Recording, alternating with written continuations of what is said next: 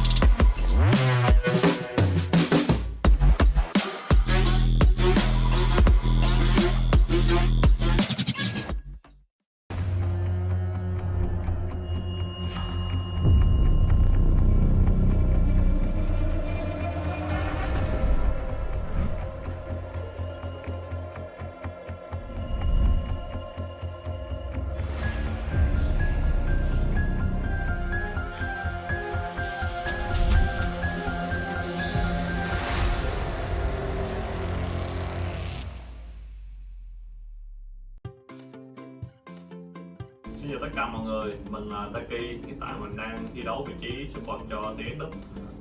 Thì giải đấu LCP sắp tới sẽ được tổ chức tại Đà Nẵng. Đó chính là quê hương mà mình được sinh ra và lớn lên. Mình muốn giới thiệu cho tất cả các bạn những địa điểm để vui chơi, đó chính là biển nè, chùa Linh Ứng nè, và có thể đến Hội An. Còn những món ngon thì mọi người có thể trải nghiệm bánh tráng kẹp, bánh tráng đập, mì Quảng, bún bò và còn rất nhiều món ngon khác nữa mà mình không thể kể hết được. Mong rằng mọi người sẽ có một trải nghiệm thật tuyệt tại Đà Nẵng, Việt Nam. Cảm ơn mọi người. Xin chào các bạn, mình là Bull. Mình là vị trí top lane của team Well. Riêng mình thì mình rất thích cơm tấm và bún thịt nước ở Việt Nam. Nếu các bạn có dịp thử thì các bạn hãy thử những món này. Mình nghĩ khá là phù hợp với khẩu vị của người châu Á. Xin chào mọi người, mình là DJ. Sắp tới LCP sẽ tổ chức ở Đà Nẵng. Mình sẽ giới thiệu cho các bạn món ăn là phở. Xin chào mọi người, mình là đi. Sắp tới giải đấu LCP được tổ chức ở Đà Nẵng tại Việt Nam. Mình sẽ giới thiệu cho các bạn món siêu là ngon mang tên là bún bò Huế. Xin chào mọi người, mình là người chơi đường của CFO. Thì sắp tới có một sự kiện lớn ở Đà Nẵng, đó là sự kiện offline của LCP. Thì mình muốn giới thiệu cho các bạn món ăn mình yêu thích nhất ở Đà Nẵng là mì Quảng. Thì mong các bạn sẽ thưởng thức mì Quảng thật là ngon. Đến Đà Nẵng các bạn nhớ ăn mì Quảng nha. Đến Đà Nẵng các bạn hãy thử món bún chả cá. Đến Đà Nẵng các bạn hãy nhớ ăn món bánh xèo gì. Đến Đà Nẵng các bạn hãy thử món bánh này. Đến Đà Nẵng các bạn không nên bỏ qua món hải sản ở Đà Nẵng. Đến Đà Nẵng thì các bạn hãy nhớ thử món cao lầu. Đến Đà Nẵng các bạn hãy ăn bánh xèo. Các bạn đừng bỏ lỡ những trận đấu của tụi mình ở LCP Final lần này nhé. Bye bye. Xin chào các bạn, mình là Rex. Hiện tại thì sắp tới là LCP Final được tổ chức diễn ra ngay tại Đà Nẵng, trên chính quê hương của mình, nơi mà không chỉ có những món ăn ngon như là mì Quảng, bánh tráng của Tiên Lục, như là có rất nhiều những cái view đẹp. Đáng nói nhất đó là chính là những cái view biển ngay tại Đà Nẵng. Mình đang rất là vô cùng háo hức, thì hẹn gặp các bạn ở tại Đà Nẵng vào tháng 9 tới. Xin chào mọi người, mình là Kia và như mọi người cũng biết là sắp tới sẽ có một sự kiện diễn ra, đó là chung kết giải đấu LCP Final. Thì mình nghĩ đó là một nơi mà có thể mọi người tới, cũng như là tất cả mọi người tới để có thể chung dịp và gặp gỡ lẫn nhau và có được cái trải nghiệm như là xem được các trận đấu hấp dẫn, cũng như là có một cái nơi để mà tuyệt đẹp, gọi là mình nghĩ là đó là ở Đà Nẵng thì đó là một thành phố rồi người nghĩ rất là đẹp, có biển xanh cũng là cát trắng, cũng như là có nhiều đồ ăn ngon ở đó. Thì mong là mọi người sẽ tới đó hòa cùng nhiệt chung với nhau, và hy vọng là mọi người có thể tới xem và hòa chung cùng nhiệt hơn. Cảm ơn mọi người nhé. Lady xin chào mọi người. Sự kiện LCP Final năm 2025 diễn ra tại Đà Nẵng chắc chắn sẽ là một sự kiện mà mọi người không muốn bỏ lỡ. Ngoài việc mà các bạn có thể hòa chung vào không khí cuồng nhiệt của các bạn khán giả tại nhà thi đấu, các bạn còn có thể đi ăn những món ngon tại Đà Nẵng, các bạn còn có thể đi dạo biển, có thể ngắm cầu rồng nữa. Và đây là một cái sự kiện rất là vui. Các bạn có thể là sẽ muốn rủ bạn bè của mình, người thân đi xem cùng nữa. Chúc các bạn có một khoảng thời gian vui vẻ tại thành phố Đà Nẵng. Xin chào mọi người, tôi là sự kiện LCP Final diễn ra tại Đà Nẵng sẽ là một sự kiện rất là hấp dẫn và bùng nổ. Mọi người nhớ đến Đà Nẵng để có thể tham gia sự kiện LCP Final 2025 nhá. Let's go guys!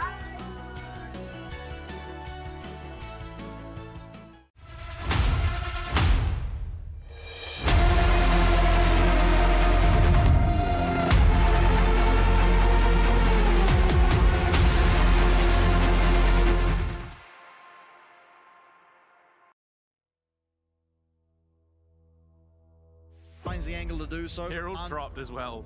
Alongside. Oh! Chris, you absolute beast!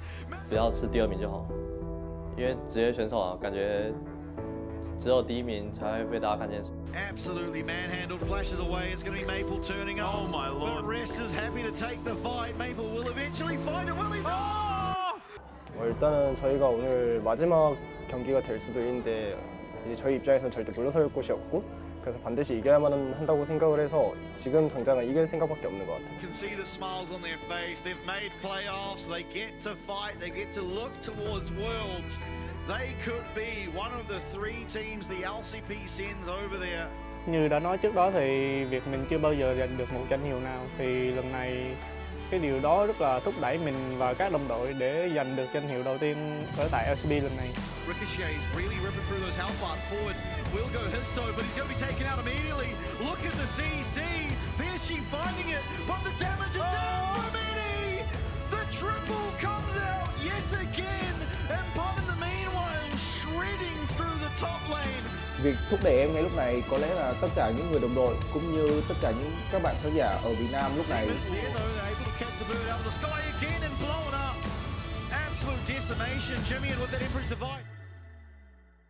如果能拿到 LCP 的第1座奖杯，意义的话很非凡吧。毕竟打职业就是想要拿到最好的成绩。 Most likely going to go down. Nice flash, gets him clear of a lot of the damage. Then comes Carson. Arya might be the next target. Arya's taking a lot of damage himself. Flashes away, but he's going to get taken out by Carson. And so strong on this Pantheon, he's going to be able to continue forward. Woody finds a nice knock up and finds an even nicer one there onto Citrus. Việc nâng cấp của giải đấu LCP thì đối với mình thì thực sự rất quan trọng, tại vì kể cả mùa đầu tiên kích off và mùa xuân thì bọn mình đã không có được gọi là cơ hội để mà nâng cấp. Thì cái việc mà nâng cấp giải LCP lần này thì nó mang ý nghĩa rất là lớn đối với mình cũng như cả đội, là sẽ là lần đầu tiên được du lịch giải LCP và sẽ có được nâng cấp.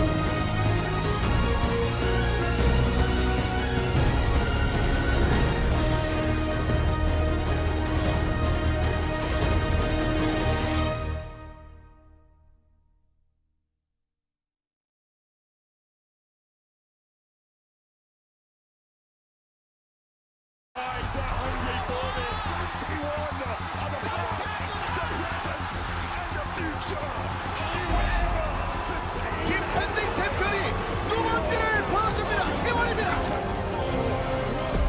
왕관의 무게. 지금 생각해보자면 사실 왕관 자체가 그렇게 무거운 물건은 아니라고 생각하거든요. 그렇게 무게를 느끼는 건 저는 본인의 마음에 달려있다고 생각을 하기 때문에 그다지 무겁다고 생각하지는 않은 것 같습니다. 좀 초반 템포가 굉장히 중요하다 생각했어가지고 맵을 넓게 쓰면서 파이크를 몇 번 해봤는데 제가 생각했던 대로 게임 흐름이 편해지는 것 같아서 이제 대회에서 기용하게 됐습니다. 다이브 당하기 전에 좀 그런 핵심을 잘 짚어내는 것 같고요. 작년 월드 때 나르가 굉장히 성능이 좋았었어가지고 자신 있게 뽑았던 것 같습니다.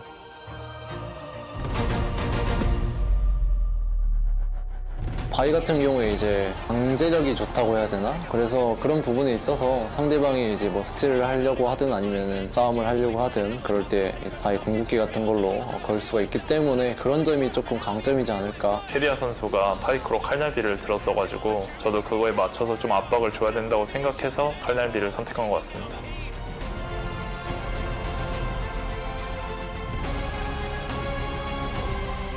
우리 팀 위치나 상대팀 위치가 좀 복합적으로 생각하는 게 많아서 어느 정도는 좀 계산하는 것도 있지만 좀 감각적으로 하는 것도 많은 것 같습니다. 세세히 다 얘기해서 뭐 그렇게 상황이 나왔다기보다는 그냥 제가 순간적으로 걸었을 때 팀원들이 저를 믿고 잘 이제 호응해줬던 것 같습니다.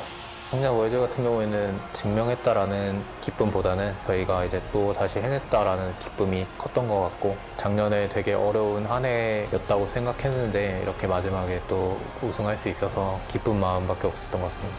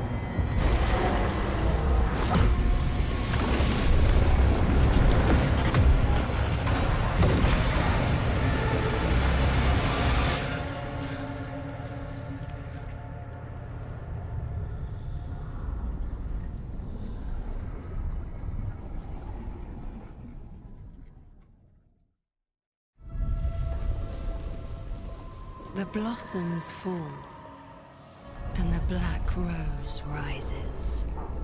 Do you feel like the heroes of this story?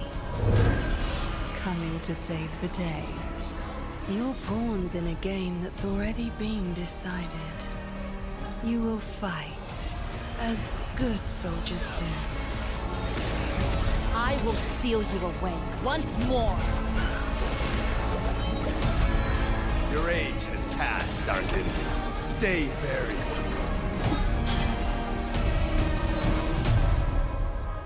And you will fail, as mortals must.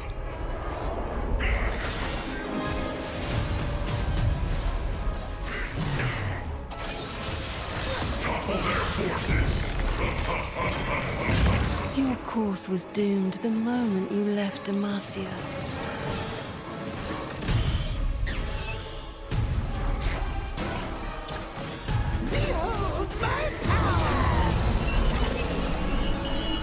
And entered my world of thorns.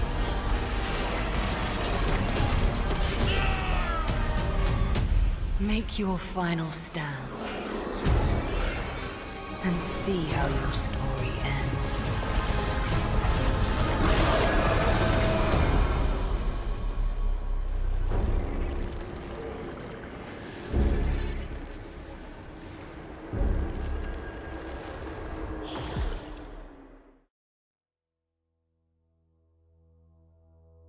finds the angle to do so. Herald dropped as well. Alongside. Oh! Wrist, you absolute beast! 不要是第2名就好，因为职业选手啊，感觉只有第1名才会被大家看见。 Absolutely manhandled, flashes away. It's going to be Maple turning up. Oh my lord! But Rest is happy to take the fight. Maple will eventually find it. Will he?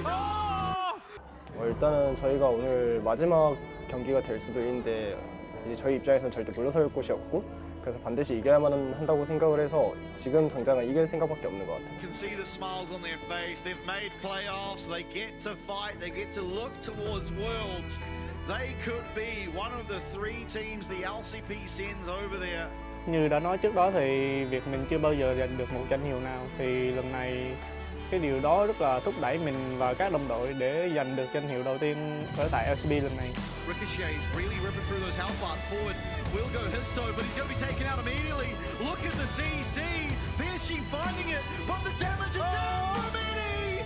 The triple comes out yet again, and Pop in the meanwhile shredding through the top lane. Việc thúc đẩy em ngay lúc này có lẽ là tất cả những người đồng đội cũng như tất cả những các bạn khán giả ở Việt Nam lúc này. Absolute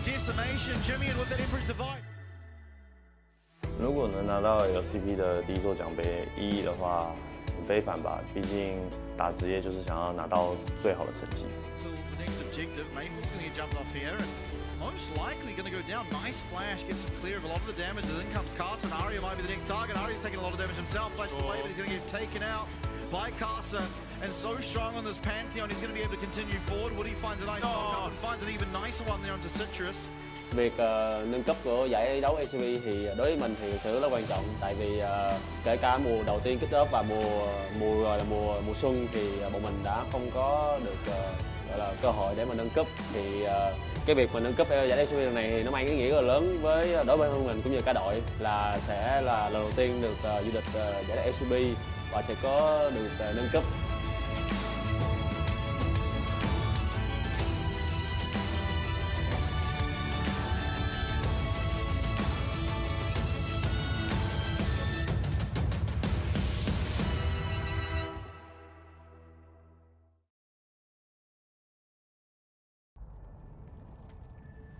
Carry the darkness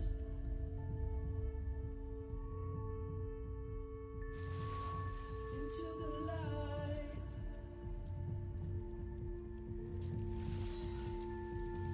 I'm a renegade.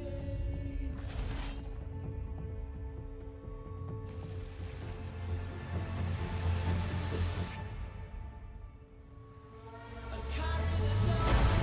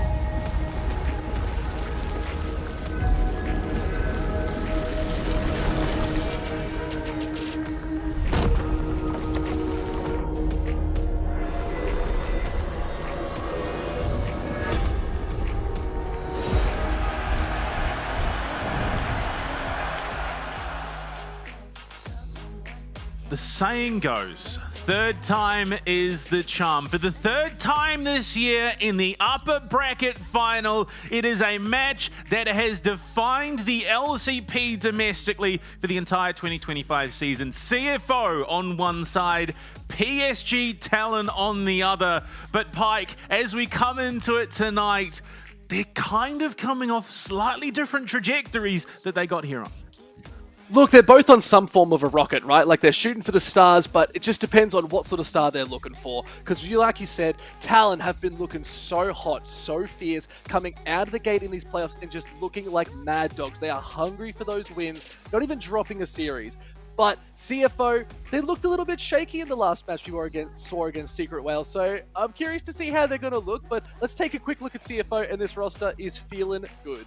Yeah, I mean, a roster that has literally defined us as a region, not just here domestically, but internationally. The only series that they have lost in this competitive season here in the LCP has been to Team Secret Whales, and they got it done against them last weekend. Now they come in that upper bracket final. They are guaranteed that spot going to Da Nang, going to Worlds as well. It is now all done for them, bar the seeding, of course. So upper bracket final, they have been here. Third time now between these two teams, but this PSG Talon roster is in a drastically different space than they were the last time around. Maple comes in, taking the place of Fofo. The synergy between him and Casa has just been astronomical compared to how things were in the past, and there is a lot of sentiment in the community that believe that this is finally PSG Talon's time. Look, you could say that. You could say it's still CFO looking to take it. What I've noticed in the past, the couple series with CFO is they like to limit test. They know they're good. There's almost a little bit of that sort of cockiness to them that they like, yeah, we've got this, guys. Let's see what we can do and just throw it at the wall. And they're making it stick. But again, you can't deny talent, like you said too, are so strong. They are not holding back. They are putting draft after draft and they are making it work. It's just like you said, it's that mid-jungle duo that is always making these moves. Maple has to be looking real fierce tonight, especially going up against Hongq, who we know has been a shining star in this mid lane. Yeah, I mean, that mid lane matchup as well. On one side, the rookie who has come in and had what is arguably the year of his competitive life, looking so good, coming in at 17, one of the youngest players in the region to make it to an international event. Not just one, but back to back now. And then Maple coming out of retirement, the old guard of the mid lane for PSG Talon. So it really is sort of that battle of the ages between these two rosters. Every single role is so incredibly contested. Casa looking phenomenal at the moment. One of the junglers in this competition that is actually pushing Ginger to a point where he might even be on par with how he's been looking recently. Look, and I think that's the big thing, is getting them on the right champions. You see them on these hyper-aggressive champs like the Vi, the Xin Zhao, putting them even on a potential tank too, just getting those engages makes them feel so much better. They want to start these fights. And again, this is another team. We talked about it last night, Secret Whales and all those above. They like to be scrappy. They like to make moves. They're in the jungle. They're in the river. I want to see these two teams really punching the gun very early on and just getting some plays, getting some kills under the books, and then seeing where they're going to go. Again, red side is going to be very Featherly Haven again. Well, you'd say that, but CFO, bucking the trend, have opted into blue side, coming in as the higher seed. Well, there is no higher seed. They've been top seed the entire year. They just have not given up that spot throughout this competitive season. So they've opted into blue side, completely going against the trend that we have seen throughout this playoffs bracket thus far. They want those prior picks. And I think when you get to these top two positions like we have with PSG Talon and CFO, that is when we start to see blue side become more important because of those heavily contested prior picks. Look, and what would you put on there? Like, we know that Yanara is just going to be permabanned every single time. I do not want to see a Jhin in this game. We can't even say the name at this point still. Bastion, we still have our love for you, so we will not burden you with this anymore. But at the same time as well, there's so many in the mid lane. It's all those combos you guys said that you love that Nocturne Orianna. I'd like to see that one game. Maybe we see it in this one. Well, that's the thing. It is so hard to sort of draw a line down the middle of champion pools for any of the roles here. In fact, there is so much overlap, you really can't. I think maybe down on the bot lane between Kaiwing and Woody, that is where there is the biggest deviation, and even then it's maybe like 1-2 champions. It's I think we're seeing a little bit more Nico now coming through for Kaiwing, which has been a little bit, late to the party compared to other supports in the competition at the moment. But Pike, I have some great news. it's time for the fist. When we come back after the break, draft for game 1. Oh, my.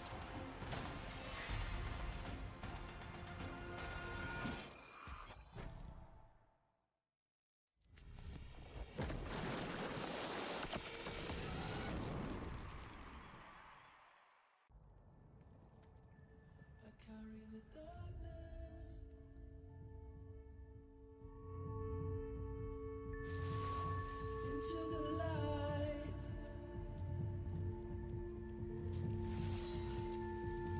I'm a renegade.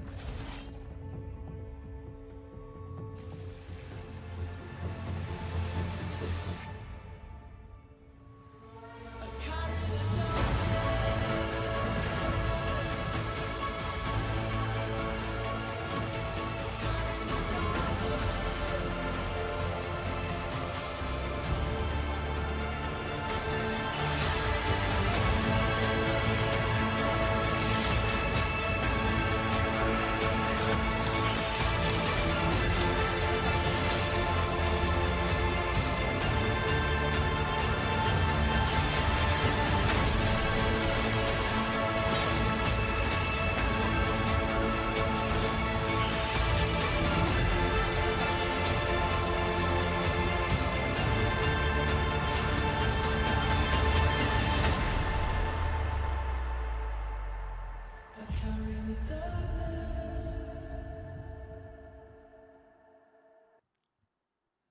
We are made for this, and no two teams are more made for this in the LCP than CFO and PSG Talon, coming into it drastically different paths through the season finals, Pike. But we are here. The upper bracket finals have been secured by both teams. We saw just what it meant to Casa to get back to an international event.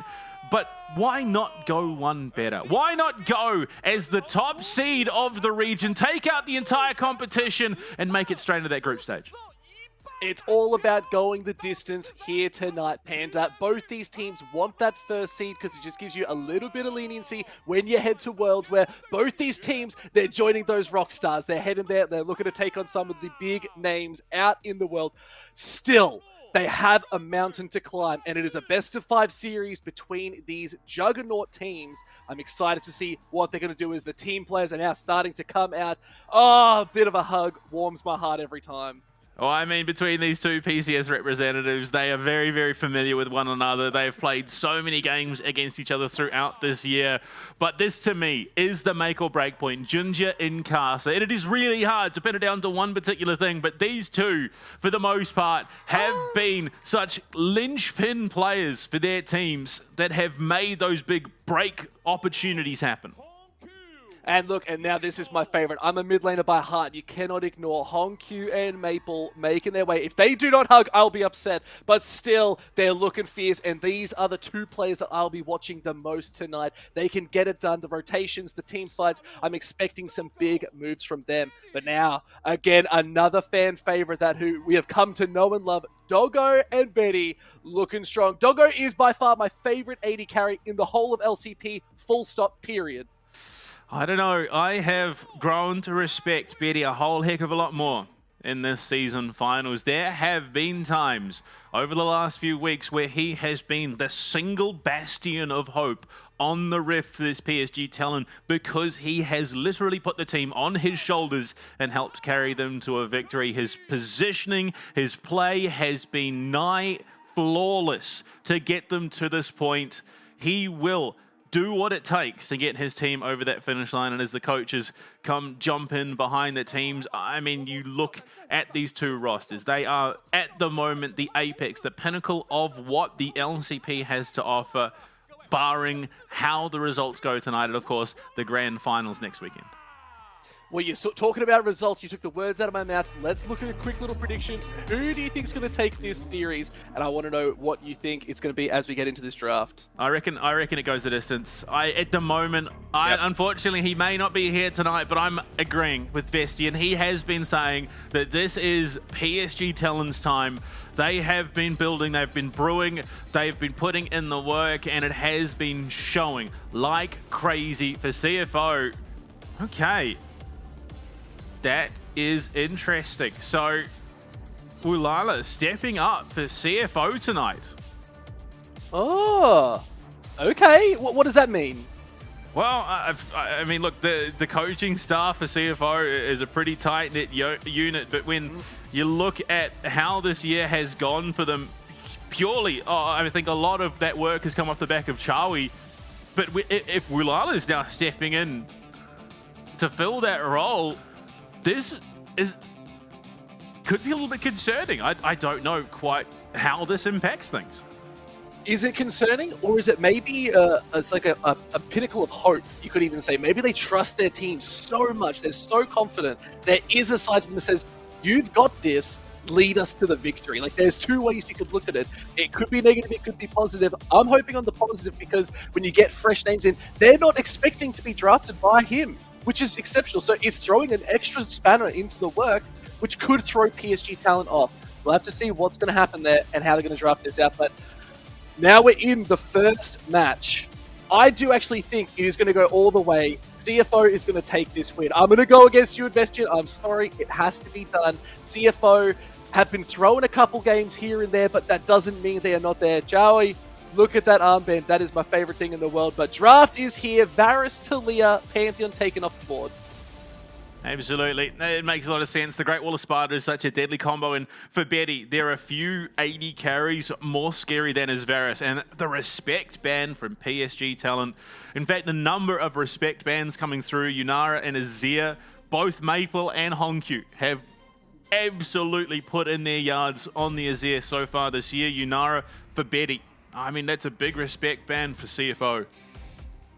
It now comes down to the point of what can you look to pick up in the early stages of this draft. The first things that come to mind is, do you want to pick up the Rumble early and get a strong team fight, or are you looking for a little bit more skirmishing and locking down the Xin Zhao and maybe an Orianna Nocturne depending on what they're vibing with? But still, finding that final ban coming through is the Kiana. There must have been something in the works. It could have been a buff, but that Kiana did put in the work in that last series last night. Love to see what they're going to be picking up on the side of CFO here, but I do think so much Nico locked in. Yeah, Nico for Kai Wing, something that he has been playing more and more often coming into the season finals, and he's been looking darn good at it as well. He really sort of has not played as much of the range supports as the other supports in this competition through the earlier stages this year, but he's obviously been putting the work, a huge amount of solo queue time invested into the Nico from what we've been hearing. But you look at what's available in response, Vi in particular is going to be there for Casa. And I wouldn't be surprised. It's going to be the Bard for Woody. So already they're reading into some shenanigans and looking to counteract them with a Bard pick. Look, and I love this Bard pick because the second you see that Pop Blossom go, you throw the Tempest down and you do get the safety net of not getting hit. It can stall out a fight. You can reset a tower. I think this Bard is a really underrated pick, especially into the Nico. It depends what you pair with it. An early 80 carry pick could be quite good. Might need a little bit of range, but look, a Kai'Sa could fit kind of nicely here. Yeah, I mean, the Aurora coming through, another hotly contested mid lane pick for both Maple and Honkyu. They've looked incredibly good on it. It could be Aja picking that Aurora in the top lane as well. We've seen it a couple of times, noticeably Kiaya from Garm, who's played at a fair few matches throughout this playoffs bracket even. So, you have the option here. Do you pick up that Vi, then look maybe for a Kai'Sa, but it's a Scion for Driver. This is a champion that he plays like it was just your everyday bruiser. Like, he will solo bolo out his lane opponent time after time on this Scion. He makes it look like a carry champion. And I love that, right? Like, it's these tank champions that can actually get in and do damage, disrupt the fight, atop with the Nico and the Orianna. That is a massive combo that we're going to be seeing out of CFO. I'm so excited. If we can get the Nocturne picked, that'd be fantastic. I'm guaranteeing a ban. Yeah, Jarvan comes through for Casa. Now, it is worth to remember, historically, going all the way back to season kickoff, we got to game 4 in the grand finals between CFO and PSG Talent. CFO up 2-1. Casa picks the Jarvan there, and the game just crumbles because Junja runs rampant across the rift. Jarvan not quite the beast that he is now. But here, in this state of the game, Pike, Jarvan is an absolute monster. It's looking really good. That re-engage you get with the Flag and Drag, especially with an Aurora between two worlds, is just going to cause absolute havoc, and the disruption to everything is going to be just too much. It really comes down to, can Sion with Driver get to the later stages of the game and be that tank that can soak up a lot of that engage? I have to see what the final ban is. Kai'Sa is banned out. Let's see if they do decide to retaliate with a couple more AD carries. But there's the Mbessa. They're trying to give Driver a really good position in this top lane. Yeah, and I mean, Jarvan Picasso was what got them over that finish line against Garm last weekend to book themselves their spot at Worlds. Caught out Artemis with the flag and drag flash combo off the back of a lost Baron fight at the time. But CFO, I mean, Doggo still has plenty in the pool, as does Junja. This is not a jungler that you can ban out by any stretch of the imagination. Wukong, solid bet, very, very solid pick to pair with the Orianna as well, and one of Junja's strongest throughout the 2025 competitive season. CFO though, what do you take away here from Betty? I don't think it's going to be a Jhin ban. I think you can quite happily let that one through with a Sion and pick, but realistically, you kind of want to deny something away from Aja that will make it an easier lane into the Sion. I mean, they've taken the Mbessa. I wouldn't hate a Rumble ban, but it's going to be the Sivir instead. I don't mind the Sivir. I think the lane clear is pretty good with Sivir, so taking away these sort of late game champions makes a lot of sense. I feel like the Kai'Sa over to the CFO ban was a bit rough because Kai'Sa would have been so impactful, but we can't focus on that anymore. It is banned out as we're heading into the final pick phase. Really comes down to what AD carry you want to lock in now. There's not a huge amount left on the board that really speaks volumes. Like even but Corki, yeah, absolutely. Yeah, it's a strong one down the bot lane for Betty. So this lane is going to be a little bit rough, I think, depending on, at least with what's left available, barring potentially something a little less conventional. Again, CFO and Garb knocking PSG talent into the lower bracket and then out of the tournament with a Caitlyn pick in that bot lane. So something along those lines is definitely well within Doggo's wheelhouse, but he is just all bark, no bite. That dude, sorry, all bite rather, no bark. So zero hesitation. It's going to be the Poppy jungle for Junja. And I really rate that with what's shown. Yeah, a little bit of disengage too, especially with the J4. It's going to cancel out that flag and drag. It's going to stop Corki from any sort of engage. I feel like something with range is going to be so pinnacle here because you want to be a little bit safer. Tristana comes to mind as if you want to get in, you can get back out, you can still do a lot of damage, but really comes down to what they're sort of comfortable in. If we see a Jhin, I will lose my mind, but let's not put that caster curse into the world. Yeah, I don't know if it would be Israel. I'm not sold. I'm not really sold. You've picked this Orianna. You don't really have a great, engage tool. I mean, to be fair, you're going to find it very, very hard to fight into the CFO comp, and Israel is going to play around that very, very well. But Israel, as of late, has been a little underwhelming. The comp is solid. I will give CFO that. They've got a lot of tools to deal with it, and Aja picks up that rumble in the top lane. And with a Jarvan and an Aurora and the Bard, there is a lot of setup, and I can understand very much why that Israel was picked up here by Doggo. And how did we get through a complete upper brackets first game series without a Rumble ban or a Rumble pick anywhere in first? It was the last pick of the entire game, which to me is insane. This champion is so strong in these team fights. You look at the Rumble J4 combo on top of it between two worlds, Aurora. I fear PSG Talon's team fight here, but you cannot deny that CFO have a little bit of tankiness. They can peel, they can keep Ezreal afar. It really comes down to when they want to pull that trigger and go all in. This is going to be a tight match. Until you remember it's Driver's Sion. He has solo killed out Rumbles in the past on this on this champion. So this, I mean, as much as it would normally look like a very, very good lane for the Rumble, I think this is going to be a rough time for Aja. Look, and I won't deny that. I think the Sion in the hands of a master is the most fearful thing that one could play. Scratch that. I talked about Lee Sin. Let's not even worry about it though. But this Sion, we got to be very careful. Driver really wants to be prio type in this top side. We'll see what they're going to do into this Rumble. If Rumble can get an early team fight, a couple kills on the board, Sion could just be pulled out of the game fairly early on. But still, PSG Talon versus Flying Oysters. This is a series you do not want to miss. Game 1 is looking fierce. Absolutely, and as we take to the Rift, of course, the crowd are ready to get into it.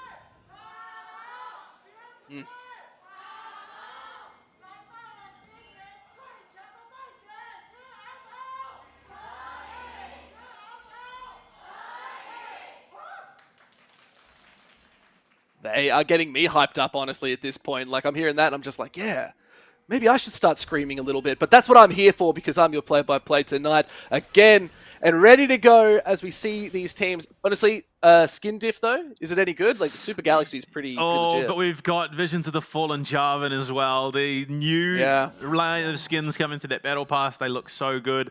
It's going to be a vanilla skin matchup in the mid lane. Corki, he's hard to go past, of course, but T1 Bard. Yeah, look, I think PSG might just have this one in the bag. And I mean, you look at the numbers at the top. First versus 5th seed. How crazy is that? Almost too crazy. Am I in a Salem Asylum right now? Maybe I am. Who knows? Well, I think that did end up changing a little bit through the tail end. I mean, it was a phenomenal PSG talent run coming out into this stage of the competition, but no, actually, no, it would have been first versus 5th. They did have to put in the hard yards to get here, but as things start, there shouldn't be anything too crazy happening around the Rift. Of course, you've got an Ezreal Nico. There's a plenty of bully potential at level 1, but once... Oh, okay, yeah, Honkyu putting it to the old man in the mid lane. We saw this a couple of nights ago too. The Orianna pick is just so impactful, but early in Gade, Casa wants to make it well known. Stolen. And you would have thought the Poppy would have been the one having a little bit more onus in the jungle. But Casa, exactly what you want, looking for PSG talent. You want to get up in their face very, very early on. Speaking up in the face, a 10 CS lead, but Betty should catch a lot of this under the tower. Unfortunately, he's not going to be doing it freely as Nico is a bit of a lane bully. Ooh. Maple might need to look for a reset fairly soon. Honkyu really controlling the state of this lane. But like you said, it's going to be a bit of a slow burn, this one. Could be looking a bit of aggression, but nothing too bad. Yeah, I mean, for himself, Honkyu has had a crazy number of solo kills throughout this year in the mid lane. And a lot of them very, very early on. Will quite often just run his lane opponent down. Already, Maple has had to recall off the aggression from Honkyu on this Orianna. The clockwork windup is such a menace in the laning phase, and Driver, things getting a little bit rough, but does have that grass proc. Will pop that shield onto Aja as well, so we'll just run it out. This is the aggression you expect to see from a Rumble into a Sion matchup, just being able to burn them out early. Aja feeling pretty comfortable, but again, like you said, it's Driver on Sion. Doesn't matter how the early game goes. This guy on this champion is inevitable. Absolutely. Shouldn't have all that too much problem in terms of the build path. We'll likely go that Hollowed Radiance, get that nice wave clear. Just build into the big bad tank that we know he can be. But Aja looking for it. Driver forced to flash. Double with the flash return. goes in. Aja, easy first blood picked up. Zombie coming out, but the wave still got under tower. Oh, I mean, that's the first time in a long time Driver's found himself in a situation like this, and has talked pretty openly. He's a big Baus fan, so I'm not sure that was necessarily a good death, but can TP back to lane. Aja has not yet recalled, so the timing is going to be a little bit off, but Casa's here. They're looking for it again. No flash available. Casa says we can capitalize on this. Driver already taken so low. Might be running back after a reset here. Does get a decent amount of turnaround damage, and yeah, unfortunately, is just going to have to reset immediately after teleporting. So Aja coming out massive there, and potentially a little bit of greed. And Aja playing this so cleanly. A top laner that has really struggled through the mid portion of 2025. Look, has been a brilliant addition to the team, but has not really been all that standout coming into his own towards the tail end of the year when it really counts. A little bit of a sneaky invade from Tangier as well, just looking at those Raptors.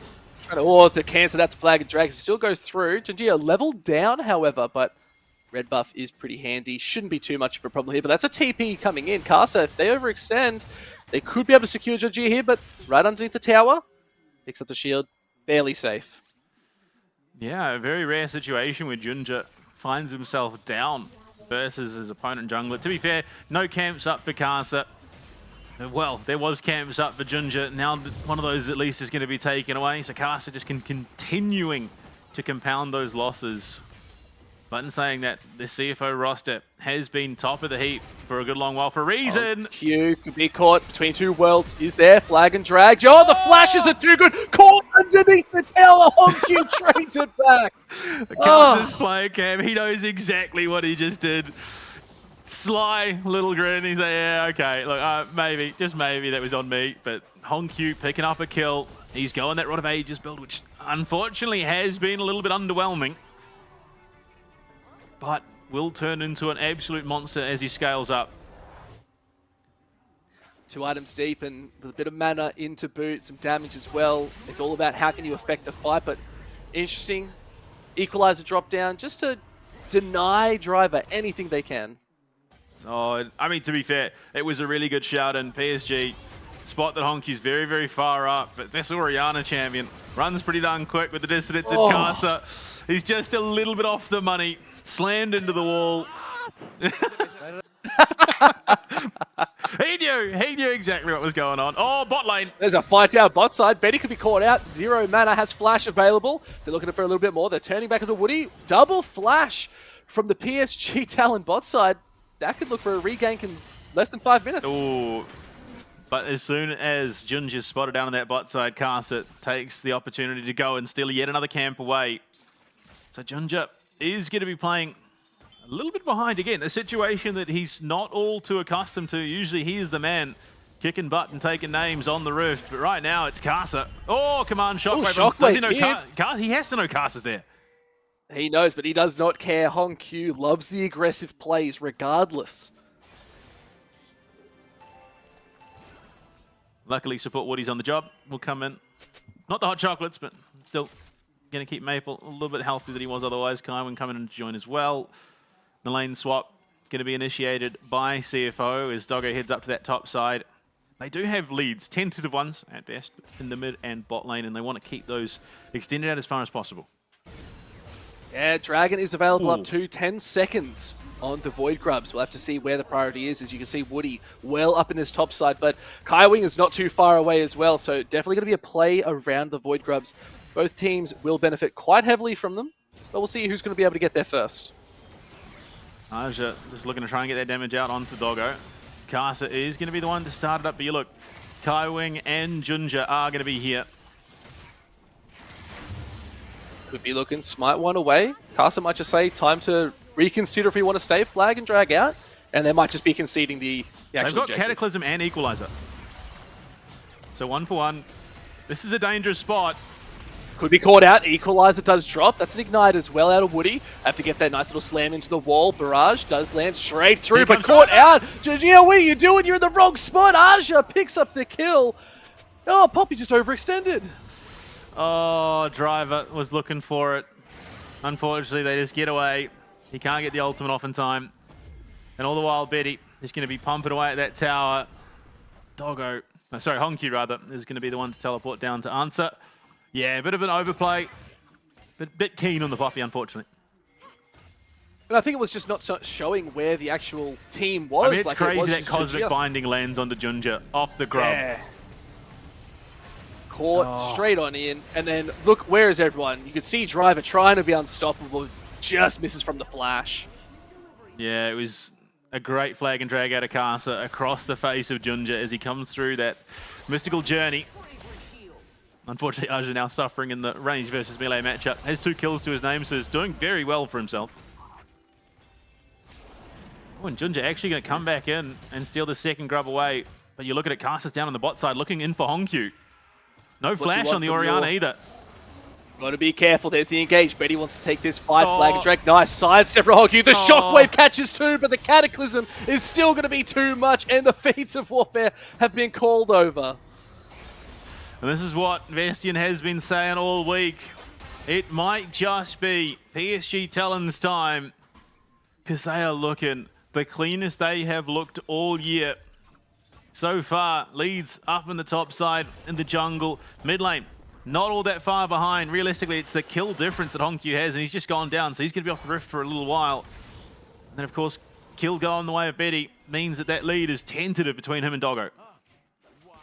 Look, Doggo still with a pretty solid lead, 16 CS, only at the 10-minute mark. We'll have to see if they can hold on a little bit longer. Again, both these 80 carries really come online after 1-2 items. It's whoever can get that Triforce first is where they're going to start to shine. 10 7.5 minutes. That's Leandri's done for Aja. That equalizer is going to be pumping up huge amounts of damage already.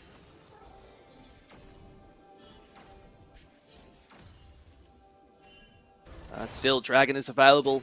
Infernal being the first Dragon, so we're not going to see that Soul today. I don't think either team would really hard benefit from an Infernal. I guess it is my favorite drag, but I think we're going to see probably a tank. If we could see a Mountain Soul, that would be massive for both these teams. Well, I mean, I know coming out of the season finals, Grassproc starting to really stack up here for Driver. It looks like it's going to be a force of nature. There you go. This is what I was talking about. Unstoppable. Is it going to go for a little bit more? There's the equalizer dropped. He might need to look back, but here comes Jajir. Cancels out a lot more, and they return the kill. That's what I was talking about. Driver's fighting prowess on this champion is something to behold. That Leandri's, I think this is a brilliant itemization from Driver. Looks like he's going to be going for that force of nature. There is going to be 2 Leandri's on the Rift. As you can see, Maple is working towards his Dragon. Going down pretty quickly. Junji is going to be a little bit late to the party. Unfortunately, True Shot Barrage means that Cass is well within his rights to get that smite off, but Honkyu's here! Made the big shockwave hits too, but it's going to be enough as the Cataclysm goes further a little bit more between two worlds. Maple causing a bit more disruption. The damage is good. They're flashing forward. They want the fight. Good flash stun coming out from Maple. Can they get any more? The flag and drag locks them down. Janji is just caught again, and Kaiwing tail between their legs. PSG Talon season indeed.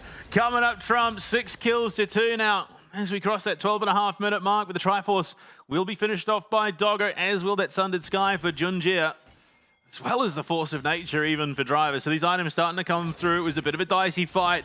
And I mean, you look at it, you look like for sure that Junjia was going to be able to clear Betty and Woody out of this, but Caster jumps in, dragged out into the hammer. So it allows Betty and Woody to stick around. And the damage they're able to contribute here, a cosmic binding, turns a 90-degree angle to the left for the stun there. Oh, this Bard champion is just hacks. Oh, especially with the T1 skin. They're playing Honor to Carrier. They're obviously living and breathing him right now because it's just so good getting everything done. Woody being exceptional, and the gold graph, not so much a roller coaster tonight. It is looking very fierce for PSG Talon right now. 1k gold, 2k gold ahead, and they're not showing signs of slowing down. It now comes down to if they can keep the momentum up, if they can keep pushing it forward and disrupting this team. They've got the draft. Let's see if they can make it work.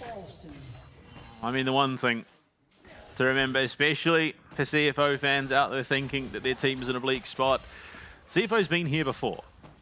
They were down 2-0 last time in the mid-season, and then reverse swept out PSG with an absolute monstrous one. Actually, no, I don't think it was quite a reverse sweep, but they were down 2-1 at least and brought it back to win the entire series.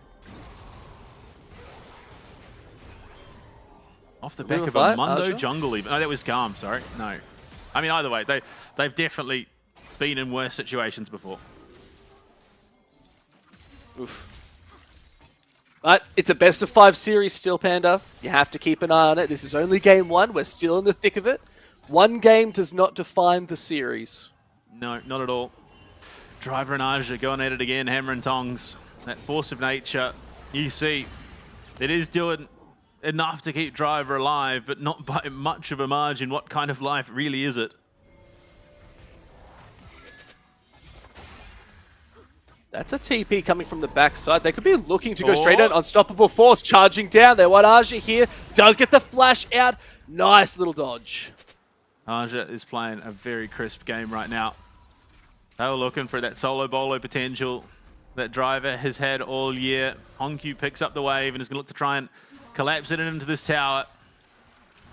Herald spawning up on the top side. Cass is there looking for it off spawn. It could be Junjia, it could be Kaiwing. I can't quite say. It is Kaiwing up there to try and answer. That is, in fact, Kaiwing. You can tell Clone is there too. Junjia is actually just walking through mid lane now. Casa already got it down to 5k health.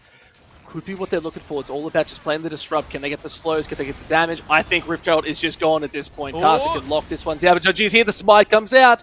But they just need to keep them off it. They're going to deny the eye here. Oh, Casa, he's looking for an angle back in. So is Woody. Between two worlds. Between two worlds. It could be Driver trying to hold on, but still the eye is still just up. It's Betsy Sport. They lock it down. Now they're looking for the fight. Jajir getting caught out. Very chunked out. Flag is drag. Cataclysm is good. But Casa doesn't even get traded back. It's just an easy pick for Betty. Bit of an overcommittal there, unfortunately, for CFO. All the while, Hong Q's looking for it down to the bot lane. Shockwave. Ooh. Riftchild instantly dropped in the mid lane. They really want to secure these feats and unlock the map just a little bit more. Oh, and there it is. He's lost his forklift license before. He tried to crash it into the bot tier 1, only for it to run out of gas. Literally millimeters from. But you look at it, they've got an angle here onto Hongq. They could be looking for it. Hongq very low, wanting to pick up Aja, but Tunnel is available. They can do anything more. Hongq still holds it on. Aja walking back into a dangerous spot. It's a solo kill still. 4 members deep and you still trade 1 is insane. Hongq really just doing what he can to find relevance around the rift. It's net even essentially in the mid lane. Everywhere else is just PSG Talon leads across the board. And PSG Talon clearly having done their homework. Yeah, I never did my homework and now we're here casting League of Legends. It's a rough life. But still, they're looking for this drag. It is second one on the board. Cloud is up and ready. Jajir already looking to take this one further. Casa very close to the wings. One flag drag, but it's already taken away. TP into the backside as well. Looking for a little bit of a fight on the backside. Woody is low, but not low enough. Doggo going to jump over the wall. Might be into the hands of Aja. Equalizer's good. The Pop Blossom's not even going to summon. But can they hold on? They sent it back, but Doggo's just gone too. Back to the kennel he goes. Here and now they're Hongq. looking for a little bit more as the knockback is good. Betty, Woody trying to hold on. Shockwave is nice. Now Maple could be on the chopping block. They are taken away. They're looking for the re-engage. Caster's during the fight. Cataclysm's good. There's no flashes available. They're trying to get out of the way, but no, Caster's still holding on. And this brawl is scrappy, and they do get out with their lives. It's a 1-for-2 trade. Dragon picked up. Hongq picks himself up a shutdown, but loses flash. It was very scrappy. And once again, Betty being this bastion for the team, playing 9 flawlessly. He's 3-0-3. Might be down about 16 CS, but he's playing these fights so cleanly off the back of his team. And that, honestly, at this point, the PSG Talent arc for the season finals needs to be studied. 0-8 into an 8-0 qualification to Worlds, and now looking to put CFO under the pump starting the upper bracket final. If you can't say LCP isn't entertaining, I don't know what you're watching. And look at this Riftchild, take it away, but the control that they had from CFO trying to deny this away, they just didn't have the right goods at this point to stop them. Yeah, I think if Hongq's here, it's a drastically different fight, but he's down in the bot lane trying to get that tier 1, the between two worlds. Look at how much damage Maple is doing to Driver at this point, and unfortunately Doggo doesn't have the mana to come into this fight any earlier. So the poor Poppy, without that mobility, an easy target to punish. Again, it looks by all rights like it could be a decent shout in. Kaiwing has yet to find a Pop Blossom into the middle of this PSG Talon roster. He tries to find an angle to get out there with the coverage. Doggo also falling. And Petty, look at him The again. Keeper's Verdict is in the such a middle of good it. job. It sent 3 members, and the Shockwave here, so nice. They're able to pick up Maple, but it just was a little bit too late. They're just feeling so disjointed. It's a 3v3 into a couple of members dying, and then they go a little bit further, and there's more members just jumping in. It's just people getting caught out on the side of CFO. I want to start seeing them play this a little bit cleaner. Yeah, I mean, the macro game from PSG Talon has been so on point. Horizon Focus second, finished up now for Hongq. Opted not to go that Seraph's path for the shield, and potentially kicking himself a little bit that he didn't. Added survivability would definitely be helpful, but looking for the damage, Casa. They're looking for a little bit more. Casa, Shockwave hits, the Flag of Dragon is still available, gets a CC chain, is just too much, but they just don't have the damage yet, and they do lock him down. A nice pickup. Anakan has just spawned 2, but a great shutdown heading over to Hongq. Did require 3 ultimates. Less than likely that we're going to see the Anakan started off rip, but crazy things happen. Driver on a ward, just being hounded away from this tier 1 as Aja will look to take that down as well. Working to, I mean, you look at the build paths for both Aja and Maple, almost identical, as the ref makers should be coming up reasonably shortly. Oh, what a dodge. Betty, quick on the trigger. Tower's definitely in the hands of PSG Talon right now. 2-1 only the bot side. That Rift Herald did get it done. I wish we saw, did the Rift Herald actually hit the tier 1 bot side? I actually don't know. I don't know. It was that long ago. Oh, okay, so it's going to be the Bloodleaders instead. I don't mean he gets crazy amounts of value. And look at that Maple with the flank.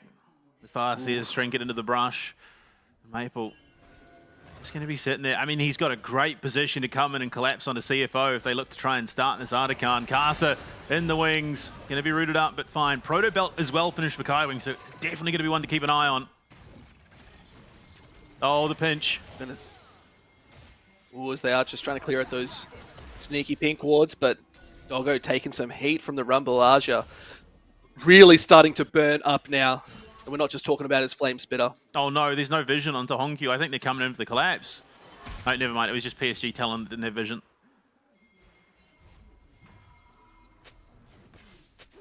Next Dragon, up in 30 seconds as well. It is a Hextech Soul, so we're getting those tunnels, so not just getting the portals from Bard, we're getting them all over the map instead. Our most popular Dragon here in the playoffs so far. Was by the end a bit of a pickle. Is able to get out. It's a very tanky champion. Nothing to be too concerned about, but they might have lost the vision control over the drag. And it was by the end of the season finals as well, despite a deep cut from the Infernal Dragon. Or Protobelt's there, remember. Both hits, they're looking at Betty, but just forcing him out. They can maintain this fight between two welters good, but that's a lot to burn. There's the Pop Blossom, it misses! The flash was used to stay out of dodge. Equalizer gets dropped and it's all on Hongkyu. They might just have to give this drag at this point. It's looking a little bit dire. Unfortunately, he's playing tomorrow with Team Secret Wales. Right now, it's PSG Talon and things are looking anything but. True Shot Barrage through, driver here. It's Kaiwing. Fortunately, not the unsealed spellbook. They're looking for an angle. There's a big charge in. Unstoppable Force is good. A lot of ultimates down. Cataclysm's there. The tunnel over. Kaiwing now caught up, but Benny already picked up one. They're looking for a little bit more. Let's see if they can keep this fight going. Zombie getting anything they can. They just can't. Yeah, I mean, this elusive Jarvan is proving so problematic. The Artican, though, is the call from CFO. As Casa had backed off, and they do take it reasonably quickly. Tempered Fate's not going to be there, but Woody has a smite angle, potentially. It could be as they do. Oh, he stole it! No way! Betty on fire, stealing away the Artican. It is absolute disaster. Now Maple's in the backside. Aja as well is down here too. They're looking for this fight. They miss it. The Keeper's Verdict not going to get it done. Aja wanting to hold on. They have the tower for safety. But look at where Hongkyu is. They are just not right. And now they still picked it up. Maple locking down Kaiwing. Janjia taken up by Aja. And now Casa is looking for a little bit more as they're dashing over the wall, trying to get anything they can. No, Casa is not long for this world. Benny too, trying to lock them down. They do secure Hongkyu. Again, the scrappiest of fights. The equalizer. A double kill heading over to Betty. PSG, criminals in the night. Woody rotates that unsealed summoner's spellbook. Rotates him into smite. He then comes through and steals it with all of 700 HP remaining. That was one of the most criminal things I think we've seen all year in the LCP. And PSG Talon with a firm grasp in the driver's seat right now. Watch the play here. It's so chaotic. It's so unhinged. Driver looks for the angle with Betty. Flashes away. Does not get caught. Cataclysm into the flag and drag to safety from Casa. And that means the driver falls, and there is just not enough damage left in the tank for CFO, so they make that call. They collapse it onto the Artican. Flash, Cosmic Binding, and auto attack even to steal it there. That is unheard of, and it's only in the LCP you'll find action like that. Trying to get that Keeper's Verdict, it does not hit its mark, and you're already so low into an incredibly healthy Aja. And you just see that it's just not going to work for them as there's the between two worlds, and they can just dive this so easily. Yeah, unfortunately, with the Scion picked early, it means there was no angle for a Galio counterpick. This is such a long highlight because it was just fighting after fighting after fighting, and Betty narrowly avoids going down. Driver just misses. He was so close, and that's why Doggo Essen shifted back in to try and look for it. And this is a rough spot for CFO, one that they are far from used to. And this PSG Talon roster is hitting their stride. They got their walking shoes on tonight and they're feeling good. They've stretched, they're limber, and they're ready to go. They could run a marathon because that is what it is, this best of 5 series. Still game 1. The gold tells a strong story of control. Oh boy. Not an unfamiliar situation. One I would imagine that CFO would rather not be in. Seeker's Arm Guard is there for Hong Kyu. He's working his way towards either that Crit Bloom or the Void Staff. I mean, realistically, Crit Bloom's probably getting you plenty of value this game. Look at it, though. Triforce, Manamune, Collector there for Betty. 3 items deep. Shojin's still a third of the way. Just the Tunneler finished up there for Doggo. This is a rough look in. We have seen CFO come from worse positions. They might give a first game, they might give a second, but will they give a third is the big question. Is it going to be the clean sweep? We're just going to have to wait and see. But still, in this game, they are just so far behind. Almost 5k gold difference to the side of PSG. They are dominant and want to hold this game in their grasp. Absolutely.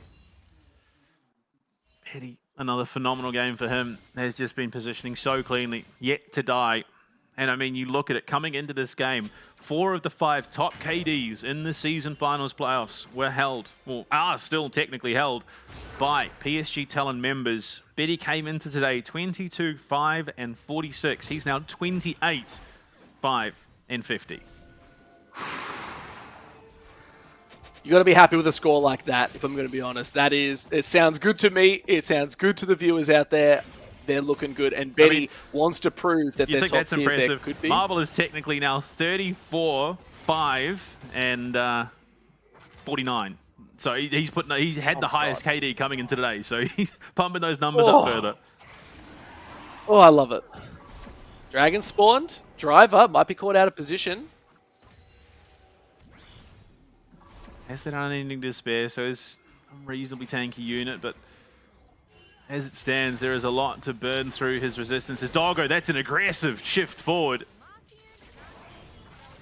Doggo does not give an inch. You said he's got more bite than bark, and that tells me they are not done with this as the Dragon does get started up.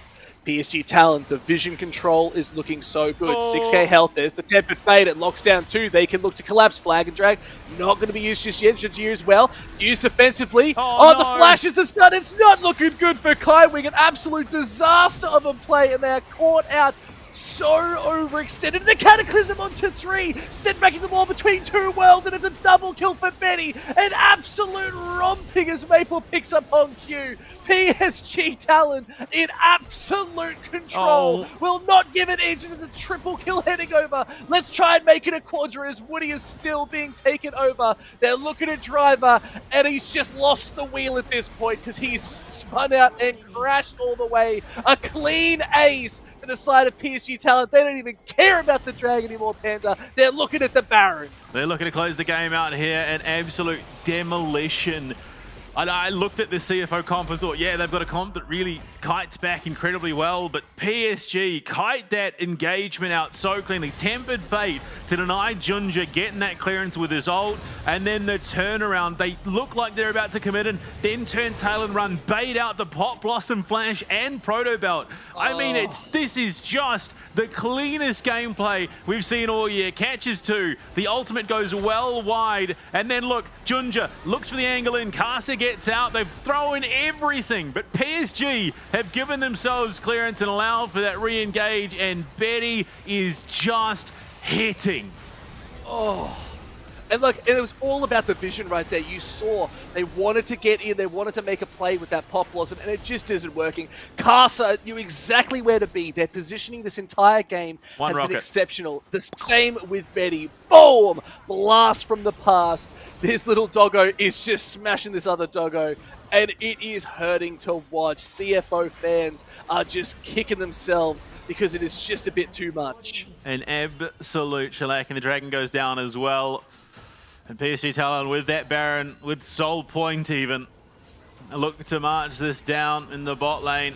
They've got the waves in the mid. It's a little bit late to the party, and well, top lane has been shoved in heavily by CFO. It's a 2-3 split.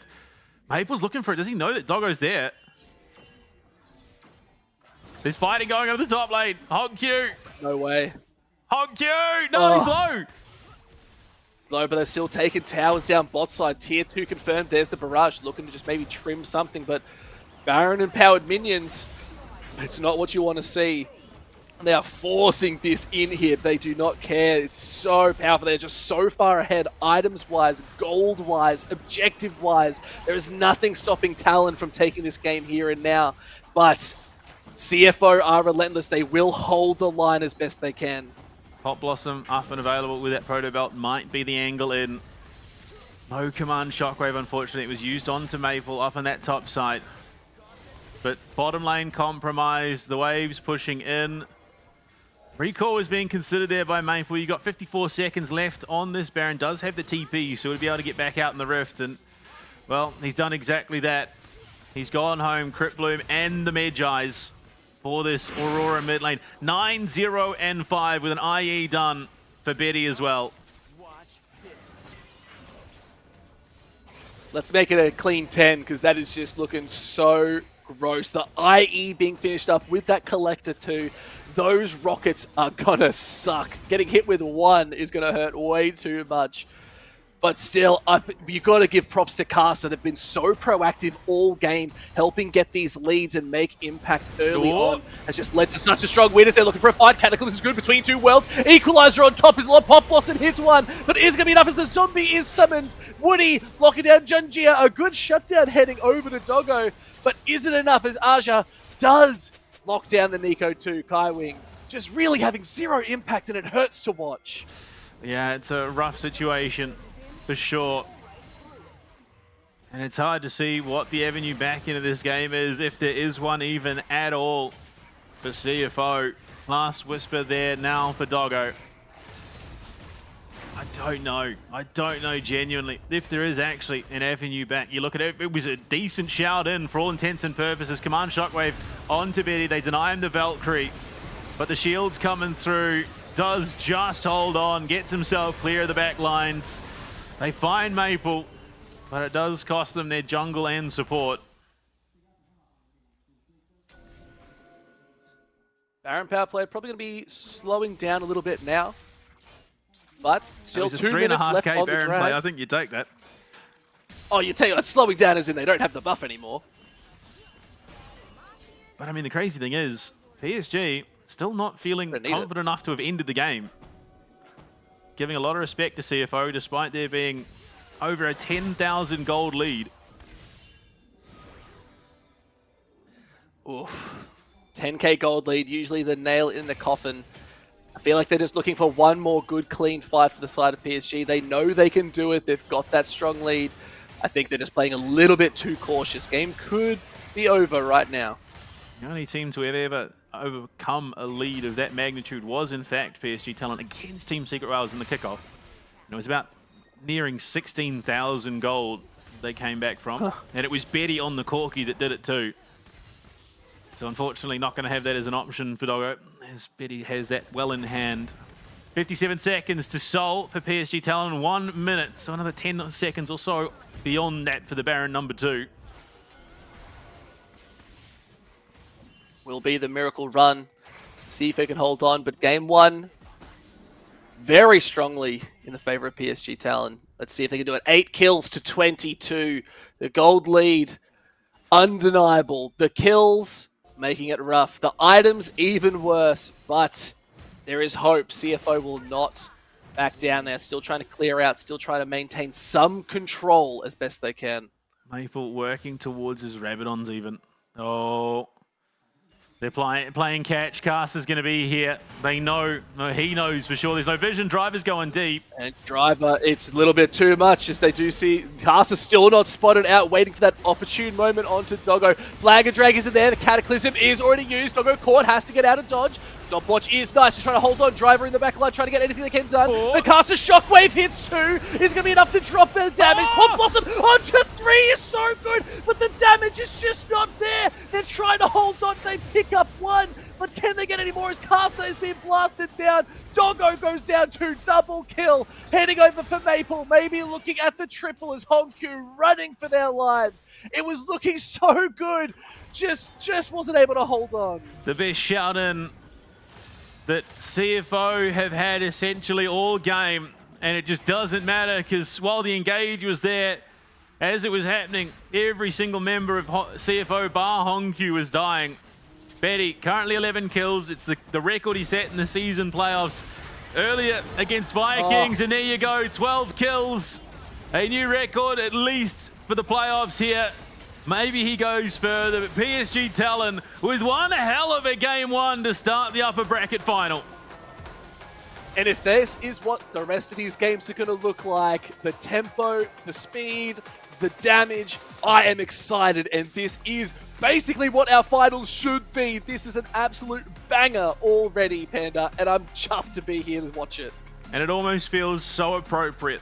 That man lingering on our screens, Maple in the mid lane, came into this competition at one of the hardest points of the year, when it is make or break time with only the best in the biz playing in that contenders group. And it looks like a rough start, but he has worn the rust out and he is looking true to form. This is not just playoffs Maple, this is PSG Talon playoffs Maple.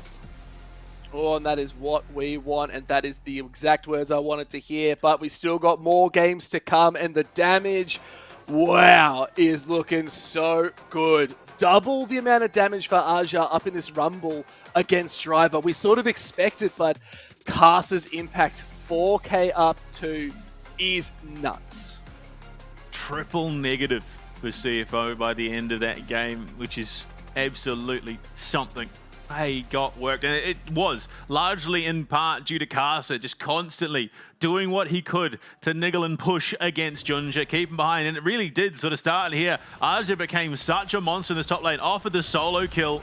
CFO, I mean, this pick for Driver has been such a solid one, but the first time it's looked really rough, and Kasa, a bit of a stumble, one of his few mistakes this game, honestly. And not many of them were around. Great Shockwave as well, but this is where another big fight happened. They're sort of just so split up. They just couldn't get any impact. These between two worlds, honestly, were all on point too. But not just that, but the flag and drag out catches Junja's ult. It means that Betty and Woody don't get propelled out of the fight.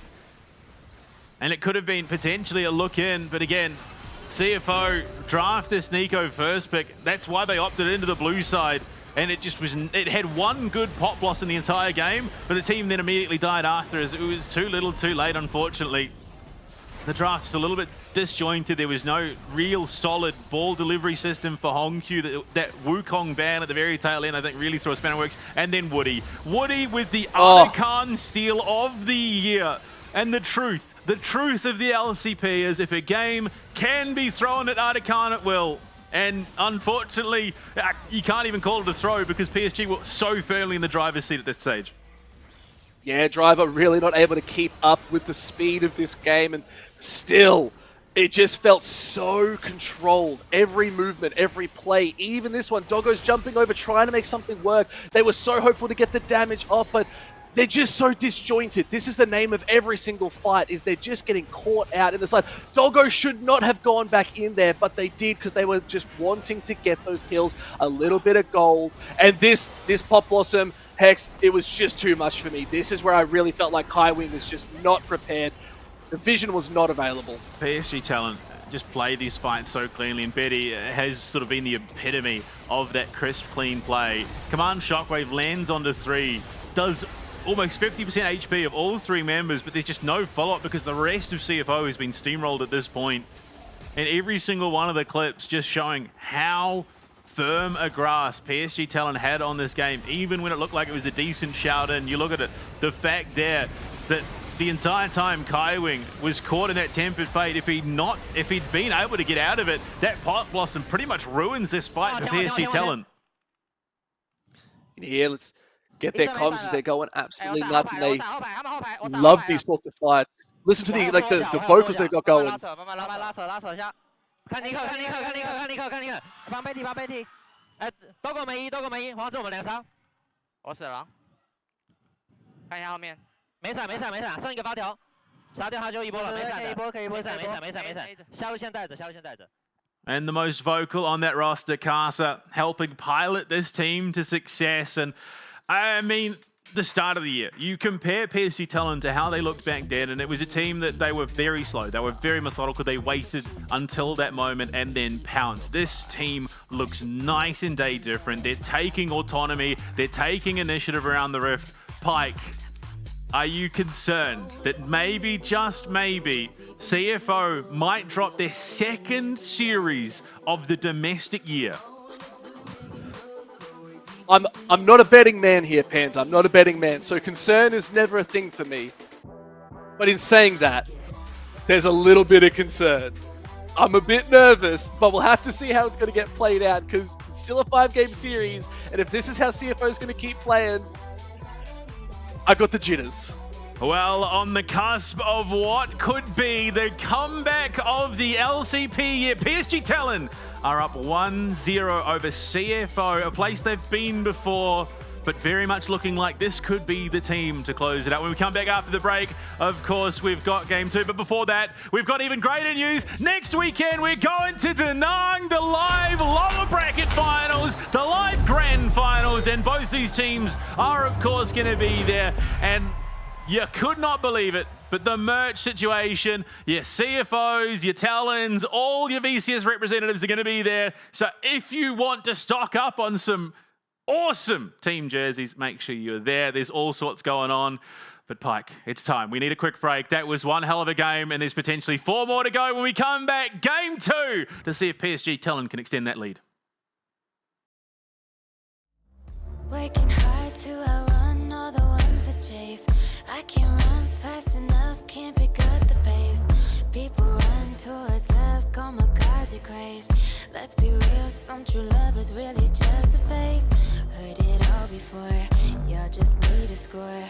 Don't want it anymore, can't take it no more. Love her I adore, yes and I am sure. Because love is war, over and over, baby.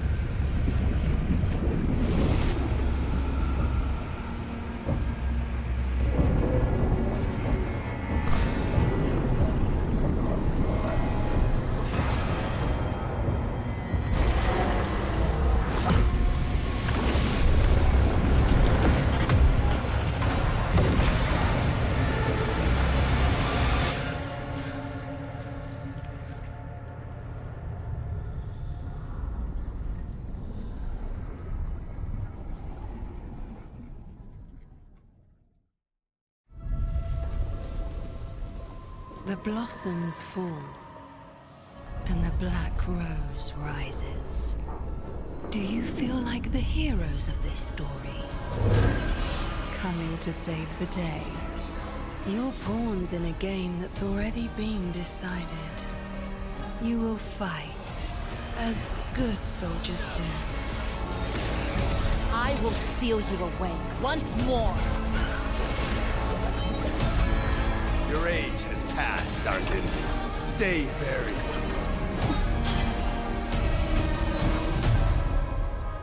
And you will fail, as mortals must.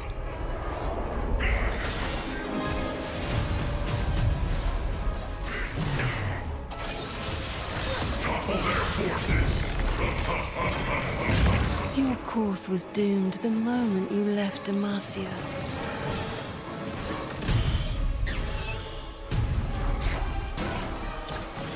Behold my power!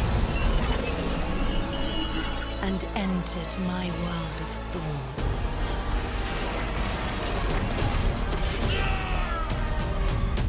Make your final stand. And see how your story ends.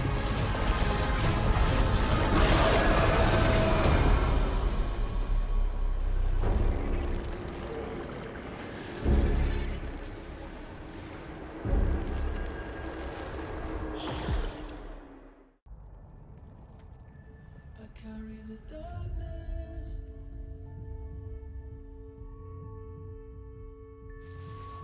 Into the light.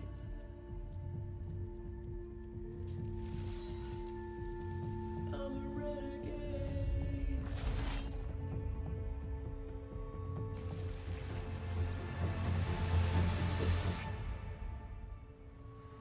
I carry the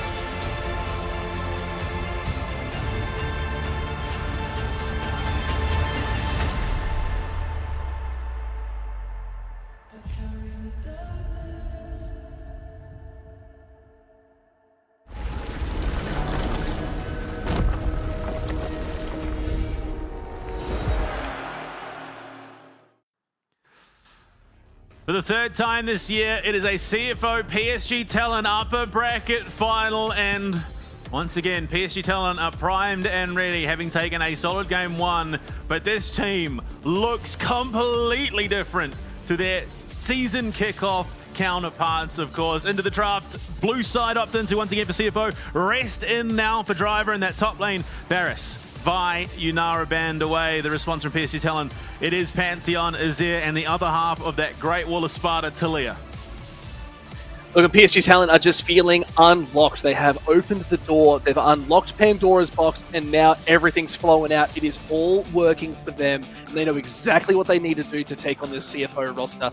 We'll have to see what Rest is going to play in this top side as that sub has come through, which is kind of interesting. All we've really seen is maybe a bit of aggressive top laners too, like a Renekton. I wouldn't mind seeing something like that on them.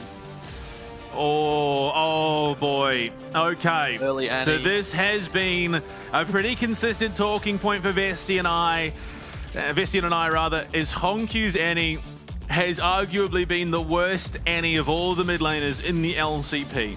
He just has not found the same effect that anyone else has in this competition. So I think there is genuine cause for concern. Now, it is worth remembering, CFO versus PSG Talent in the mid-season upper bracket final was a reverse sweep. 2 games go the way of PSG Talent, and then it is all CFO all the way through to that MSI competition. Alistar for Woody, an absolute staple in his pool. What else are they looking for? It comes down to what you'd want to pair that with, though, as well, Panda. But I'm looking at some good junglers that are still up on the board. You got the Xin Zhao available. J4's now off the book. So what is left in this sort of engaged sort of comp for the jungler that you could go for? But the Sivir being locked in is going to be dangerous. Alistar Sivir, a very, very scary combo indeed.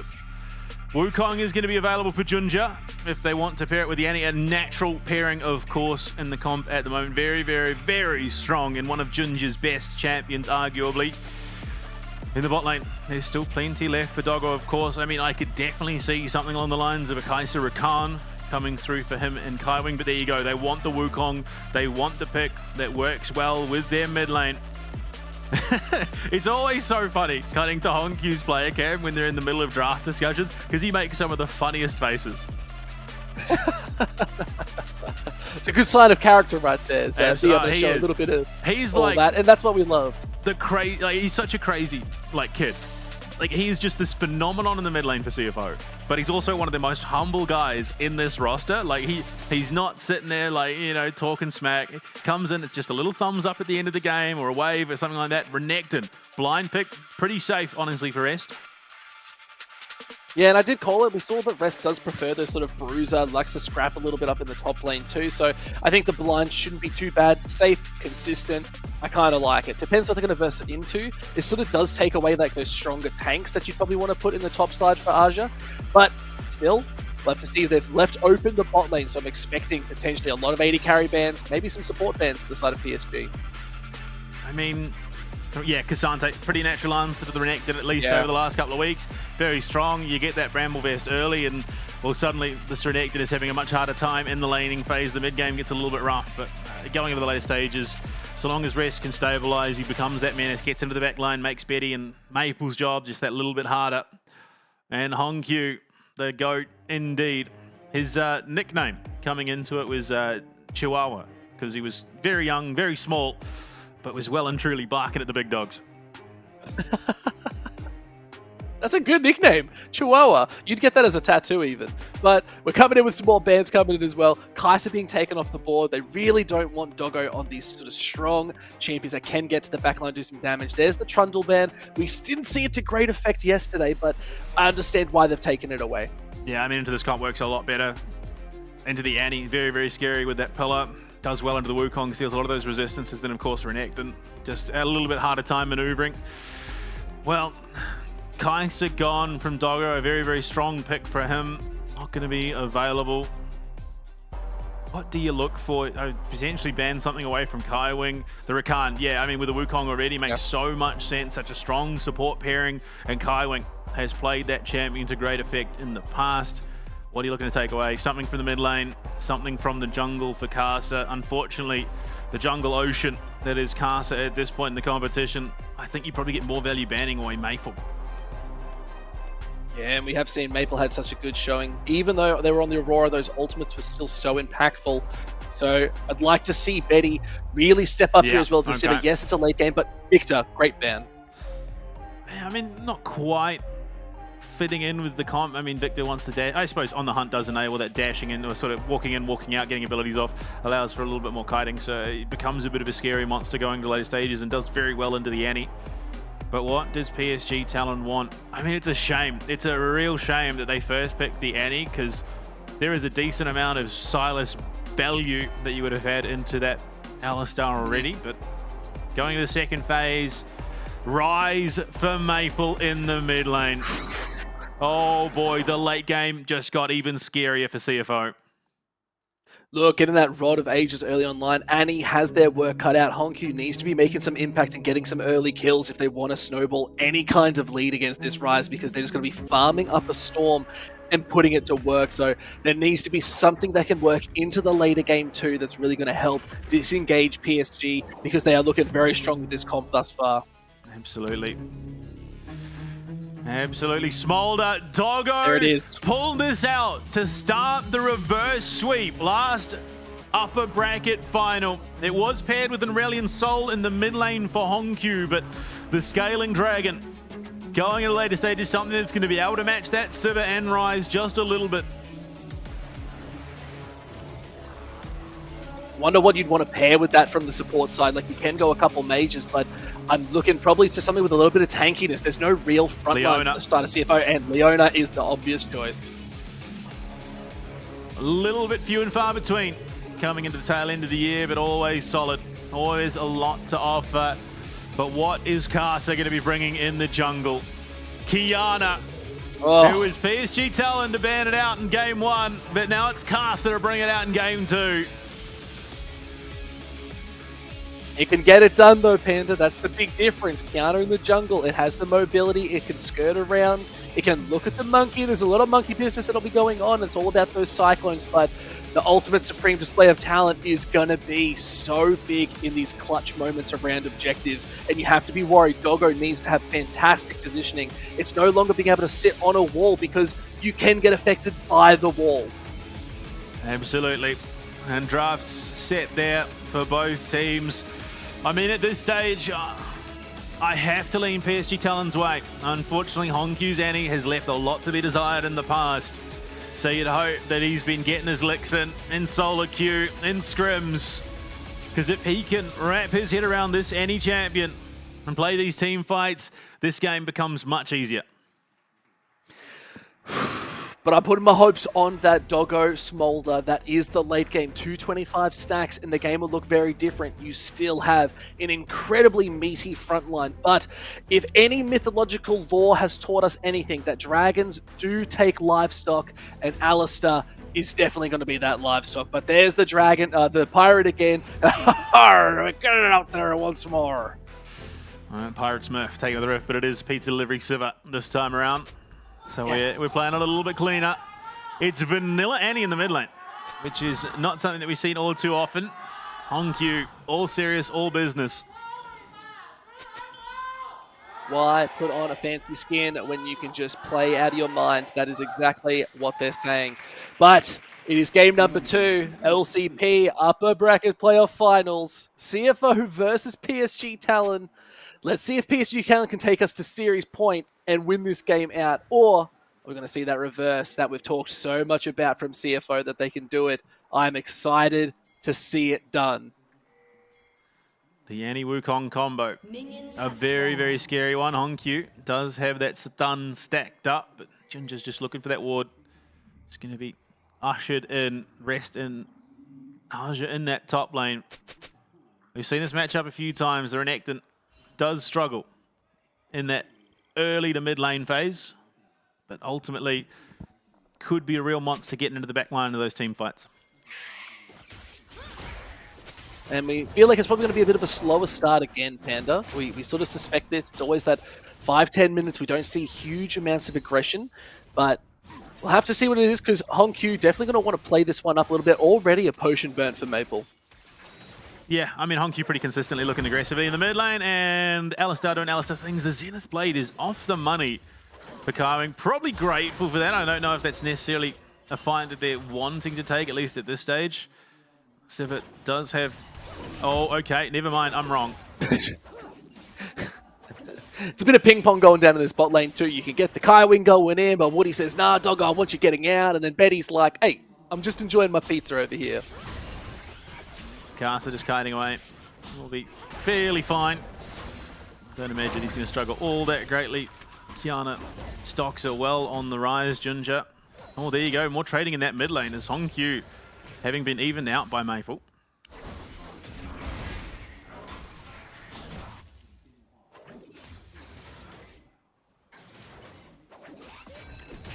I'm excited to see where these junglers are going to put a lot more of their priority, right? Because you can already see Rest up in this top side forcing in Aja. But we sort of expect this. Renekton should have that early fight right up until, like you said, Aja wants to get that Bramble Vest. A little bit of anti-heal is going to make laning a lot easier.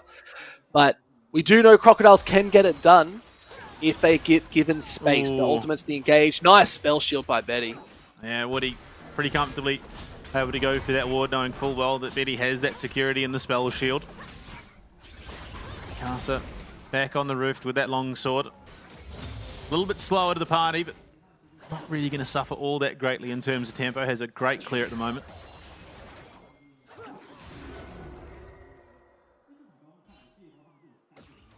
It's going to be the name of the game in this bot lane too, right? Is it's just going to be Siva pushing in these lanes, just being super aggressive, shoving it in, because Smolder just wants to sit back and farm. We want to get that stacking. TP already burnt in mid 2, just back in for that tier. I think it's a really nice start. Hongq's pretty low. Very aggressive play. Yeah, I mean, he's done well. He's going to be getting that recall off now. But with the tier done, Maple's going to be quite happy to come back to lane. Aja under the pump, as you'd expect, like you said, in this early matchup. It's a bit rough for the K'Sante. Junja looking into Karsa's jungle here. He's going to look for the long way spotted out, around. however, but he's known now. Does see that Karsa on it. We're looking for a little bit of a scrap, just to disrupt Karsa. Nothing too crazy, nothing to write home about is now they're looking at Maple. Little dash over the wall could get you there is Maple being locked down, no stuns available, but no TP to boot too. It's going to be a bit of a rough time. But Doggo was well done on his bot side. Wow, action everywhere. Again. My lord, it's just kicking off.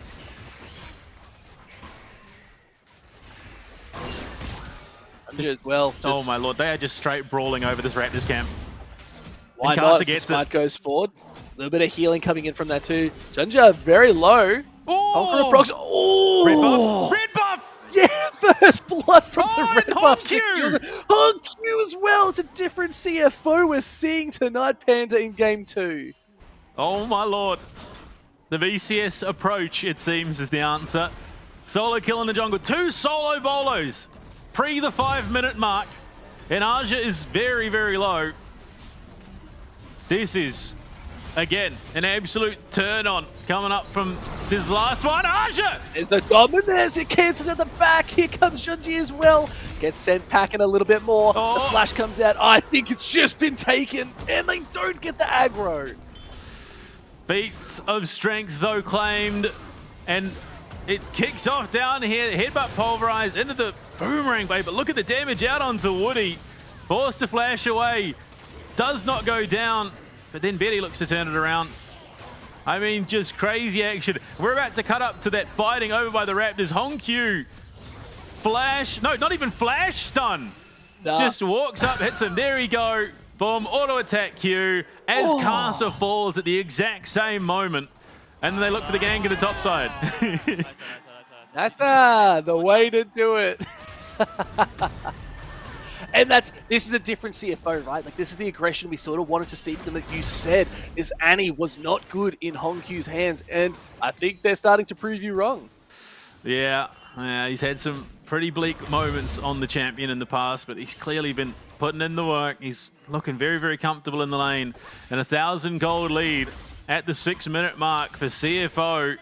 Lane swap has been initiated by PSG Talon as they send Betty and Woody up to that top side. And I think that's perfectly fine. Doggo, 41 stacks, and look at that. Tib has dropped on Maple's head. It's a lot of damage still coming out. Maple well below half health, but can walk out. Safety and Karsa into the top side. Picking up the honey fruit as they could be looking for a little bit of a dive. Karsa and Maple up in the jungle. They're just going to look to back this one out. But Junja, literally on the cusp of 6, would have that cyclone in a moment.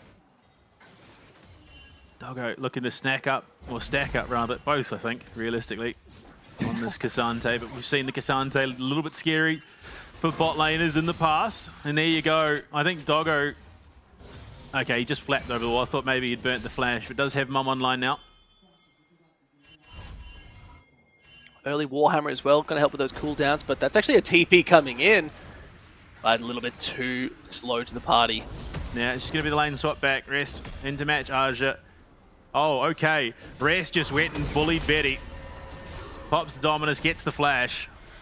Oof. CFO just hitting the afterburners. And that's the dangerous spot for a Sivir as well, right? Like, once that spell shield's down, that is a long cooldown. And it can be 20 seconds. The owner's abilities are up way faster than that. As Rest what a catch. Actually getting caught out as Aja as well, getting the damage off. This is a Crocodile versus the big tanky man. Might not be able to dodge it out as the all out is available too. Getting those stacks up, trying to sidestep it. Aja might just be able to lock this one down, but Rest is too slippery. Fancy feet and a cull for Rest as well, having ended up in that lane swap. But he's up 13 CS, so he's doing very, very well for himself. 55 stacks now. Kaiwing Bit of an engage. Wing says that's okay. Still gets the lockdown. The Mukau's there. Solar Flare is good. There goes Mum. Easy pick up the doggo. It's exactly what you want to see, but a 3-man supreme display of talent does not really help. Yeah, unfortunately, Wing ticks over 6 before Woody does. So no unbreakable will. That Sulfur is just dropped on his head, and unfortunately, Alistar without ult. Well, I mean, that's just... it's easy cookings, really. It's nice steak on the grill, flipped on both sides. Nice medium rare in the middle with the salt and pepper. Yeah, you're sitting pretty happy, I think, unfortunately. What sort of sauce are you putting on that? I'm going for like a nice bacon sort of Diane sauce maybe as well. Oh, it depends. It depends on the cut. Sometimes you don't need sauce, sometimes you do. I don't mind a nice pepper sauce. Oh yeah. Not bad. I'm okay with this. Good choice. But now Void Grub's secure over to the side of CFO. They're definitely stepping up the pace. This is the CFO we've been watching all year, finally back on the Rift. Let's see if they can start picking up a little bit more. We do fear PSG talent slowly falling further behind. It's now a 1.5k gold lead in the lights for CFO. First Dragon is still up. It is a Cloud. Yeah, I mean, it's definitely an interesting situation. Bilala taking over that head coach role for today, and both these teams are going to be in Da Nang, and I'm definitely going to be tracking down our translator Vivian to get her to help me ask some questions and figure out what happened that meant that Chawi wasn't here today. It's a very odd turn of events. He's been there every single series this year. Could be pulling a Vestian, but we just don't know. But you'll have to ask for me and find out. Also, can you bring me back a shirt? Which one? Any. They're all awesome. Like, you've seen them. You've seen the promos. Those shirts are lit. They've got some sick jerseys in the LCP.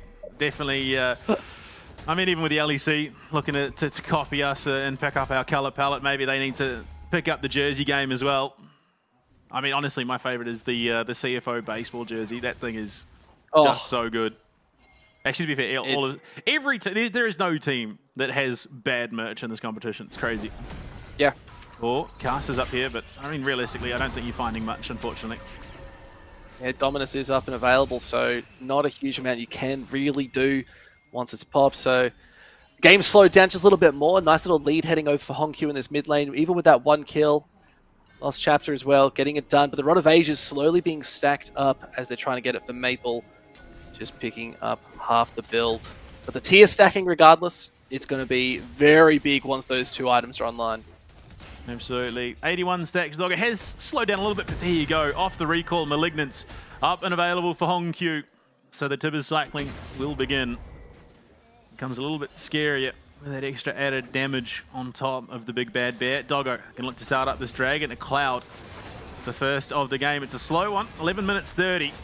But Woody's here, as is Casa. This is these choke points that you have to be so careful of. Casa with that ultimate, the talent could be good. Now they're looking for a little bit of Flight Dragon's just already gone.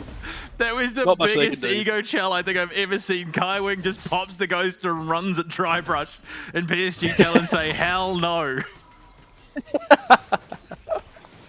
Sometimes it's all about the mind games, Panda. Sometimes that's all it takes. Just say it with your chest, and Leona, probably one of the best champions when it comes to that. Doggo gets himself that plate, 92 stacks. So it is coming along quite nicely for him. Did pop that barrier, tanking the tower shot.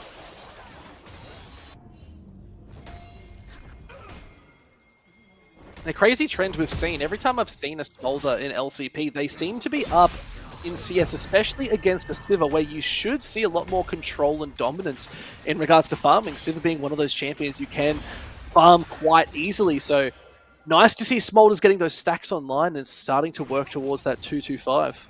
Yeah, I mean, Doggo really just pulling this champion out of the hat. It was that Game 3 upper bracket finals of that mid-season, Aurelion Soul mid lane for Hongq, Jarvan for Junja, and the Smolder for Doggo. And they just scaled into oblivion. PSG Talon were unable to keep up. It was a great counter for the center that was picked up by Betty at the time. Hongq, Aja, well behind enemy lines. Sitting on a ward is not where you want to be. There goes Tibbers as well. They could just be caught out, sliced and diced. The all-out will not save you this time. Hongq 2-0 in this mid lane and feeling good. And it does give Betty some time with the tower, but much the same with Rest and Hongkyu, as they will take 2 plates for themselves off the back of it. Gets the TP out of Maple as well. Step back off a hugely successful play with Kaiwing coming to catch that wave in the mid lane. It just spells a little bit more gold in the side of CFO. They are 2k gold up, 2.5 even if you feel like doing quick math. We'll have to see as we want to start seeing this team start to come together a little bit more. We're seeing 2v1s, but we'll start seeing 3v2s and maybe some 5v5s as objectives start to come further online. There is a Rift Herald in 1 minute's time, and that's where I'm seeing the next big fight. Yeah, Tib is on cooldown, but Cyclone is there up and available. So is Mum and the Solar Flare. So definitely give you a lot of AoE damage. And look at how much Doggo is already hitting for. Onto Woody there. That's just 1 Q and takes about a good 20% of his HP. Hongkyu gonna have Tibbers by the time this Herald spawns, and that is a scary prospect for PSG Talent.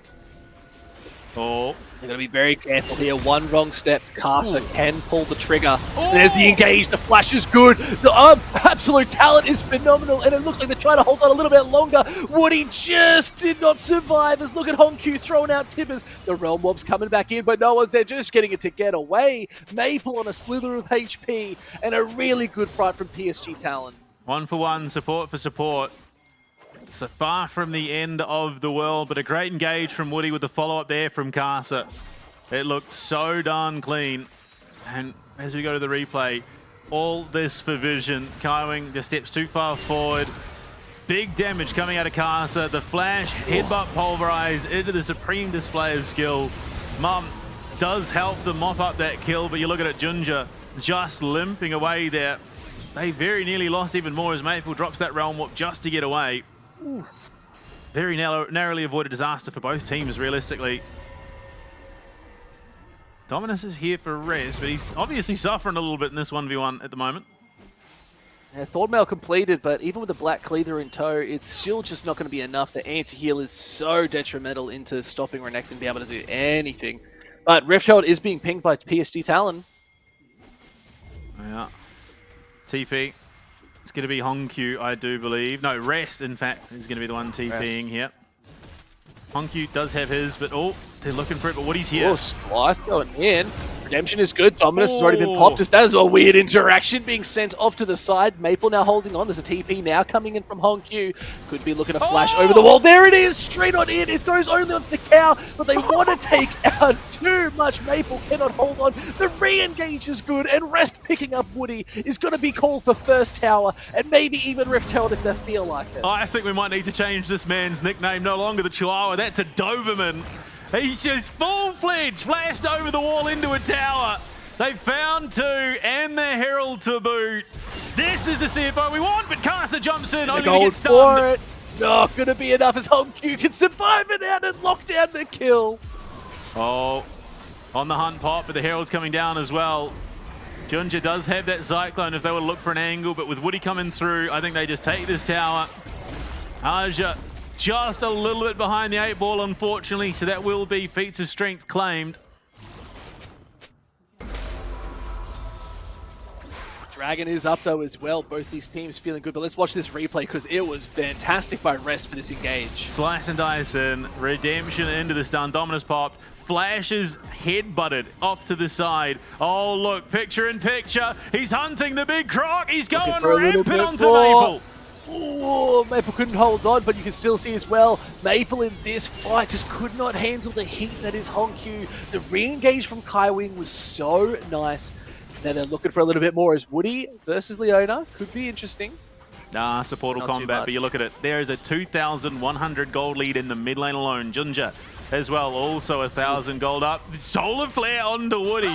Just the biggest of biggest ego challs, all while Junja is just taking this dragon alone. They're playing spoiler, Honkyu's on the tower, and it will be completely uncontested.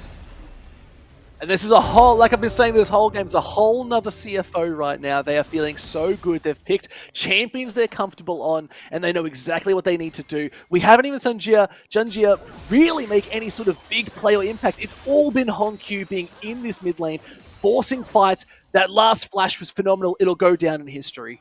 Oh, Kaiwing Oh, Kaiwing! Could be caught. Supreme Slayer talent is good, but Casa is still caught out, and the Cyclone's good enough, but so does Rest pick it up.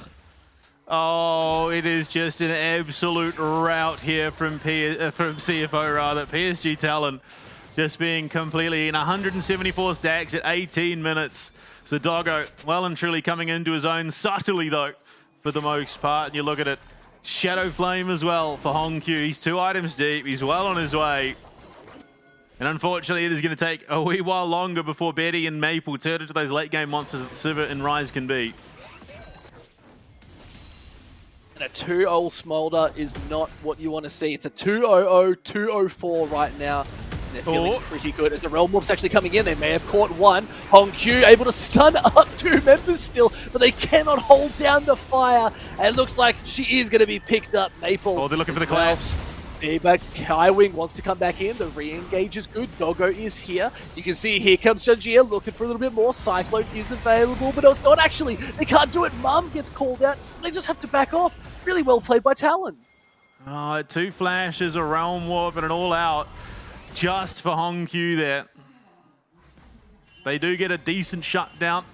So some big gold going back the way of PSG Talon. And unfortunately, it is going to be half his stacks lost. He was sitting 10 stacks deep on that Dark Seal Hong Q. And to be fair, it was a great read. Playing off of that mobility that the Rise offers, bringing in Woody as well. The all-out to mean that Hong Q just cannot get anywhere. No flash either. It's a phenomenal read. They punish appropriately. You can see Kaiwing's thought. He's like, the rest of my team's coming. We can look for something more. But when it's just a Leona trying to hold this line, the rest of the team is just a little bit too slow to the party. Aja as well. Mum, maybe a touch too late.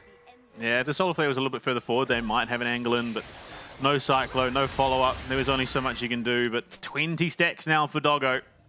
Till he hits that 225 mark, and all the while Rest is just continuing to build. Shojin done. They're looking for an Artican, and oh boy. Hong Q's here. Stun stack ready to go. You literally cannot hold on much longer, but it is Gia holding the line, just looking for it. But they want to pressure up. They want to maintain this control, Panda. And Doggo, yeah, is starting to burn and do some damage. Double TP's actually coming in. They want the 5v5 fight. Let's see if Hong Q can get the Miracle Timbers off, but it's down to 6k health. They want to fight this. This is the LCP special where they can flip it. It's a lot of damage. The Spit of Fire is doing enough. Rest needing to hold on, gets sent back in, 4k health. On the Artican, they're looking to try and take it away if they can. But look at Doggo sitting back. The Rectify cannon getting over the full engage. 2k health. Mum gets called in. They're looking for it stolen again. Absolute disaster for CFO. And now they're going everywhere further. Doggo picks up their front line. Woody could now be chased down. The stacks are online, 225. And Betty is running for their life. You are a Sivir with no ultimate. You are burned. You are slicing. You are healing. The flush goes forward and Rest just says easy measures. Oh, you got to respect the Summoner Discipline. Oh, Kaiwing in a bit of trouble, but here's Doggo. Look at that damage starting to stack up now. Realm Warp, is it going to be enough? The Realm Warp is good. Oh, cancels it out. It's a disaster and a good clean ace for the side of CFO. A lockdown is too much. Artican throw successfully achieved here. This time, unfortunately, it's PSG on the receiving end. Every single lane has a lead. And it was a great steal by Casa. He has been on the money with these Smite contests. And I think a large portion of why it was so successful is Woody. He's about to commit in on to that headbutt pulverize on Junja. You see Junja comes through, looking for an angle in, wants to keep smacking, but Woody's about to clip him. So he's forced to pop that Cyclone. Yes, he knows full well that there's about to be a steal attempt. Unfortunately, he's just a little bit off the money. But then the collapse comes on and it's just an absolute rout. There is nothing that PSG Talon can do. Doggo hitting so hard right now, and you look at it, Rest has flashed this entire time. He's holding, he's like, I should be able to finish this without flashing, but this Bell Shield, and he's forced to in the end anyway. Look, just for good measure, and then going back down to Smolder, looking to take it out. The stun from Leona was so good. Kaiwing knew that they could stop the Realm Warp and goes back in, and they get the ace. Dragon is up. It is a Mountain Soul for this game. This will be soul point for CFO if they can lock it down. Absolutely TP up on the top side. There's a lot invested. It's Woody coming through, but Kaiwing's here to support, as is Doggo in the backside. They want this bounty. I think they want to try and stop it. Solar Flare is good. The wave is just gone, so Aja is just tanking up this tower, but look at Doggo's damage. It is doing so much. Mum gets called out and sends Cassante flying home. Now they look for a little bit more, as it was a 3v4, and they can actually back out. Saving the tower is monumental. And get the Dragon to boot, so Soul Point on the cards. Maple trading a little bit better now. Fully stacked Rod of Ages plus that Seraph. He's hit his 2 items. So it's a little bit harder for Hongq to fight in the 1v1, but when it comes to team fight time, that Tibbers Cyclone combo is game ruining for PSG talent. This is just absolute insanity. Aja looks like he can walk up and take it. Kaiwing drops the Solar Flare, gets the follow-up stun. Aja, there's no wave, so he's got to get himself the hell out of dodge. Drops the all-out, but here comes Mum. The executor's there. And PSG just completely vacating the area, tail between their legs. Grasping at straws is all they can really do right now, as the gold lead is nearing that 10k. It's a solid 8 right now for CFO. 16 kills to 3. And the kills are really not on the right members, so we need to start seeing something coming out of PSG. I mean, we were, what, triple negative last game for CFO? 9-27. We are nearing sextuple negative. 16-3. Just everything has gone CFO's way, barring a singular tower in the bot lane. Casa here, Rest, has an inkling, has an idea that they are looking for him. Doggo, Infinity Edge done now. So he is just an absolute force unto himself. Just spitting fire is what they're doing. No wrapping still. You said I couldn't do it, but you know what? There might be a wrap later on. Who knows? But now they're looking at the Baron as it is 25 minutes in, and they could just take this, but playing a slow, playing a steady seems to be the aim of the game. Absolutely. They pick something that's going to do reasonably well in lane for Aja up in the top side, but it has been so heavily punished from here on out. No Rest. He's looking for Maple again. He wants a little bit more. The stun is good, but Rest is pretty strong. Shojin's going to help out. So is the Black Cleaver, but look, the Dominus has been popped. The shield as well is gone. Can Rest get it done? He does it at the split of health. Welcome to the Solo Bolo, the CFO special, as Rest runs down Maple. Arguably the strongest point on the Rift for this PSG roster. And Casa, this might be his time. TP is coming in nice and hot. 8k health on the Baron as they want to look for it, but look where Junji is. They're looking for the flank. They're scooping all the way around. They just want to get that cancel as they still have not been spotted. Supreme display of talent, but the Cyclone's good. Benny has been caught, but they do flash out a dodge. But now, Woody also in fire, but look at the damage as well. Aja cannot hold on for much longer. Doggo locked it down with one final hit, but the Monkey was able to disrupt the fight just long enough, and they go back for the Baron. Unfortunately, you cannot disjoint an auto attack in League of Legends, so Aja goes the full way with the all-out, and someone is about to die. It is, and it looks like the TP in from Maple was just an absolute disaster. You put it on your pancakes, you don't put it on that TP. Yeah, the quintessential dieback from the mid lane, but Casa looking for an angle in. Casa has stolen these before. Oh, they know. Happy to do this. The flash is massive, and Doggo locks it down. Baron is the prize, and a huge fight from CFO.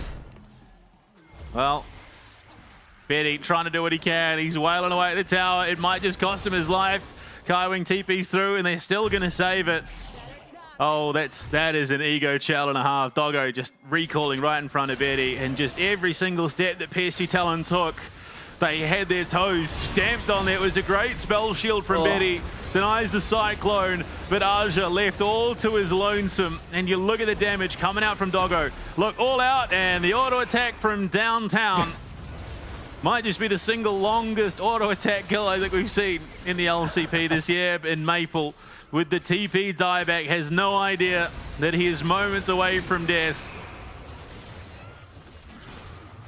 And it's just an absolute disaster. TPing onto a ward where it's clearly pink. You see your team nearby, and it's just the struggle straight, and Cast just getting caught out. The flash forward from Hongq Tibbers. Doggo still picking it up, but You're just not getting in there, Passer.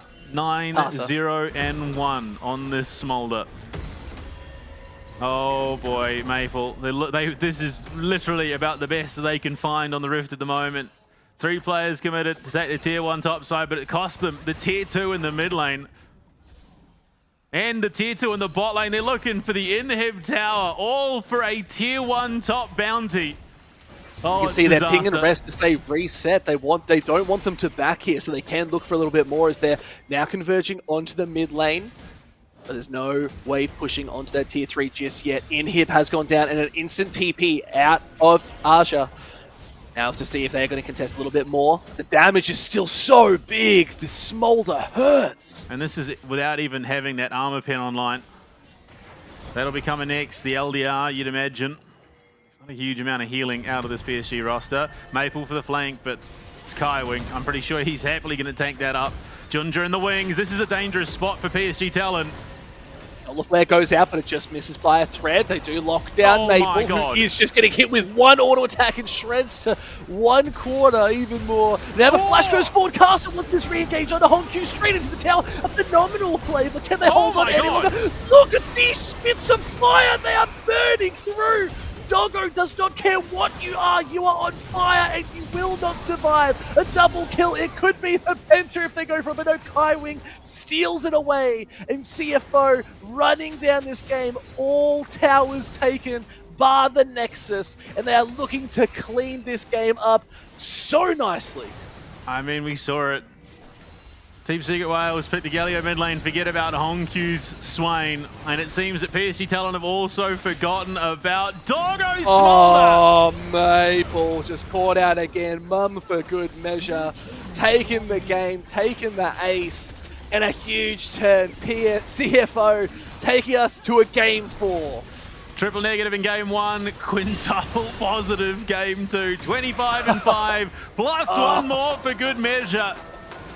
I think that may have even just set a new kill record here in the season final playoffs once again. I think it was 13 kills there for Doggo by the end of it. So game after game, higher and higher kills. 15 is the record for the overall year, and that was Betty as well. But what a game from CFO to answer back, 26-5. And it's like you said as well, Panda, this team might have been down after that first game, but they are certainly not out. They like to come back with a bit more fire in their bellies, and they've just shown that they will not go down quiet into this night. A great performance from CFO, control from start to finish. We love to see it. Absolutely. 1-on-1 in the series, and a phenomenally one-sided showing now. And this is very reminiscent of the season kickoff grand finals. Talon take game 1, and then it was just all CFO. So back-to-back reverse sweeps, essentially, and Doggo, 35,000 damage. And he stacked up pretty unhindered. And you saw, he did not have lethality. He did not have armor pen, and he was chunking a third of Maple's HP with a single Q. Honestly, that's the kind of Smolder performance you want to see. We can see these highlights. Even Hongq, big props to Hongq, be able to get not only solo kills, but having to affect the map like this is so detrimental to this Annie. And you called it out for not being the right call that we wanted to see. But still, they got it done. Hongq showing up on this Annie, making some big plays. I think that's a brilliant call from CFO. It's a champion that historically Hongq's looked weak on, and they've clearly been putting in the work to make sure it looks good. And oh my lord, rest with one of the plays of the year. Followed up, you look, the teleport's coming through, the redemption heal coming, and then Hongq arrives on the scene, full flash over the wall, says it with his chest, comes in, cleans up Maple, the solar flare onto Woody as well, just for good measure. They find 2. And even here, Casa gets one hell of a steal. Woody in game 1, now Casa in game 2. They've picked up both the Atacans thus far, but it costs Casa his life. They absolutely rout the team fight off the back of it, and the power of the Annie shining through.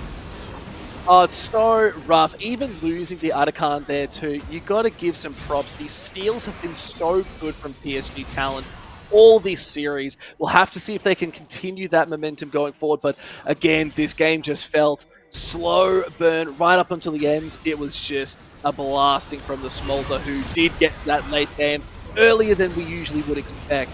And the Junja. mums coming through, the lockdown, the CC, it hurts. I mean, Junja was tried to be corralled in game 1 and was successfully so, I'd argue, from Casa. But then in game 2, just completely unleashed, and oh, poor Maple. Off respawn, TP's in, only to meet his fate at the hands of Doggo yet again. CC'd into oblivion. If this was Arena, he would have had CC immunity. Unfortunately, that is not the case on the Rift. You do not have that luxury, and neither did Casa. Hongq, flash, stun, Tibbers dead. And this is their final fight. They pick up Hongq, and it's looked so good for PSG as they're starting to funnel in, but Smolder, 1 Q in there, got it done. The Super Scorched Breath just made a mincing of this team, and it was just blasting their way. And you got to give props. They just felt so comfortable. You said this is one of their favorite champions that they love to sort of show off. They had an outstanding performance on it today. Yeah, I mean, it's one of those odd deep pocket picks that you wouldn't think it would be. It's only come out a few times with Doggo, and when it has been one of the most terrifying picks in his arsenal. The same with the likes of that Swain that we've seen out of the Hongq. But Pyke, we're sitting 1-1 in the series. CFO seemingly have righted that ship. Are we feeling a little bit more confident now? Look, I said I was a little bit nervous before, but the nerves are completely gone. It's still looking good for CFO, PSG talent. They've still got some fire in their bellies too. We're just going to see which team's going to be a little bit brighter as they burn. So I'm feeling good. How are you feeling? I'm feeling excited. Both teams at the absolute apex of what we've seen from them this year. You could not ask for a better matchup for the upper bracket final when we come back after the break. Game 3 on the horizon. Working hard to outrun all the ones that chase. I can't run fast enough, can't pick up the pace. People run towards love, kamikaze craze. Let's be real, some true love is really just a face. Heard it all before, y'all just need a score. Don't want it anymore, can't take it no more. Love her, I adore, yes and I am sure.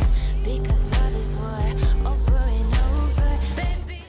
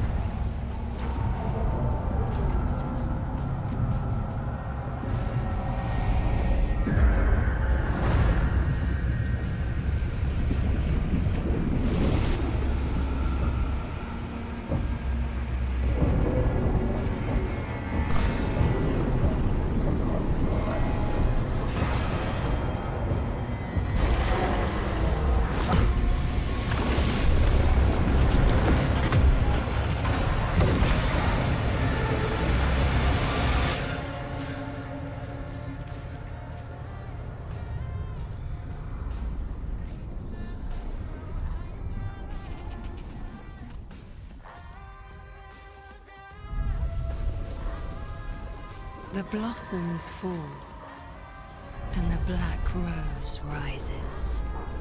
Do you feel like the heroes of this story?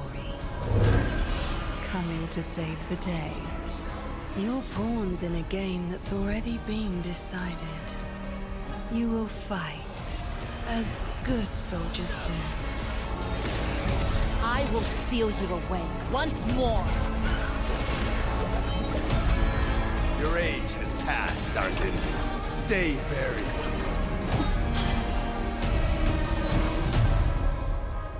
And you will fail, as mortals must.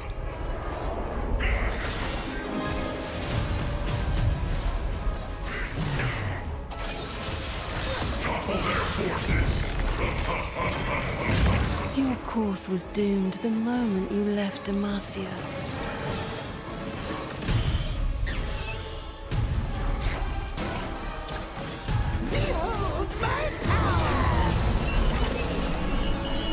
And entered my world of thorns.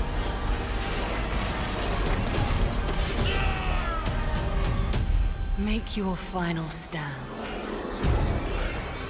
And see how your story ends.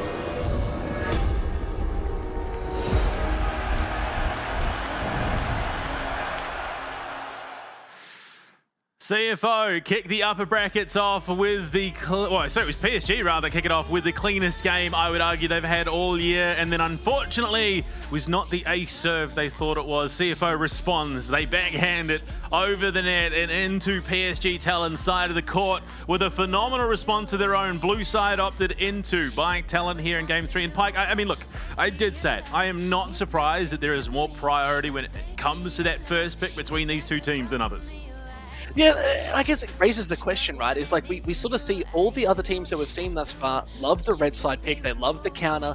These teams obviously really highly prioritize getting a good pick early and building around that. Their draft is very focused around the start of the game or what they're picking up. I'd love to see them try and mix this up a little bit. We need to start seeing those fifth picks on like the top side. We'll just have to see what's going to go down, but these two teams, they're clearly starting to run out of these champions. We don't know what these AD carries are going to be looking like because the pools are slowly dwindling as we're just seeing the Inaras, the Varuses, the Kaisers always being banned out. So we don't want to see Jhin. Let's just scratch that right off the board. That's a 4th game pick, and we'll see that later on. I'm calling it. But what do you think is going to be the ultimate choice here? Where do they need to start playing around? And it could be either side that they want to be looking potentially mid. Hong Q is looking so good. So is Maple. Absolutely. I mean, some of the Christmas gameplay that we've seen from both these teams in our first and then respectively second matches, but moments away from heading into that draft. I mean, you look down in the bot lane, there is still those extra layers that we haven't seen come out yet. I mean, you look at the Kaiser, like you said, the Varus banned away pretty consistently. The Xayah hasn't even been considered. Maybe we see an angle towards, maybe it gets let through for a trade for some other champion. Even the Zeri has made an appearance in the playoffs, and Doggo has played it in the past as well. So both these bot laners are just incredibly capable. We know that for an absolute fact. As we get into it, game 3, this could be a turning point for sure. And you got to start thinking about what sort of supports you'd want to pair with other AD carries in this game as well. I'm looking at like the Braum, the Rel. These are two champions that have so much effect.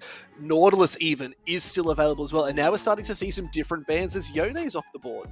Hongq started his LCP season with a Yone pick, and his first death of the year was not to another player, was to Artikan, of all things. No one was able to claim first blood on him. I think that's a large reason as to why he's found so much success. No one can hold it over him. Xin Zhao, the second ban, taken away from Junja, easily one of his scariest champions after that Wukong Yunara. Follows it up, Betty, looking like at this point in time, potentially in contention for the best AD carry in the LCP. It is a very close race, I think, at the moment between Betty, Doggo, and I'd argue Artemis coming in third, but even then, he's still a little bit further down than Doggo and Betty at the moment. I'm seeing a lot of these junglers that are sort of being taken off the board. We see the Xin Zhao Pantheon as well. It sort of raises the question, are we going to start seeing more majors entering in? Lilia has been one of those picks that loves to scrap around in a team fight. All these teams love a good fight, just dashing around. So this could be a pick that they might be looking for CFO, depending, but PSG talent, we have to see what they're going to be locking down early as they do have that first pick. It was what Ginger brought out in the mid-season Game 3 to start their reverse sweep. Lilia looks crazy good, but Vi is going to be let through. It's a Zia band away from Maple, so Kasa has that an option. He also plays those tank junglers very well. His most played champions in 2025 were Sejuani and Skarner. Sejuani leading by about 4 games as of late, so definitely one of his strongest. With that Yone gone, some of those pairings are a little bit lacking. There's still options for sure. Yeah, I'd like to see some good strong picks Ooh, as Varus was let is through. locked in. Okay, so Betty on this champion set a kill record. Yeah, there you go. Doggo overtook Betty in that last game, 13 kills, but Betty currently holds the 2025 LCP kill record, 15 kills on Varus. Did they die though? Don't know if he did. It was during, I think it was earlier this split even. Pretty sure, in fact, it There's was. a Trundle being picked up. It's a bit of an interesting one, especially with... okay. There might what be an we've seen, but- asterisk on that game because it was against the Chiefs. Yeah, Trundle in the jungle for Junja. Going to play very well into this Varus, who is, again, notoriously immobile. And it was a long-running joke in the LCP for a good long while, is the punch down onto the immobile Varus. See what he gets paired with. I feel like Trundle in the jungle is always a bit of an interesting pick. And there's the Yorick in the top side. I'm a big fan of this, actually. Yeah. Yorick coming out a little bit absent. I'm surprised we've waited this long to see it come through. So, in the past, it was actually Rest that found some of its most effective counters in the Renekton, which is now gone due to Fearless Draft, and Shyvana, believe it or not. Could even look at the Mordekaiser here as well, but the Jax is being picked up instead, and still kind of good. The counter-strike is always really nice, especially being able to just stop a lot of that maiden damage coming through, but Maple now looking to pick up something. I feel like a support is probably ideal here. Even a Braum could be quite good just to help with a bit of that kiting and keeping them at bay. Yeah, I mean, 2 melee champions already shown, so you are going to find value for sure with the Braum. What are they angling for? Do they want something in mid lane? It's going to be a Rel instead. I mean, I don't hate it. I think in terms of what the setup, the team fight they already have, it synergizes incredibly well. Magnet Storm, Chains of Corruption, Counter-Strike. It's going to be a lot of lockdown into what is 2 melee champions already being shown here. I feel like you need to start looking at the Kai'Sa here for Doggo. It's still been left open as well, but Victor being picked up for Hongq could be pretty big. Now this, when played in a good situation for him, which to be fair, more often than not, the Victor is very, very good for him, is one of his scariest champions. Which is saying a lot because most of his champions are pretty darn scary. But Hongq has completely cleaned clock with this champion in the past. Yeah, look. Robot armies do that sometimes. Got to be a little bit scared getting that arcane focus out. But now we're going to start seeing a lot of bans towards that mid lane. Probably in the jungle too. Vi off the board. It did not get locked in, so trying to stop Kasa from having any sort of go button onto the back line. It was a phenomenal shout out. Oh, the Hongq fans are out in force. That is awesome, that sign.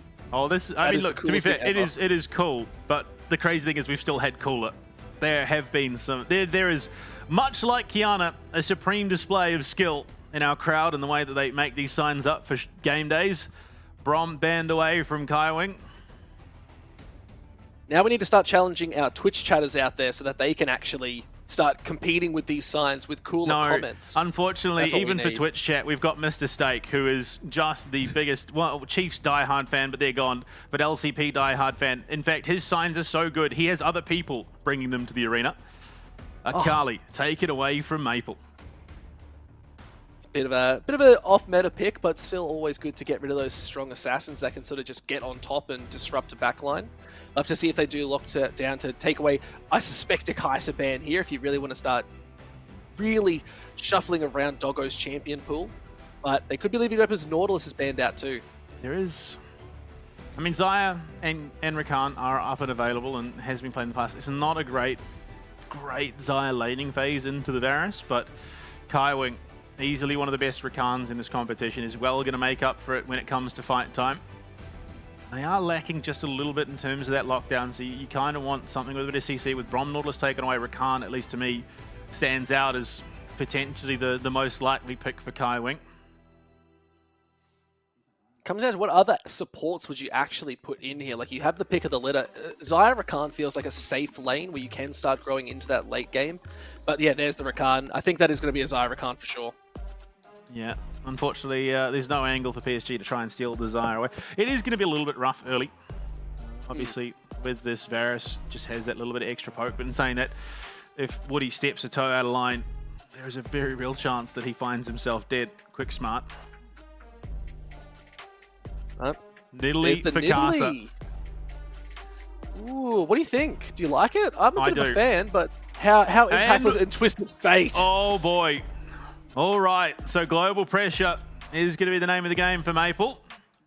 Also has a decent enough time into the Victor, has a lot of range to work with.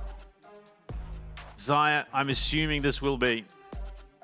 You need something that's going to stop those gold cards here, Panda, because if you get hit with one bit of CC, Nidalee's going to be on top of you. Kai'Sa's going to have a field day if they get ahead, get some kills on the board too. And still, you have a lot of lockdown with Rel. You got to pick your timings hard. You need this safety. Absolutely. Oh, it's game over. It is game over. Unfortunately, for PSG, they don't have any significant frontline other than Woody, really. So, I mean, actually, the value for the Jhin is actually reasonably high.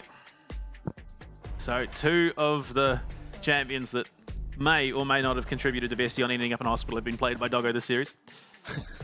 He was very adamant about the Ezreal and the Jhin, but look, I think it's a good Jhin game. There is plenty of setup. There is plenty of damage coming out. Unfortunately, there is just so much scary team fight coming out of PSG in response. And you're going to be still worried about the other side of CFO, where they do have that 1-4 split where they can just group up and let this Yorick sit in a side lane and just mince through towers. Jack's going to have to deal with the Maiden along with Yorick as well. Is going to be causing such disruption into what this team wants to do. Like you said, there's not a huge amount of frontline except for this Rel on the side of Woody, so it's going to be a bit of an interesting one as to whether they can use this to their advantage and try and get some strong engages. But if Jhin is given the space and gets to free hit from the backline, it's going to be a lot of damage. Absolutely. But Victor for Hongqiu, his second most played champion this year with a 66.7 win rate. So 8-4 on the champion. Definitely going to be a monster going to the late game. The cheers are amping me up. Game 3 here. CFO versus Talon. They're cheering. They're getting louder and louder as the night goes on. Whereas I'm not allowed to be as loud as possible because my neighbors do not like me. That's okay. We've still got some big... Look at Meowrick as well. I'm chuffed. We're looking good. Absolutely. But, I mean, worth mentioning, this will be the last match, or last series rather, for these two teams on home soil this year. After this game, they will be heading to Da Nang and then, of course, to China for Worlds. So you want to close it out with an absolute bang. You might be asking for a bang, but we could be looking at a 4 instead because those fourth shots could be the explosions we need. But still, talk to me about Honkyu's Victor here. Like, I want to just see. You said it's his most played. Obviously, Second very most. well. Nazir is his most played, which he's played 18 games on Nazir, 12 on Victor. So there is still a pretty decent gap, which is why we see it so consistently banned against him. I mean, look, he takes over games, and we've seen literally to the point where he's almost single-handedly carried the game because his Victor becomes such a monster. And I think it could be possible this game as well. Like, it is the Twisted Fate. They're going to look for those big roams as well once they hit level 6. We'll have to see if Victor's going to be matching those. We want to see Honkyu making those TP plays, but it really comes down to how pushed out Twisted Fate is. Can Maple survive the laning phase to start impacting other lanes too? Absolutely. Natural pushing power of a Jin means that Betty and Woody are going to be pressed up to tower. Kaiwing going to land that quill even, just for good measure. Missing that deadly flourish, but holding that fourth shot, waiting for someone to step up to take it. Kasa already looking early at Honkyu. He's a little bit overextended, but not a huge amount of damage. Takes a tower shot to boot and a pretty solid trade. Yeah, holds the flash as well, dodges out of the spear. Maple, I mean, realistically, if Maple flashes there could have been an angle. Realistically, Honkyu then just flashes away as well. But with that phase rush means that he can clear that distance, saves himself for the moment. Betty feeling pretty good on this Varus. It's one of those picks that we have seen a lot of action from and can usually get it done. Those Chains of Corruption so impactful in team fights where they do slow the fight down and enables the team to do a little bit more damage, and especially such a squishy comp.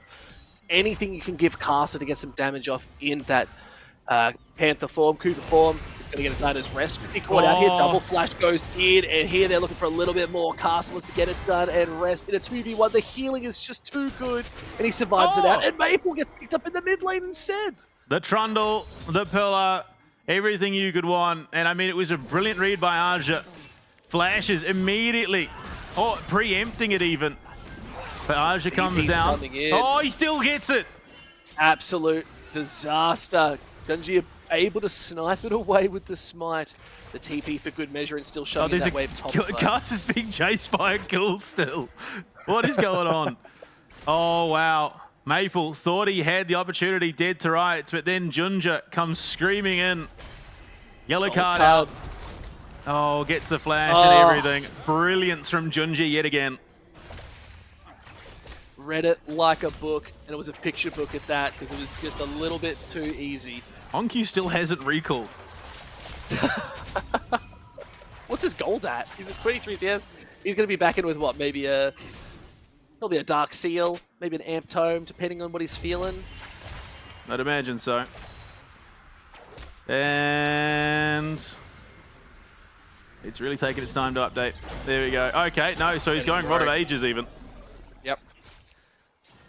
I mean, I understand it. I understand it, especially with the comp that PSG has drafted. He wants to be a little bit more tanky, a little bit more survivable.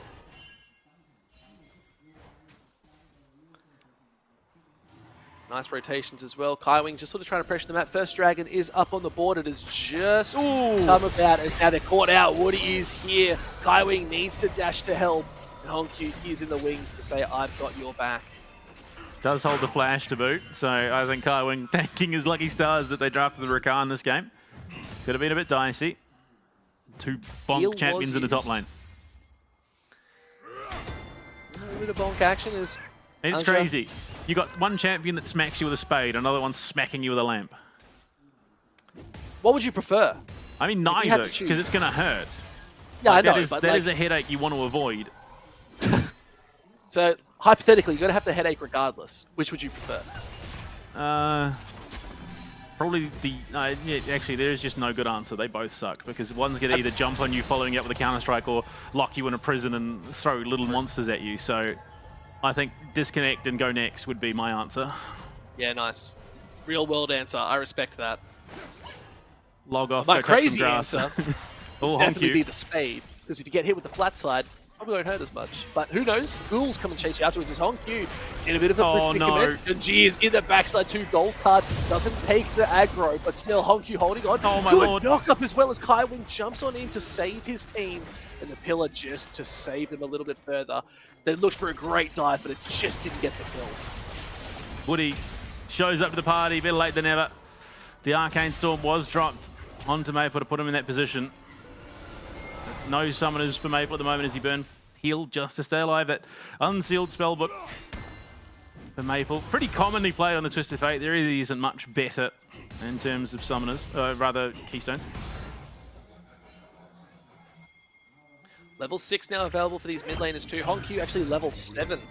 Slightly got that lead. Nice little full wave up. See if it is going to be used as we want to start seeing Maple impacting the map and looking for those overextensions.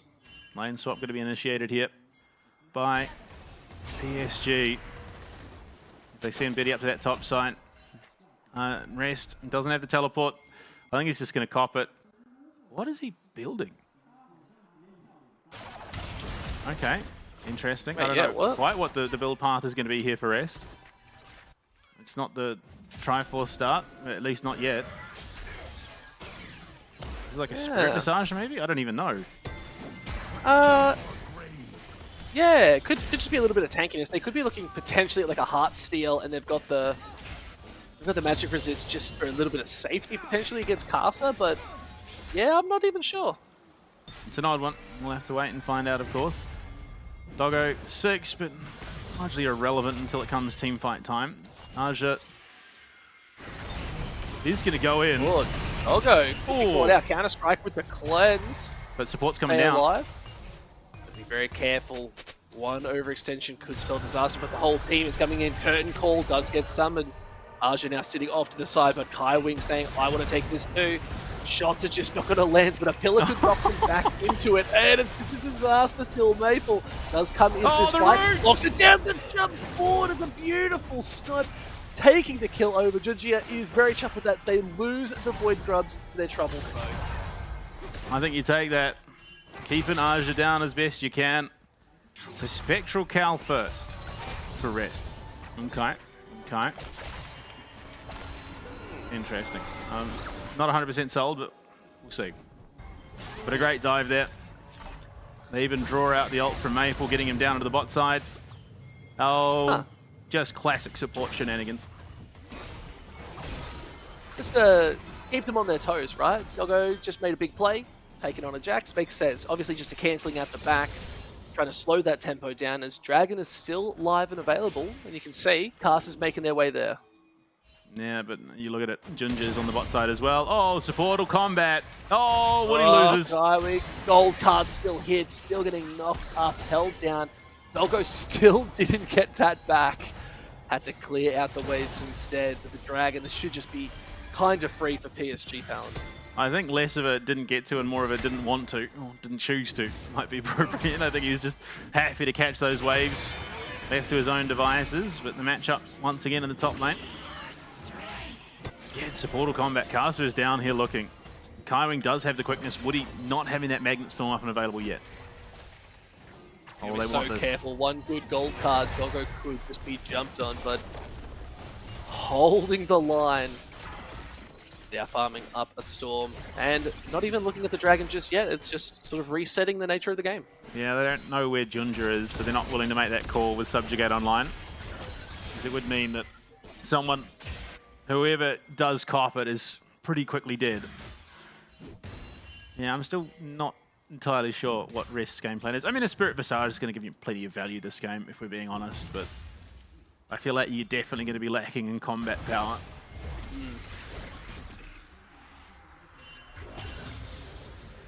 TP in mid. Maple picking up that Rod of Ages now, so we're going to start getting those stacks online. Second TP coming in. It's actually going to be Kaiwing. Flicking through those summoner spells. And oh, Woody's still not 6. Oh. Again, Kaiwing just being such a disruptor in this game, and they're starting to ping the Dragon. As CFO want to take the first one, potentially. Gaza, oh, just sitting outside of vision like, come on, can I do the thing? I want to do the thing. Let me come up. I want to go have some fun. But all this time wasted up in the top side is going to give Junja his avenue in, and Rest reads what's happening in the room. Oh, but here comes Twisted Fate. Maple gets the gold card. It just isn't enough. The flash was just good enough, but it isn't. Casa locking it down. And a good pickup. They trade the Dragon for it. It seems to be those trades across the board. Chains of Corruption do not land. Just slithers right between. And now it's 4 members strong. They land this gun. It's going to be enough to score one shot. Can they get the second? Can they get the fourth? It's the final one as Woody trying to hold on. And they don't secure the kill, but they get the flashes. They'll get some decent time up on this tower. Junja, with that Triforce done, is going to be shredding through them pretty darn quickly. TP, Rest, back up. He's going Hollowed Radiance. Okay. Oh, okay. Oh, Honkyu. Honkyu could be caught out, getting stunned up. The DP's looking good, but this is Honkyu. Oh, the Arcane Storm is it does so much. The Chaos Storm gets it done, and the 3 kills are headed over to CFO. Wow, goodbye resistances. I'm not sure. I mean, look, it gives you pushing power, I suppose, but at a certain point, there's diminishing returns on that. So until you get that Triforce, you're definitely going to be lacking in finding power. Either way, it is what it is. It's going to give him, it's going to give him some lane pride. I mean, this is a great call by Aja. It looked like it was going to be a really good shout in, but phenomenal gravity well into the subjugate, and Woody just no resistances to speak of. So hard to hold on. The big thing of note though is it is all the kills. Junja. It's 3-0 Trundle, down 10 CS in the jungle, but still, Triforce completed, Merc treads as well. You're going to be a little bit worried. This Trundle's going to hurt. Oh yeah. Oh yeah, indeed. Minute 50 until Herald well off from the next dragon. Doggo suffering somewhat as both have their ghost blades. So those piercing arrows, yeah, those piercing arrows are going to hurt. Yeah, it's the age-old question of do you go the lethality Varus? Oh, there was no world in which you're going on hit this game, not with a Trundle. Nah. Totally agree.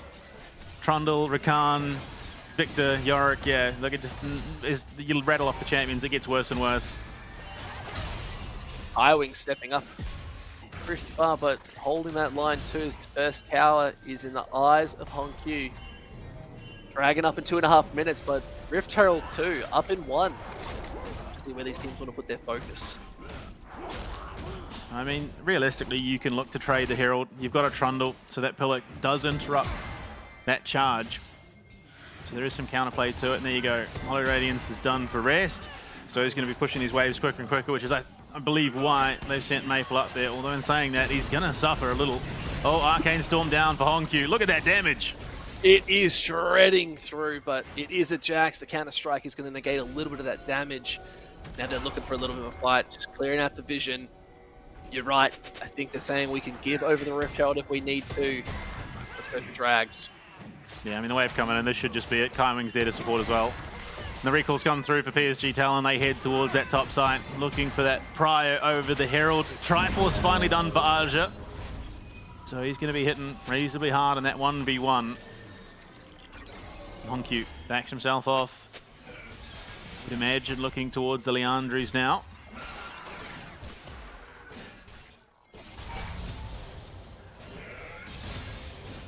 Our first tower is good.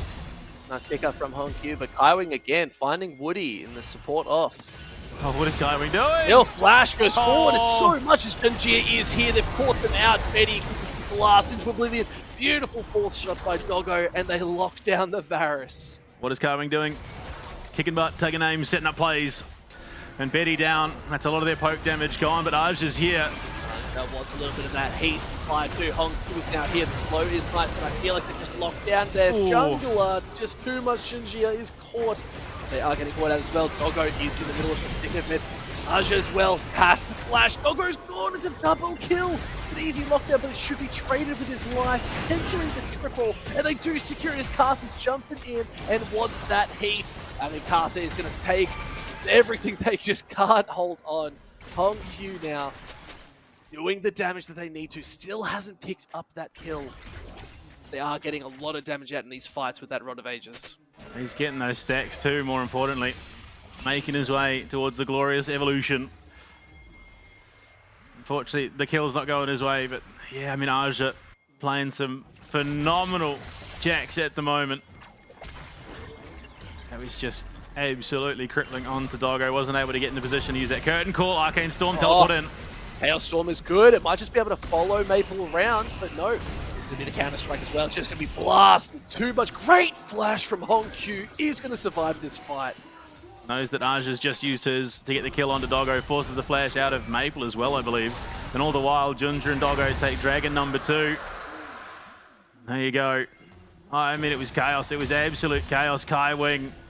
You question what the heck's going on, but you can see in your minimap, Junja beelining straight for Betty. Quickness comes in, deadly flourish to follow, and the pillar. Magnet Storm only gets them so much, but then the posturing around that Herald with Aja coming down. He really is such an absolute monster. The collapse in onto Junja. Honky's a little too late to the party. Even with Subjugate, there's only so much you can tank up there. And the flight split once again. Doggo just a little bit too close, takes a big smack from Aja. The flash still there for the Jacks, gains the counter strike for a double. And oh, we're doing the dance again. It's just these long trades, the extended fights, and it's people just filtering in one at a time. Castle being picked up here as well.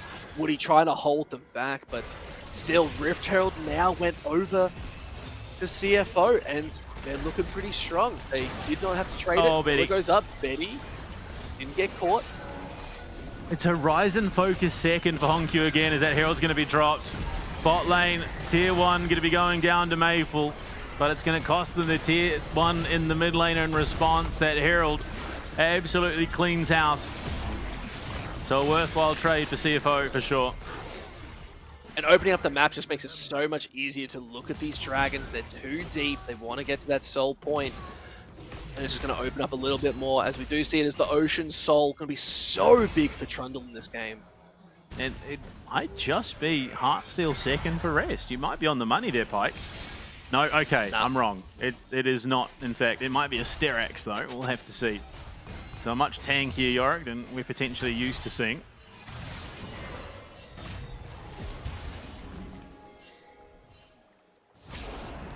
Going to give big props as well to Maple in this game. You're going up against Hongq's Victor, but still going very successful in this lane. Picking up that Lichbane now with the Rod of Ages almost fully stacked, which means their pressure has been good. They've been getting around, doing what they need to do. Oh, I can't wait for someone to die to a random Twisted Fate crit from the crit cloak. Yeah. That's going to be that rapid fire cannon, just giving that extra range to can land those cards. Oh, and rest, the side main menace that he is. Doesn't have the Triforce, so it's not the fastest. The Maiden, no, not the Maiden. Luckily, they still get that tower. Poor Maiden. Leave my Maiden alone. Yorick cares not, he can spawn more.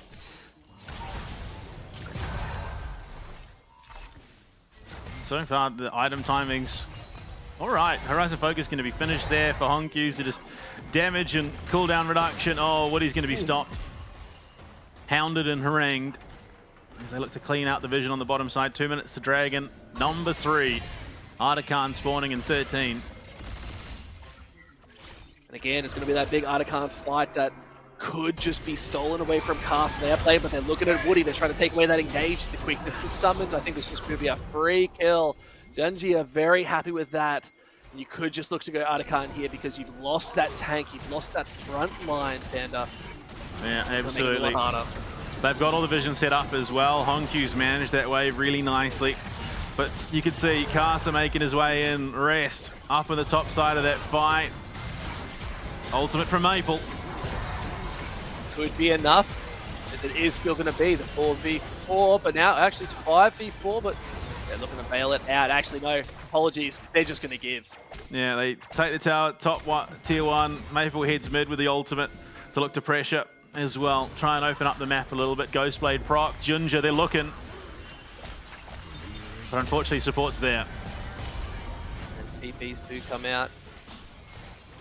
to pressure as the Dragon is still up in 1 minute's time, so they could be looking to clear out this vision and secure some of their own just to contest with Tunji as well. Now, a bit of a bad spot, caught between 4 members. Redemption comes down, they've just been caught in their own jungle. Unfortunately, Woody's the one to pick up the kill, though. So not ideal. Great look in, absolutely capitalizing on Junja being out of position. Nice, up on the top side. TP in, and he's got that wave shoving nicely. Recalling. Yeah, I mean, it was just a rough catch. Junja goes from his wolves, doesn't have the vision to know that his jungle's being taken. I don't know quite why he pushed so deep. As soon as he saw players, he should have backed off knowing that he had no support. So a little bit of a rough situation.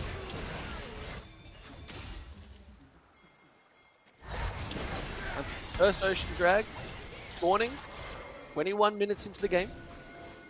Junja's back up, Good so control. CFO can drag this out, then he can get back in. TP's coming through from Kaiwing, so they've got 4, and it is a very, very tanky Yorick.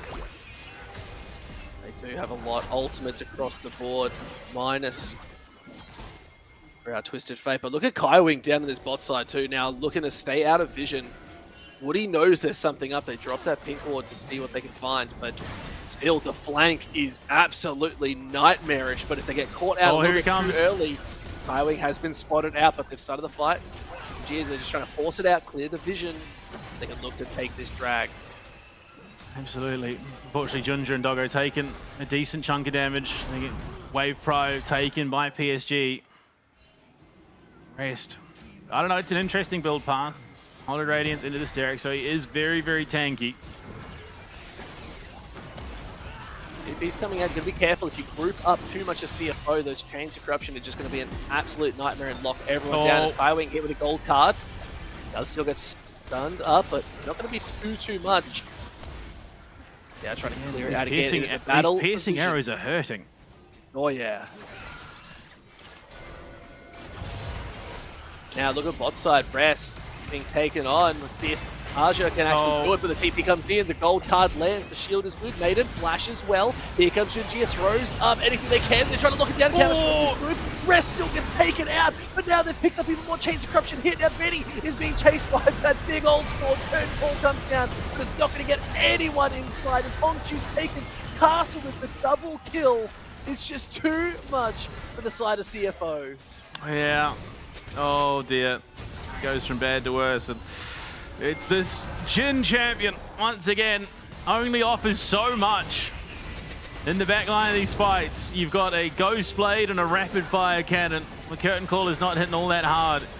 And on top of it, Maple having that ability to relocate. And the build pass from Rest, just, I don't know. I'm really not sold on it. It does not have that trading power, especially with Aja, who now has the Triforce and Sundered Sky. Like it's a bizarre call from Rest here to go up as aggressively as he does, knowing that there is a Twisted Fate in the hands of Maple. And it was out of vision too, like they thought they had that control, and they just really didn't. You see the good flash counter-strike, picking up 3 members to lock them down. That's just what solidified this fight for PSG. I mean, they couldn't even finish off Betty, which is a crazy thing. That Arcane Storm hitting so hard. He did 5,000 damage by the end of that fight. But burns the flash, still gets stunned up regardless. And it is just a massive lead. Nearly 4,000 gold for PSG Talent at the 24.5-minute mark.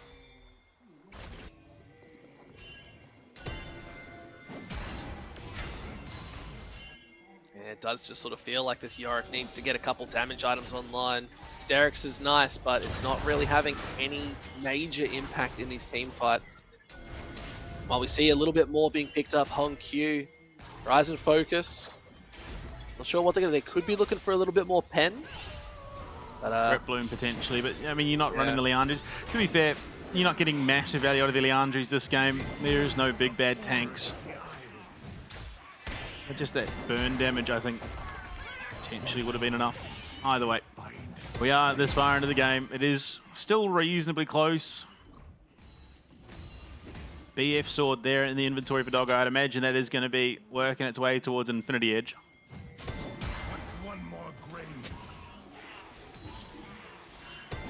Just need to see a little bit more of that damage coming out as well. They're slightly a little bit behind in tempo, Doggo over to Betty, with that 20 CS difference. The items are looking pretty good as here they look for a fight. Carson could be caught out here. They look for this jungler. Flashes come forward. Doggo in a bit of a cheeky spot, but trying to hold it back. Karsa picks up with a snipe from Doggo. And they do pick up Honky in this mid lane. Curtain Ball hits. Now they're looking at Aja. Gold card hits, but Kaiwing's able to get out of dodge just a little bit more. And they get these final shots. It hits one. They need to be very careful. Slow and steady is the race, but no, it looks like they can catch it out. The gold card misses the counter strike. The re-engage is good. One more hit should get them as no. So close. Doggo flashed for it and can't lock it down.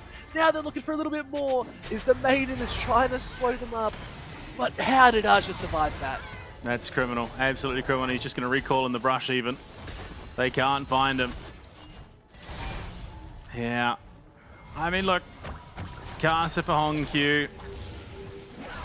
Not that there's really much that could have been taken off the back of it, but yeah, look, it was Hongq again almost getting caught there. Lands the quickness onto two. Junja's there, gets great damage out, and what a snipe from Doggo.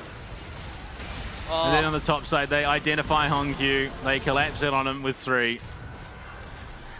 Oh, and what a fraudulent ultimate this curtain call is at this stage in the game. Yeah, it just didn't feel like it really had any sort of effect. The tankiness was there. Rel able to sit in front. Woody just chunking it out, but still. And now, look at this. The good flash from Junjia holding on. Look at that health. So low. One more hit would have done it, but the double flashes. Peak perfect pixel frames. And now they just walk away. PSG Talon holding that lead quite comfortably for the moment. 2.6k in the mid lane, purely because obviously that's just what Twisted Fate does. He's a bit of a menace when it comes to the economy. And Unending Despair, third item it seems, will be the path for rest. I'm not sold on just full tank Yorick right now. Neither. Nah. Just not having the effect we'd like to see it, especially when I did talk about in that draft, is you want to see it in like that 1-4. But it's just not going to have any effect when you have a Jax who's doing so much as they are. They got the Sundered Sky, they got the Triforce. They're feeling really good right now. Another Tunneler, it's going to get even harder as the game goes on. Yeah, well on his way towards Shojin's, you'd imagine. There's no reason not for Aja to go that path. He doesn't need the defensive strength of a Styrax. He's quite capable of fighting this at the moment. Maple up on the top side. Has that control. Shoving that wave in, trying to keep the prio up, so maybe they can look to start up a Baron. Everything is just going PSG's way right now. But it is the slow burn that CFO have. There's 20 seconds on the Dragon. It's about to be spawned. Love to see where the focus is. We already see Junjia is backing just to maybe get an item or two, just a little bit of a reset. While Woody out here getting some good vision control with Aja.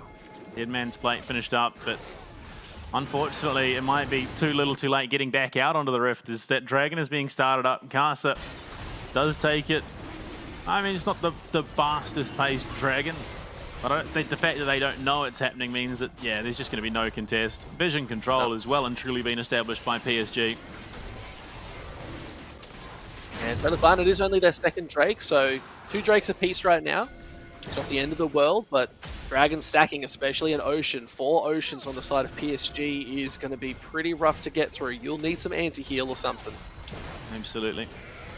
But Doggo, they need to get Doggo a little bit more farm here, get that Infinity Edge online. Once that is up and available, he's going to be hitting much, much harder. PSG looking for it. They want to establish this line of vision around the Baron Pit. Potentially look to start it up.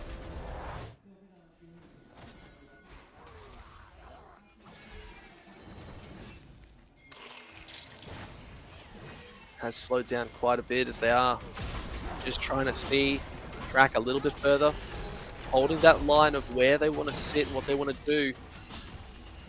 But it just feels like with Yoriko and this full tank, it's just not having any sort of side lane pressure, which gives the safety over for CFO to make a 4-man play and push a little bit further forward. They are just sort of stifled back, especially with that Knight's Edge being completed. For Betty, it's going to be even harder to lock them down. Infinity Edge now done for Doggo. So he is officially somewhat of a champion. It is going to be Styrax even for Aja, offering to match some of that bulk that Rest now brings. You look at it, just everything so far lining up. 3 items done for Karsa. Has the Leandries, the Crypt Bloom, and That Horizon focus to boot. Cryptloom on as well for Maple. Junja. Yeah, well, go in, Chains Corruption already Lord. been blasted out. They're trying to hold on. Double retention used, but Benny just smashed out Skywing. That's chicken wings for dinner, if you ask me. There's the curtain call. Not even having a huge effect, as the Chaos Storm is nice, but not nice enough. It is starting to stack up that damage now, but unfortunately, Skywing plays his life there just to keep the team up and available. Rest has now come to join the party. Baron started. Looked at the Baron, the TP into the backside pocket. They need to collapse as that's a huge chunk of damage. Gia is just that low. Maple can look for a little bit more, and Aja gets the flash out of Hongq. Maple, look at the damage. Lichbane getting it done, but they do reset it. It lands a little bit more. If you look at a slow him down, Maple has to flash that. Because they're not going to ever survive, because you actually look to come back in. Close the pillar, not going to hit. Throwing out all the cages they can, and it's just a reset from both sides. Doggo was off the money there on the cleanse. He popped it early, unfortunately. So that could have been very, very dangerous for him. But both teams limping away for the moment. I mean, realistically, this is a very, very rough situation. Look how much damage Junja takes.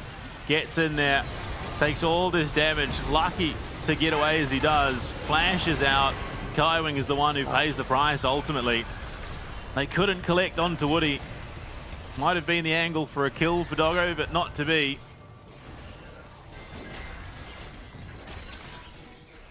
Again, posturing very heavily around this Baron. Now they're looking, they have seen Maple is down bot side, but they don't know where Aja is. They are looking for that flank, but they could have just been caught out. Could be looking for the jump hop, skip, counter strike, hits two, but it's going straight back onto Hongq, but they could be trying to catch them out anyway. It's not enough backing up as they do dodge it out. Still lockdown, curtain call, summons again. 4 shots might get it done. They hop, skip, the jump, one more hit. It's just not going to be enough. They threw what they can. Aja is being chased, he's being run down. And they do get out with their life. It's criminal once again. How do they keep doing it? Oh, there's so much damage though coming out. Skywing. Do look to reset once again. Definitely showing that there is some damage now, some teamfight potential for CFO despite being down. Unfortunately, off the back of what was a very ambitious engage, gives CFO the chance to fight back a little bit. That ward unseen by Junja. Look to carry on clearing out his jungle. It was a very nearly disastrous situation. Great little position from Aja. Gets the flash out of Hongq as well. As he jumps in. No, actually he doesn't even. That wasn't even up. It looked like a great engage, but unfortunately the team is just too far separated. The flank was there, you could see where their mind was at, but PSG just, the rest of the team could not follow it up and get the damage off. Caster's now semi-struggling. Wow. Peak range again. It's just not enough to finish it. If there was a collector in the inventory for Doggo, that was a dead Aja. Unfortunately not to be. He's working his way towards that Lord Dominic's Dragon. Number 5, up and available. Aja down on the bot side. Maple pops the ultimate again, just to try and get himself away. Skywing. Oh, half health. Gonna have to reset for this Dragon fight. Caster's already on it. 4v5, but oh, she as well. Looking for a little bit more. Aja, this bot side, pressuring up a storm. Rest is on his way. I don't know if he can take this though. Yeah, no, it's just going to be a third straight Dragon given over. Curtain call is there. You could just look to start smacking it out as Casa has to jump over the wall. Trundle's here, smite it away. It's just solid, but they're looking. Woody's in the back line. Kaiwing gets a good lock up. They're trying to get anything else they can do. The damage is good. Chaos Storm is melting through the line, but Rest as well is so low. The tankiness is good. Caster's jumping over the wall, but the healing is even better. And they get out. The steal of the century secures the drag. That's crazy. Borderline criminal even. They just force Caster out with the curtain call, which is no longer just tickling, mind you. Junja walks in, smites it away, puts themselves on soul point. This game is on a knife's edge. And let's watch that back, because it was pretty close. Rest doing a really good job holding this together and just putting in the pressure to be that front line. maybe the tank Yorick shouldn't have been undersold so much. Oh, I'm still not 100% sold. And Woody in Aja again, find the collapse onto Hongkyu. It looks so good, but the damage dealers just aren't there in that fight. And the Arcane Storm does a lot to dissuade. Even Casa coming over. Unfortunately, Rest does heal a pretty decent amount when he turns around and smacks his spade. And look at that piercing arrow onto Hongkyu. Just crazy damage right now. It's definitely the slow burn game. 36 minutes in, 10 kills to 8. Both teams feeling a little bit lackluster in kill hunger. But a 5k gold lead still for PSG. They've held this lead for what feels like 20 minutes. Yeah, but it's a 3-2 split. Ultimate is there for Maple should he look to try and rejoin the team. They're looking to try and take this top tier too. Some easy pickings with 2 members, but they need to capitalize somewhere else as they are being chased down. Maple earning that cleanse.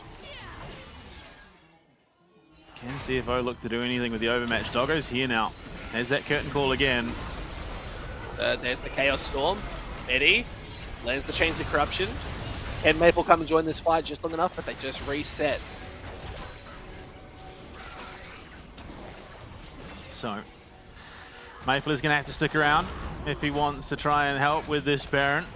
Denia contest, looking for Maple now. Maple, gold card lands, not in the bush just yet. Some spells are already offline for the side of PSG, so now is the time you really want to try and take these fights. Those recalls, unfortunately it's not the fastest of takes. I mean, yeah, look, Junja does hit that Baron pretty darn quickly, but not quickly enough. Maple as well, just finishing up that Rabadons. So he is full build finally.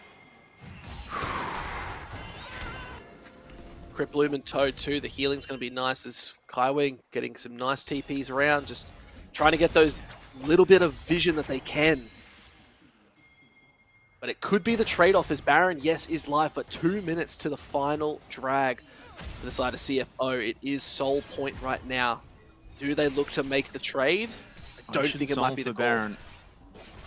I mean, yeah, look, it's not the greatest of sieging comps for CFO, so I think they might just look to give it over. By the way, it is again, just teetering. Lord Dominic's is done now, so that curtain call is actually going to start hitting properly. Still one more item away. You want that 100% crit on the Jhin, and it's going to hurt. Again, everything's just so slow. Taking that one tower is one of the first towers we've seen in at least probably like 5-10 minutes even. This bot side over to PSG. Yeah, it's a very slow game game 3 rather. Tunneler in the inventory for Rest. Oh, okay. Baron started. Do they have an idea? TPs are there. They must know now. They see Woody. They are teetering. It's going very quickly, though. They can get it. They get a little bit of vision. They need a Scotch and Gia getting into there. The TP curtain call is good. Flash over the wall is going to be there. It's still taken away by PSG Talon. But can they recover a little bit more? Benny picks up Kaiwing. They take away Trundle too. It's a double kill over for Benny. And now they're hunting for a little bit more. This could be the plays there. TP is the backside. Maple with the Destiny, but they are getting chunked at quite heavily. A lot of damage comes in, but the counter-strike from Aja is good. Can they return the fighters? Just not enough. It's the 3rd time this game ended that they got away with this. Oh, I don't know what is possessing CFO right now. They have the root onto Casa, but it's in Italy. Very, very mobile. 20 seconds to that Soul, and unfortunately with Baron up and available for PSG, I don't know if that lane prior is going to be in place for CFO to take this Soul, so it might just be conceding a 3rd Ocean to Casa, and it will be. Surely there had to be some inkling from CFO that Baron had been started. They were well late to that party. Not sure what the call was, but seeing Woody there should have been the inkling, and now both teams Soul Point. Not where you want to be in the side of CFO. It gets down, it gets very low. Junja over. They flash almost at exactly the same time, but the CC from Woody makes it a very, very hard fight to navigate, and Kaiwing and Junja just immediately evaporate. Caught in the pit, not where you want to be. Maple trying to extend the fight a little bit further, but not able to hold on. But Aja doing a great job. These counter strikes, the flanks, they're making it work. Absolutely, Rabadon's started now for Doggo, for Honku rather. Aja might be caught. Might be the first time, has to flash over the wall. It's just too much, and they're losing their base for it as well.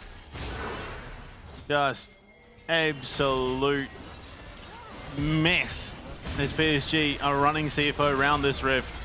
Chains of Corruption off the money, but Junja looking for a collapse. I don't know, that's a fight you want to take. It definitely isn't. Aja still looking to fight this one up. Rest is build. Picking up just a little bit more, now only getting anti-heal to stop all this healing that's coming through. Trying to contest, they do take the red. See if they can continue to fight. Woody be caught out, but Maple throwing out cards. Piercing arrow. Just trying to hold on. There's a full build, lethality Betty on this Varus. You got to be very scared of what they can do. Absolutely. One more item to go for Doggo. I don't know if it's going to make all that difference. 24 seconds left on this Baron. Junja throws out the pillar. And all it's going to do is just hold off on what feels like the inevitable.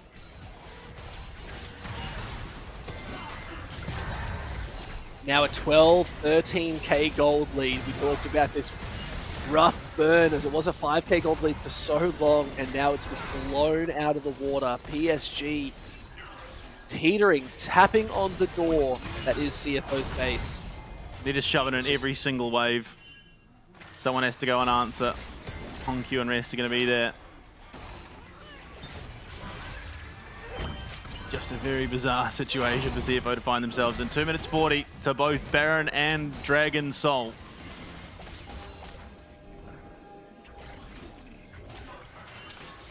Maple has the ult, unfortunately. And Woody TP's right back in, so they're just going to continue the onslaught. Great on, but now they're looking for a charm. Aji's looking good, trying to hold out everything they can, but still not enough damage from Doggo. The spin's just not having the effect as Woody gets hit. Curtain calls there. Can they get the damage off? Third shot is going to look good. Fourth shot hits, but it's only on to Maple. Highway's looking to re-engage. They pick up one. Cast is gone. But it's just at the wrong time as they're looking to re-engage as well. There's the Chaos Storm that's starting to melt through the line, but it's only Woody that is being hit. And they do disengage. Yeah, keeps the racks alive, but that is about it. It's looking like Shield Bow, the final port of call for Doggo potentially. They do hold off. I don't know, it just feels like there is only so much more left in this game for CFO as they have just been manhandled from start to finish. Just hard, GG as well, just holding on, and Woody taking these shots, but his curtain call still, with all these items to boot, doesn't feel like they're having the effect that we want as Kaiwing picks up Casa. And they try to chase it down, but there's just not enough damage to follow it up. Oh lord, I've got some bad news, Pike. Bessian has just tweeted out, classic Jin doing less damage than my pancreas. PSG win. He knows, and the reports are not looking good. It's a disaster, but they're on their way to that 6th item. Rabadon's done for Honku. So, he's got a very, very strong Storm. If he can land it onto multiple, there's a good chance they potentially look to take this fight. Shojin's now done. I genuinely don't know if Shojin's is really all that it's cut out to be for Rest at this stage in the build. Either way, it is what it is. We are here. Just the Thornmail to go for him. And the Zeke's for Junja. And the Seeker's arm guard as well. Heading over for Aji. So it's just looking for that real safety as well. A little bit of AP damage too. Oblivion Orb for Honku. Bleak scenes. Finally getting that anti-healers. Final Dragon on the board. Whichever team secures it gets the soul. Meanwhile, Maple was looking for a potential base race, so him and Rest up on the top side. TP's in. This is going to be Rest coming in. Looking like they want to go for it. It's at 5k health. They could just get the damage off as Rest is here. They must secure it. They do lock it down. But look at the back line. RG is here, but they don't have the damage to lock it down. GG as well has to flush over the wall. Stopwatch is good. But now Woody in the back line causing an absolute nightmare as Rest is looking good. Can they secure anything more? As the final shot is looking so nice. It's total mayhem. And PSG Talon were trying to hold on, but CFO returned fire with an absolute bonanza of an onslaught. Their base is still in tatters. They need to reset. Yeah, Kaiwing, those piercing arrows. They're looking for a potential Baron play here. Honky's gone back to answer the waves. It is on to Betty and Casa is well behind enemy lines. Does he look for the steal? It seems as if he's not even going to attempt it. So look at the swing back. 12,763 gold ahead. And that lead has not quite been halved, but they're working well on their way too. 5 members with Baron, only a single inhib remaining, and it was such a great fight on the backside. You look at it, in comes Aja. He's completely isolated. Honkyu as well, gatekeeping Woody. He holds the Arcane Storm, drops the Gravity Well, and so Aja is just left to his own devices. They collapse back in, find Woody. Arcane Storm lands onto 3, and that curtain call with the pillar spells death for poor Aja and Maple. And a really nice turn. CFO were playing this slow game. They had lost almost everything up until this point. Now the kills have reset, 12 to 12. It is only a 5k gold difference now, back from a 12k deficit. It is not every day that you see a support getting a 3rd item. Kaiwing has his Abyssal Mask. It's a long game, 47 minutes in, looking at the 50 minutes. But that's the TP. They could be looking for a bit of a backdoor. The base race. They want to take the inhib, but they don't have a wave to really do anything with it. But they're looking at all the inhibs. But to them, the damage is 5 members strong. You see Rest is starting to reset now. It is the base race, but they're looking to back out as it doesn't matter. They've got the Baron, they've got the healing, they've got the damage. Kaiwing trying to hold on, but still getting pulled back in. They have the damage as well. They locked down one, and CFO is actually going to take this game. The 12k deficit is an absolute bonanza, and CFO take the 3rd game. For the 2nd time this year, CFO have forced themselves to series point in the upper bracket finals against PSG Talon, and the fans are in disbelief at what we've just witnessed. PSG Talon earlier in the year against Team Secret Wales overcame a similar deficit to win the game against Team Secret Wales. This time around, they are up 12,000 gold, and CFO rout them and win the base race. Oh Lord. This Jin champion is all it takes, Panda. Slow it down. It's the CFO special. They were so behind for so long. They said, stall it out. Stall it out and we can return. We've done it before. We'll do it again. And look at the damage charts once more. Absolutely huge. Betty was looking so fierce, but Doggo, Honkyu, and Rest actually holding it together. Well, I think Vestion maybe can rest easy knowing that both Israel, Jin, and even Yorick are out of the pool. I put it to him last split, his Desert Island draft, and he opted to take out those 3 for the good of the community rather than, you know, for who he'd want to hang out with. And I mean, it was just a crazy game. Only 25 kills between the 2, and this tank Yorick, I don't even know if in the end it had all that much of an impact. I think Junja and Kaiwing, look, to be fair, he was just there soaking damage. This CFO roster just weathered the storm. Somehow it looked like a bleak situation. A single inhibitor left. And it comes down to a Dragon Soul fight into a Baron, into a base race to end the game. Only at the LCP, Panda, that you'll find an absolute bonanza of a game. There was no holding back. They kept it going, they kept it slow, and now we're finally seeing the Jin got the win on the board. I don't even know, it just felt like it was a full collective instead of it being one in particular member really showing up and getting it done. It was a good team effort from both.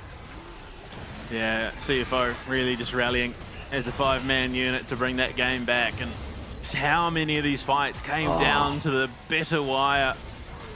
And even here, I mean, Junta and Carwing full send to try and steal the Baron. Both of them die. I mean, PSG gets so much off the back of this Baron play. You look at how much is left at CFO on the Rift as it stands, and they get even more, down to a single inhibitor remaining. And CFO still come back to win the game. That's Down, just but crazy. never out, Panda. That's what I've been saying this whole time. They might have lost the first game, but hear the comms as they're fighting this. 我知道，我去，热，上我，对一下吧，先我看一下，打野没闪，我准备上线光，兄弟 ，nice， 冷一波吗？好，大龙，回家，我踢。 I think that is the most vocal I've seen Doggo in player comms all year. And I think it's because the tension was that high. The game was so chaotic. But CFO get it done. Who would have thought on the cusp of a 3-1 CFO defeat, victory rather. PSG Talon though, it looked so good, Pike. They looked so good in that game. They were looking so fierce. They had control. They were making moves. They were across the map. Twisted Fate was just phenomenal. Maple was everywhere and nowhere at the same time. So hard to track, and Hong Q got a little bit too much focus, and they just said, it's fine. Hong Q is inevitable regardless on the victor. So I don't know what they're going to be drafted in game number 4, but these two teams, if it's that going to be that kind of game, I'd like to see a bit more game 1 actually. A little bit more feisty, a bit more scrappy. Well, game 1 goes the way of PSG Talon. CFO answer back with 2 very, very impressive games here in the upper bracket final. Right now it's break time on the other side. Game 4, we're deep into the Fearless draft. Do we see it go to 5? Do we go to Silver Scrapes for the first time here in playoffs? We'll see you back after the break to find out. Working hard to outrun all the ones that chase. I can't run fast enough, can't pick up the pace. People run towards love, kamikaze craze. Let's be real, some true love is really just a face. Heard it all before, y'all just need a score. Don't want it anymore, can't take it no more. Love or I adore, yes and I am sure. Because love is war, over and over, baby.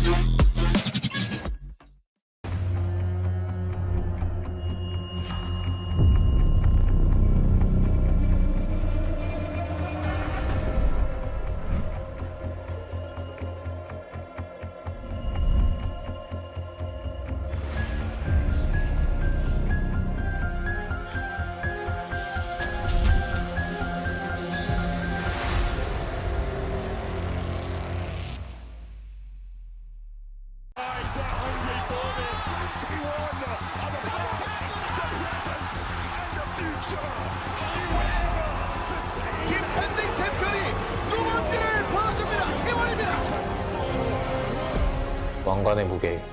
지금 생각해보자면 사실 왕관 자체가 그렇게 무거운 물건은 아니라고 생각하거든요. 그렇게 무게를 느끼는 건 저는 본인의 마음에 달려있다고 생각을 하기 때문에 그다지 무겁다고 생각하지는 않은 것 같습니다. 좀 초반 템포가 굉장히 중요하다 생각했어가지고 맵을 넓게 쓰면서 파이크를 몇 번 해봤는데 제가 생각했던 대로 게임 흐름이 편해지는 것 같아서 이제 대회에서 기용하게 됐습니다. 다이브 당하기 전에 좀 그런 핵심을 잘 짚어내는 것 같고요. 작년 월드 때 나르가 굉장히 성능이 좋았었어가지고 자신 있게 뽑았던 것 같습니다.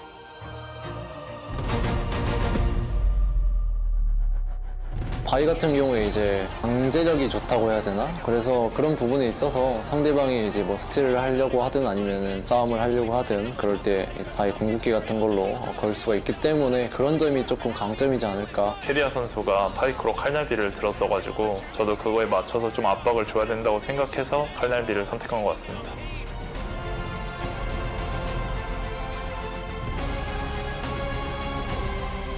우리 팀 위치나 상대팀 위치가 좀 복합적으로 생각하는 게 많아서 어느 정도는 좀 계산하는 것도 있지만 좀 감각적으로 하는 것도 많은 것 같습니다. 세세히 다 얘기해서 뭐 그렇게 상황이 나왔다기보다는 그냥 제가 순간적으로 걸었을 때 팀원들이 저를 믿고 잘 이제 호응해줬던 것 같습니다. 작년 월드 같은 경우에는 증명했다라는 기쁨보다는 저희가 이제 또 다시 해냈다라는 기쁨이 컸던 것 같고 작년에 되게 어려운 한 해였다고 생각했는데 이렇게 마지막에 또 우승할 수 있어서 기쁜 마음밖에 없었던 것 같습니다.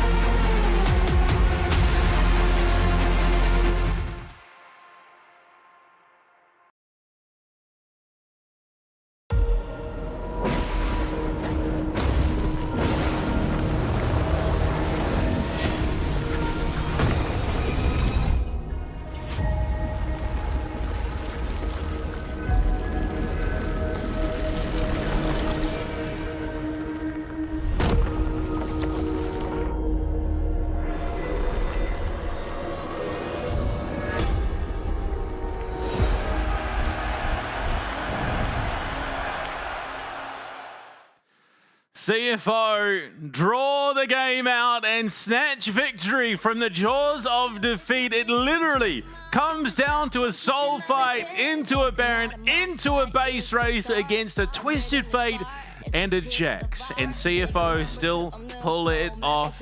Game 4 on the horizon. PSG Talent have come so close to finding themselves up 2-1, but it was just denied at the tail end. Game 4 could be where CFO sends them down to the lower bracket. And what an absolute upset it would be if Talon had such a great run right up until this point to lose in the upper bracket playoffs. But still, can't deny CFO played that game maybe as well as they could have in regards to slowing it down and trying to find little wins where they could. They were behind by so much. It was really on Talon to push those objectives a bit harder to end that game. But CFO, like I said, played it slow, were able to hold on a little bit longer, wait for their moment, and came in clutch. Let's just see how this next draft is really going to shape up the rest of this series, because yes, it's game 4. It is all on the line for CFO. If they win this, they are locked in for finals, and we will be seeing them in Da Nang. And I'm very keen for this, as Rest has been swapped out for Driver. That's a nice little swap. Yeah, we've seen it a number of times throughout their competitive run this year. There seems to be no rhyme or reason. They just bring them in, change it wantonly, but it seems to find a huge amount of success. Blue side opted into by Talent. And you look at it, Varus, a phenomenal champion for Betty, was picked up first, didn't get them over the finish line. And now we're really starting to scrape the bottom of the barrel here, Pand, and it really raises the question, what do we start to see as we're entering further into this fearless draft, a lot of those hyper carries are gone. Do we start leaving open the Yanara from the bans, or is it still going to be kept out? What can we start to pick, as a lot of the engaged supports are gone? The strongest junglers in the meta are off the books. Mid laners as well. I've just noticed, so Hongq, that tape you see on his arm, usually it has RD, J, H, D, K. The first letters of the names of each of the players on the team. It now says Chawi. So I said that at the start of the night. I only just noticed, but it's obviously still there with him in spirit. I mean, look, these guys can turn up regardless. But whatever's going on, we hope all is well. Correct. Absolutely. But as we wait to get into the ban phase, what would you like to see? We're so far down the bottom of the barrel. Like, what would you hope that comes out? I am hoping a Yanara makes it through. Well, I'm thinking more than likely Taliyah Pantheon will be let through this ban phase, as we will likely see potentially a Taliyah Azir matchup one way or the other. And we do see that the pick bans are underway for the players, so we'll be getting to it very, very shortly. I mean, look, I think you can give the Pantheon over potentially as a trade for something like the Vi or the Xin Zhao. The music changes. That is the music we want. Shen banned away from Driver, a champion that he has looked crazy good on when he's picked it. Vi, Azir banned away by PSG, Yanara, Pantheon, and likely the Taliyah here as well to round it out. And again, now I'm still really bottom of the barrel too. Like, what can we pick up in this mid lane in particular? What's going to get Hongq and Maple really unlocked as the Ambessa is taken off the board? Okay. Ornn feels like it might be a good pick here if you're looking for a bit of a hard engage in this top side. But I have to see a champion that Driver has just been absolutely crazy on is the Gragas top lane. So it could be potentially something that he looks to bring out. Taliyah not banned, which means that it is going to be there available for Maple. Yone not banned, going to be a potential answer. So there you go. Taliyah locked in. We could be looking maybe a Maokai Yone angle, potentially. Could even see potentially like the Syndra as well being put in. You want something with a little bit of extra range into this Taliyah. Yone, definitely a bit of a counter. Being hard countered by Taliyah, sorry, with the Unraveled Earth, so it is a little bit harder to walk around and navigate those team fights, but a Fate Sealed can change the fate of a game. And there it is. Yeah, I mean, look, Hongq's played into this matchup a number of times throughout the year, and every single time he has still looked very, very good. So they locked that in for themselves. Gets a little bit scary for PSG. So you're going to want at least either someone to tank up that Nature's Grasp, or someone that is going to be mobile enough to get out and avoid it. Senna comes through for Betty. No Smolder, which was the counter that Doggo picked up. So Senna Nautilus even locked in. And I like that. The scaling in Senna is going to get really big, but the Nautilus is your go button. It's how quickly can you push forward and lock someone down, especially at Yone. They will be sitting up the front. Same with Maokai. Now it comes down to what is your backline going to look that's going to help alleviate some of that pressure. And not too many can come to mind. What would you put against a Senna that's going to scale just as well? I mean, there isn't much. Smolder, like I said, was that go-to last time. And it's what allowed them to just get into the later stages of that game and absolutely run rampant. There you go. Gragas for Driver up in the top side. This champion has really just been his bread and butter. When he gets that chance to play it, it's just criminal what he's able to achieve. And they've saved these, obviously their staple picks for this fourth game. Maybe they were feeling pretty confident. That third game felt rocky. But now that they're in the final stretch, they're saying it's everything or nothing. Let's send everything we can. Get Hongq on that Yone. Get Driver on that Gragas. They can disrupt the fight. They can start a fight. They can slow a fight. There's so much versatility for what they can do for CFO right now with these drafts. At the same time, PSG talent, they're looking for those strong engages and pick potential too. But with those Weaver's Walls, they can break up a fight quite easily and isolate some members. Lee Sin banned away from Casa. He's played it few and far between, but a pretty solid champion into the draft, and Brom being taken away by PSG, strangely enough. You're looking at the comp that CFO's drafted. Unfortunately, with Nautilus already being picked, it would have gotten value, but no, banned away. Hongq's facials, man. I just cannot get over them in the champion select. You can see the nerves are definitely on though for these two teams, both with such great international experience, but when they're on their own home stage, there is fear in their eyes as Aatrox is being taken off the board too, alleviating some of that pressure for Driver. Yeah, I mean, in terms of those strong top laners that you're thinking of, like you said, Ornn, Gwen, Jace going to be still available, of course, but how confident is Arj going to be in any of those? Bot laners for Doggo and Kaiwing. I mean, you've got something like the Caitlyn. Has been very, very good for them in the past. The range will be good, but I'd be worried a little bit at how it's going to interact with this Nautilus. As Kai'Sa, good ban out. It's almost been banned every game thus far. So it makes sense that they do take it off the board now for the final stretch. Doggo, feel like a little bit of a safety net. Xayah still available too. Could be an answer. I mean, surely there's no angle where we look for something like the Zeri Lulu. It just makes for a very short-range comp, but Doggo has varied there in the past.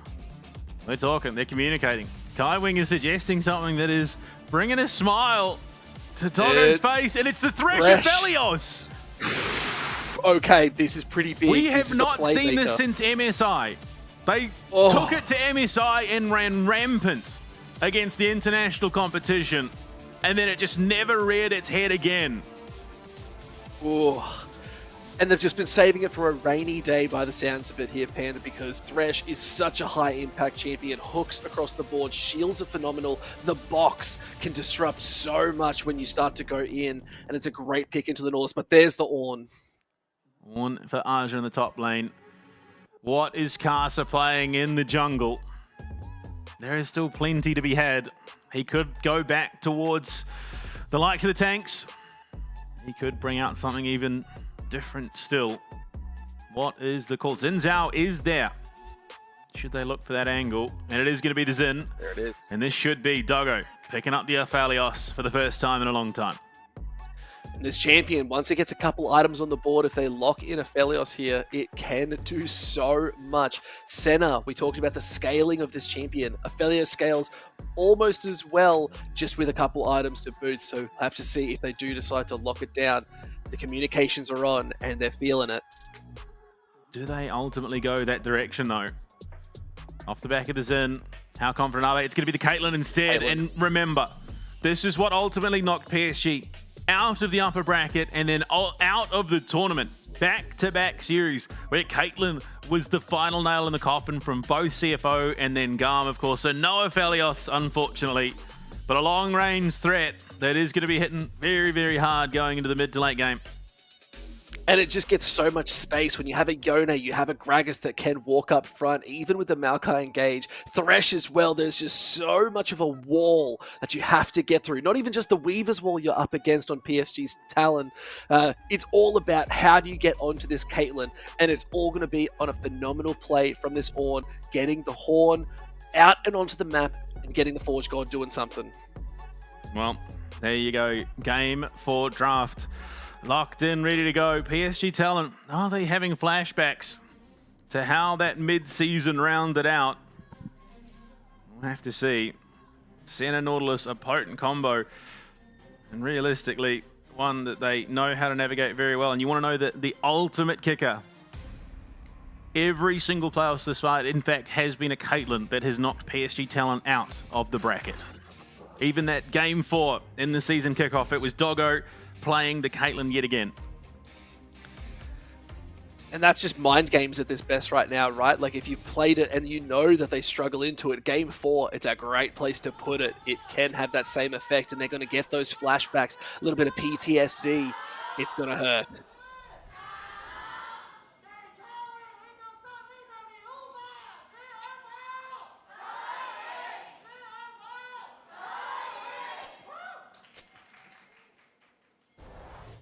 There you go. Chance out or dropped by Driver in that bot side. As he will look to... Actually, no, it wasn't. Thought it was, but no. Yeah, we've seen it in the past. He goes down, drops that ward for his team, and then recalls and heads back top lane. But as it stands, TRX Caitlyn. There are some absolute banger skins in this game. Oh yeah, the Shanghai Scrolls Nautilus as well. Definitely a fan favorite. Now, Asha as well. Driver making some bold moves. Still getting that vision off. Absolutely. Oh boy. There are some big champions in this draft for both teams, realistically. Kasa on the Xin, Junja Hongkyu on the Maokai and Yone, respectively. Kaiwing, bring it up the thresh, has been pretty absent, honestly. When he picked that MSI playoffs run with the Aphelios, or even just MSI in general. And maintaining that control. 2 wards already secured for this bot side of CFO. They want control of these bushes so they can use it to their advantage. Hook just goes sideways. You gotta feel like they're just being pushed off this wave so early. No, on the flay onto Woody. Getting that early damage. Having that right click as well. Charging up. Now the death sentence even. Oh, Thresh is one of my favorite supports. I love him. But 14-3 down in this bot lane, and it's not looking to get any better for Betty. Yeah, sneaky hooks just going out, just saying there's a threat to come if you are not careful. So these hooks are going to find their mark sooner or later, regardless. But we know Nautilus as well can do a lot in these fights. One good hook, one good depth charge could make or break who gets into the back line. But Xin already hovering down into this bot side too, so there could be a level 3 gank as they've already cleared towards down to bot. Absolutely, but Junja down here on the bot side as well with that lantern. There's an avenue to get in. Be able to respond pretty darn quickly. Death sentence goes wide. Dredge line does land on a minion, and a great play from Kaiwing. Yeah, just to say you're not allowed to come back into here, but Hook, if that made contact, it could have been disastrous. As it is Senna still. Early days Senna can still do a lot of damage, but here's Kasa. Starting to wrap around, but Janjia is also walking down. They have spotted each other, and now Woody gets the first rotation. Sampling there, Kasa's going in, but they're following Woody. Right here, now it's 3v2 as they're trying to Kasa. lock it down. Hook goes in, there's the heal as well. Ignite is locking down. Beautiful knock up. Kasa is being laid out, but Jinjia as well is so low. They're trying to hold this fight together. Good flick back is going to get it done, but now they want to get these kills. Look at Hongkyu, he might just survive, but he gets the pull back. Betty is getting it done. Kaiwing is just about to survive, and they're trying to hold on. It's a double kill for Betty. It's a disaster on this side. Can they secure one more as they get at the feet of Vorsuku and Doggo, getting 3 for 2. Oh boy. There are only so many things scarier than a Caitlyn getting 3 kills in the first 4 minutes of the game, and well, none of them being drafted, so it doesn't matter. So BF sword first back. 2 of those kills do go to Betty. What a fight, and that is just absolute chaos. It looks like a really good shout in, but you look at the pinch coming in. Hongkyu coming down as well. Comes in, gets the knock up under Kasa, who then decides to turn it about onto Kaiwing at the moment. Yeah, let's look at the sustained damage come out. Yeah, I mean, it's just crazy that Doggo the entire time is just wailing away. 3 hitting.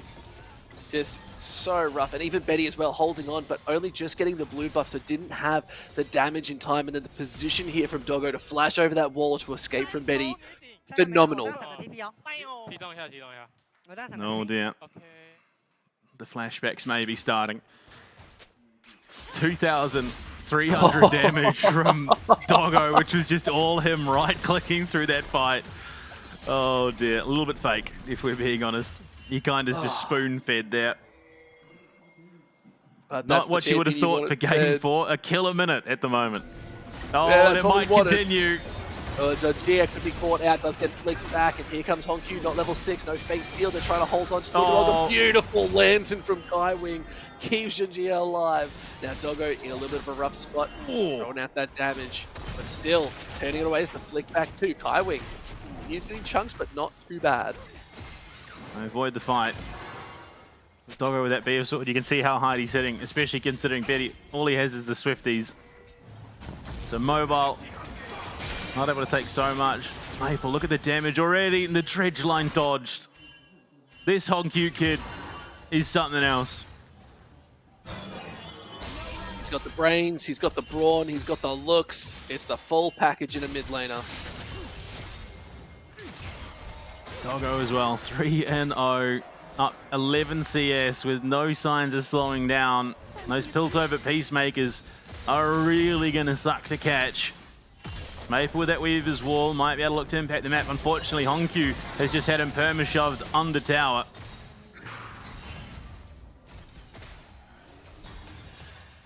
Still 2 kills. The Swifties does make it easier. You look, see Casa already down in this bot side. They really need to shut down Doggo at this point. Still got a bounty on their head, 183, not including a kill. Book is good. They don't even realize his Skywing could be the sacrificial lamb. Stun is there. They do pick it up. Casa locking down that kill. Yeah, just sticking around long enough, unfortunately. Not having that vision over the wall, and Skywing will be punished for it. Does have the TP, so we'll be able to get back to assist Doggo pretty darn quickly. And there you go, he's already on his way back down. Honkyu, look at this menace. Scattered Earth is going to be there. The stun will be happening regardless, but look at the damage still. And he talked about that to me, right? Is like seeing how much they can do, but see if this replay. Beautiful little lockdown. The hooks are good. Just didn't see Caster in the wings. Yeah, I mean, it was a great read from PSG Talent, just having him sticking around. Level 6 now to the top side of the Rift. Junja not quite there yet, doesn't have the Nature's Grasp, but he's not far off. Should be able to get it off his Krugs in just a moment. Woody, that's, okay. Interesting call. That is a Yone. He hits pretty hard. Yeah, he's just gonna get that nice little pull back and nothing to write home about. We've seen this in the past, the rotation into the mid lane with the bot lane duo. Gives them that prio. Just clears that wave pretty darn quickly and would allow at least the one grub to go over. Let's see. Explosive Cask is going to be there for Driver to try and disengage. First grub goes. Yeah, one. They could look back it out as Driver's getting caught out. Weaver's Wall is still there as they throw it out. The damage, the laser is going to get it done. Forge God is now up and about, and they're trying to get anything they can, and Driver is the kill. It's still down. Oh, the flashes go forward. They're after Doggo. The hook just not going to do it. But they do walk away with a win of that fight. Taking out Driver there. Will get themselves, should realistically get themselves the 2 grubs as well. Doggo staying alive is big. Looking for Maple. Volley and the Scattered Earth. Just going to make it a little bit harder for him to stick. I mean, it was a great read. Absolutely phenomenal collapse from PSG. Weaver's Wall comes out, completely disrupts this bot lane duo. It means that Doggo can't really contribute in the fight all that much, and the death sentence is well off the money. Dark Passage is never going to connect in a way that allows Driver to get out. The call of the Forge God just for good measure. So they take down Driver. Almost find Doggo as well. And that was the play I was talking about, right? Those interactions of the Weaver's Wall breaking up the team fight. It's just isolating members. With a Forge God to boot, you can hit them. It's almost like an X pattern on your screen as they throw it all down. You're going to be so careful. If you do clump up in the wrong way, it will be a disaster. 26 stacks for Betty. He's doing it right for himself. He's finding those avenues in, and well, with 3 melee champions, should be getting plenty throughout this game. Just looking to lock everyone down. Aja, Driver, okay. So what happened in the top side?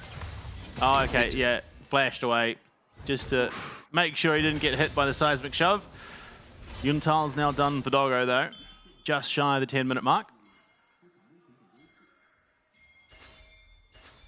Just one Void Grub actually taken over for the side of PSG Talon there, which is quite interesting. They could have committed for 2, as they are starting to ping that 3rd and final.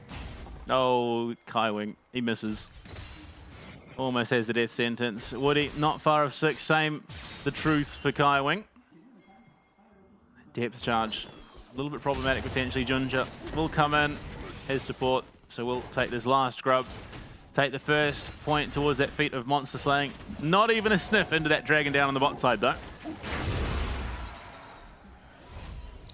Early Mountain Drag, not usually the greatest at the start of the game, but still quite good when you have a couple big tanky members on each side. It's not going to be too bad to gain those little buffs.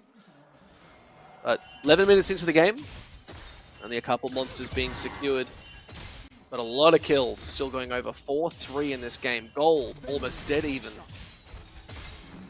Doggo looking to stack up his Yuntals. Gets a shot in, looking for more. Great headshot proc there on Thematic. Has support, but you look at it. Now PSG setting up around this Dragon Pit at the moment. Gonna clear that vision out, but the Nature's Grass fate sealed combo has to be respected. It's all about just securing that vision. Maple already working their way up. Driver. Maple a level down on Driver. That's kind of crazy. Oh.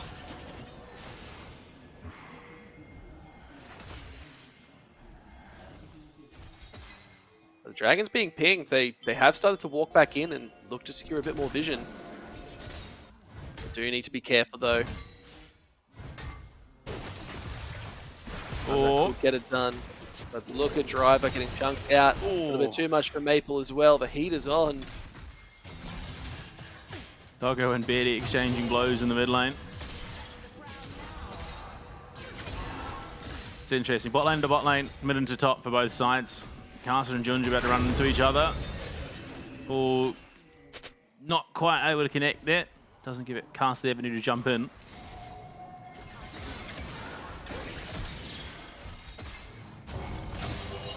Cheeky ace in the hole just to get a little bit more damage off.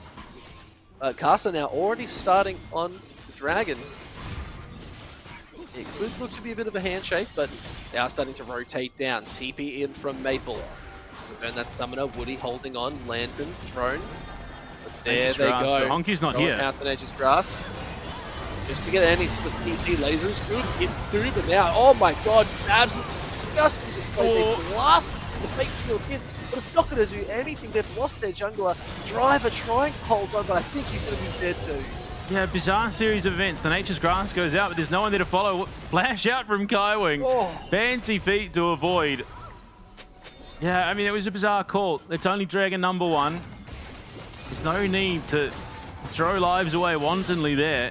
You could have just let it go over and looked for the next. But unfortunately, Driver and Junja both going down there for their efforts. Given gold over, you probably don't want it realistically. Betty scaling up to a nice point, 3-0-3 for himself. 41 stacks, so he's going to keep extending that range out more and more. Yeah, I mean, it was just bizarre. An odd call. Like, look how far away everyone else is. Yeah, it was just a little bit rushed almost is how it felt. Great hook onto Maple, but they still just got blasted with flows, stuns, everything in the kitchen sink. Just got it done. Yeah. I mean, it was a good fate seal, but too little too late, and Driver forced to pay the price. Not the end of the world, not by any stretch. They're only down 700 gold. They've got those grubs, so their sieging is going to be pretty clean. Rod of Ages as well done now for Driver. So we'll be stacking up. Realistically, it's about a 1200 gold swing both ways.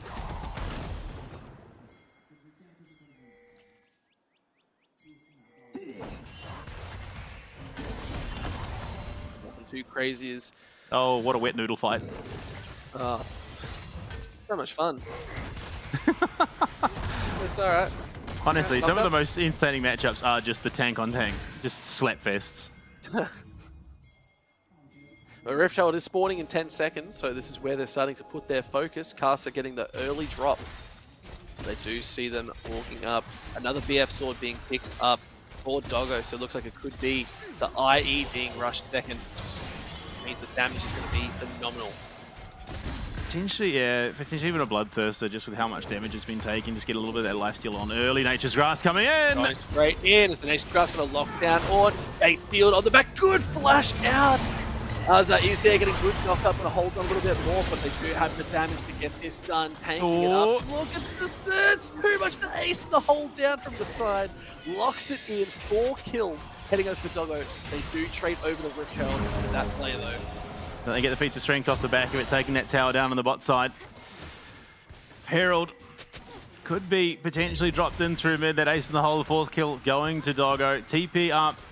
It is going to be Driver coming back in to collect. Looking for his unending despair next. Not going to get the full execute, so they might be able to hold this now just for a little bit longer. But Betty doing a good job. He as well, trying to hold them off the back. Still, Good Herald. We'll be taking these towers fairly early, but it's just not going to get the damage off just yet. Driver and Maple still fighting. Honkyu's in the jungle, looking for Wanting Haja. to fight this one out. Does have a blast going there to maybe dodge it away, but yeah, very aggressive from Hongkyu. I'd love to see it. Yeah, and I think he needs to be. I mean, it was a lot thrown at Aja here. But you can see that they are rapidly working their way down. TP in from Hongkyu. Explosive cast there. Locks down Aja for the moment. Nature's Grasp, a little bit off the money, but there to play gatekeep. And they do get it done in the end without anyone going down. Especially with that kill going over to Doggo, you very much take that. Nicely done. Good little secure. Keeping Doggo relevant in this game. Oh, he's Yeah, hitting very hard. Down. Ooh, Betty. Candles of fear. Yeah, those headshot procs hurt. Static Shiv already completed for Betty. Very interesting start. Hopefully, we should be looking at maybe a Black Cleaver later on, but the Static Shiv just to maintain the farming. Yeah, it has been the standard build for the most part in the LCP. Static Shift straight into that Black Cleaver. Usually does get sold a little bit later. There probably will be a rapid fire cannon, most likely. Yeah, interesting. I suppose with what seems to be that Black Cleaver coming up for Casa right now. Are they looking for Aja again, potentially here? And they are. Honkyu's there. Fate sealed. It's just not going to hit. And they're looking to do as much damage as possible. And it's just not going to be enough to lock them down. Still a decent chunk, for sure. But Casa in for Casa. the flank. Does see them up. Forward gods get pulled out. Honky trying to look that good flash does save them just for a little bit longer, but it's not going to be enough as they get the name grasp. It's just going to be too long. Really good rotation from PSG. A little bit over eager. Does give Driver time with that tower up on the top side. And it is going to be an IE second for Doggo, it would look like. Given that pickaxe second now in the inventory. Dragon 15 seconds away with Hongkyu off the rift and with no teleport. They're probably going to be giving it over. They do take a tier 1 on the top side, at least in compensation. Junja. Looking for the fight, or is that Lantern just to pay a little bit Dark more Passage back, but they go so well back. Lantern saving grace. Caster, that's all damage from Doggo. Has to drop the Crescent Sweep just to survive. They may have just bought enough time here to allow Hongkyu back onto the rift. Doggo is hitting crazy hard right now, especially if he's standing in a brush. In fact, it might even just be Dragon given away. 4-man stack in the mid lane. Should be the tier 1 going down. Explosive cast to clear the distance. Not even. They don't want to give this just yet. Dragon is still up. Casa off to the side, but it's at 4k health. This could be the big fight that we were looking for as the healing comes through. Betty keeping them up as they do secure. Nice pick up from CFO, but the laser is big. Is it going to be enough damage to secure a little bit more? As Driver is now on the backside. Azza as well has to flash to avoid the hook. They do get out a steal. What a play from Kaiwing off the back of that Dragon take. The knock up, the fate seal. Onto Benny. Just going to be catching them unaware and just sleeping a little bit too much. Doggo does secure the kill, and now they're looking at Woody. Ace of the hole not even used as Kaiwing picks up the kill, and CFO are back in it. 5-0-1, and this is eerily similar to how all those games with the Caitlyn taking the series from PSG Talent have gone in the past. Whether it's Doggo or Artemis just running rampant, he just turns into an absolute beast. IE done, boots finished, Artikan started. And Casa not even remotely in the same postcode. And it is just such a rough standing too. You can see PSG Talent trying to be so proactive, getting some early kills on the board, making some plays. But it is this Caitlyn pick that is their demise once again. They're going to have to see if they can hold it fast because they can't even take this mid-tier 1. Oh, Hongkyu, look at him. Just clips Betty there in the tail end. Glenn's going to do nothing for you, and then it's just Doggo flashing forward with one singular right click. He hit so hard at this stage in the game. That was even before he finished up the Infinity Edge. He's got that now. He's got the boots. Oh boy, and you can understand why Betty's picked up that rapid fire cannon. I don't know though, unfortunately, if it's going to offer him all that much. Looks like he's going IE next. I think committing to a little bit more crit is probably a good way to go. Yes, Black Cleaver seems to be a bit more of a standard build, but I think you need something when there isn't a huge amount of tankiness just yet. You got a Leandre's on the Maokai. You see Driver already getting that Rod of Ages, and it's almost fully stacked too. It is more about how much damage can you output your team. PSG Talon don't have a huge amount just yet. It looked like he was going underneath his Spear next Driver, but it seems he stopped off on the way for Spectral Cal. Junja with the fadeaway steal on the red buff. Honkyu walks in, claims his half of it. And that tower, look at them huddled around, trying to keep the thing alive. Doggo just waiting for the minion wave. Just to that opportunity to walk up and finish it off, put it out of its misery. They're not even going to be able to, so they're just holding on. Both these teams do not want to give this tower whatsoever. Shield bow. bow. Now starting to reset. 2 minutes on the next dragon. Both teams looking to be wanting to fight over this, but still, it's 22 minutes into the game. Baron is earing closer. 3 minutes out. Honkyu looking to steal some Krugs away. Make it harder for Casa, but Maple should be able to spot it. And the threaded volley comes through, but none of it hits. Maple could be in trouble. The big fourth flash comes out. Maple, 5-minute timer is on the clock. Honkyu playing so aggressive. We love to see that. Oh, and the Lantern. I was got to get the tower and get out. And look, I'm not even sure if that was necessarily a play onto Maple. That was a message to the Krug Lord.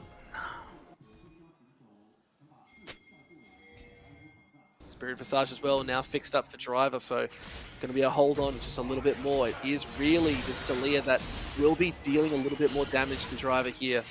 Disrupting this Gragas making plays, so Spirit Visage, that extra healing, going to be so good as the game goes on. But there is another problem we haven't talked about here, Panda. It is the ornaments. That is always inevitable. Absolutely. Unfortunately, the first one coming down, they're still 2,000 gold behind. On average, offering about $1,000 worth, or 1,000 gold rather worth of stats. So even with the second one coming up, they're still just sitting a little bit further behind. Ace in the hole on to Betty. I think he does. Yeah, look at that. He cops about a third of his health bar and damage off the ace in the hole. Ugh.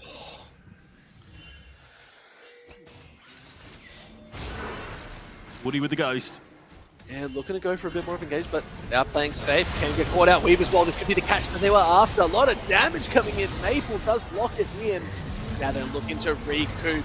Forge God does come out. Does actually get stunned up, still sends it forward, but now Woody is getting caught. A lot of damage coming in. They're trying to hold on. Good pick from PSG. Yeah, Woody nearly dies to Doggo. Oh, Honkyu, that was ambitious.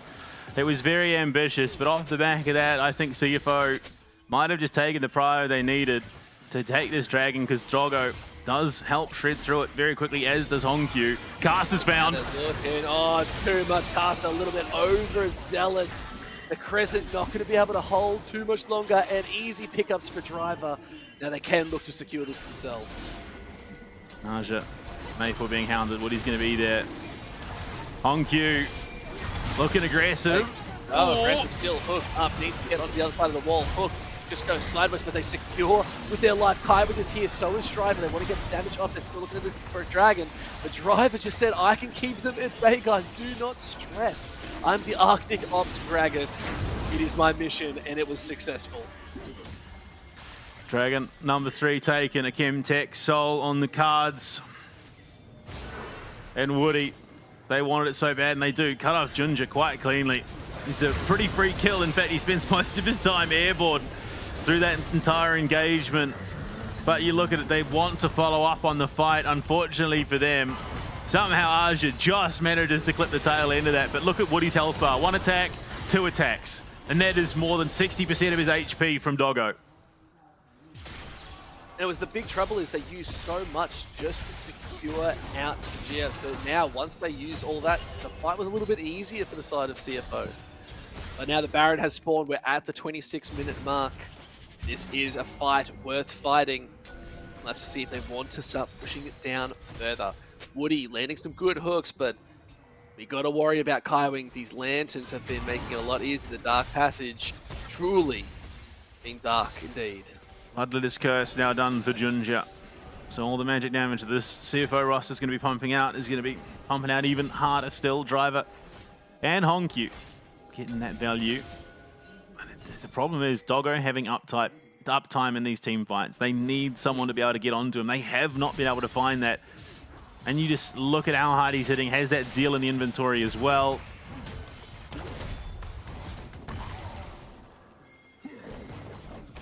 Once it turns into that rapid fire cannon, the range will be a little bit too much.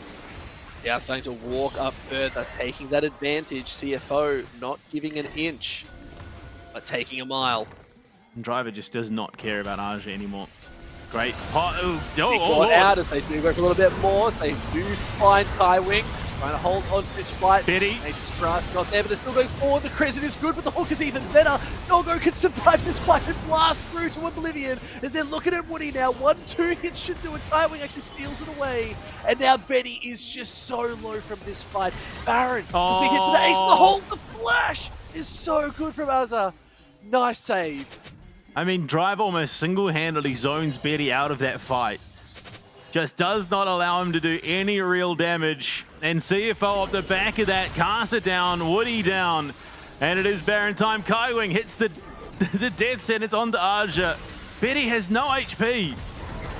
Have to be so careful. One false step is going to be a nightmare as the lens goes forward.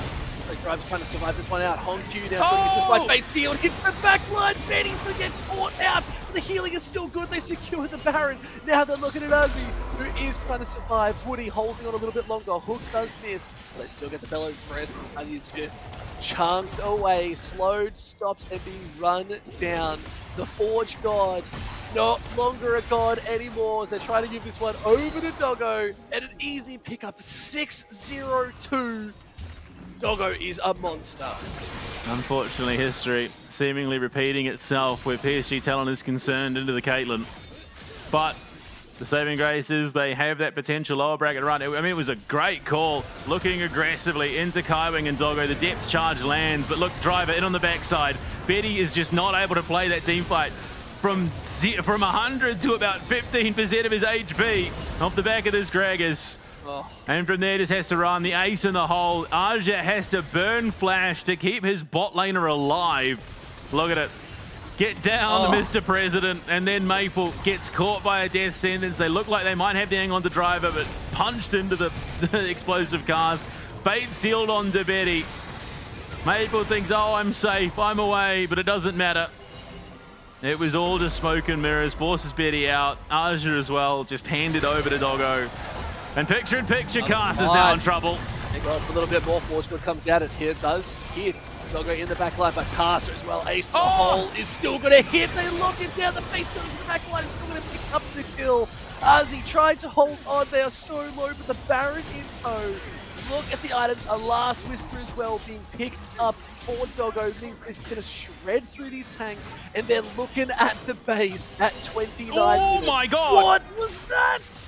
The headshot proc for more than half of Betty's health bar there. And unfortunately for PSG rather, 3 members down, 20 seconds to hold, but this might just be the whole kit and caboodle. And this is what they wanted. CFO picked the champions that they knew that PSG Talon could not hold on to, and it was a walk down memory lane that PSG did not enjoy. They take the upper brackets finals and clean house 3-1 to CFO.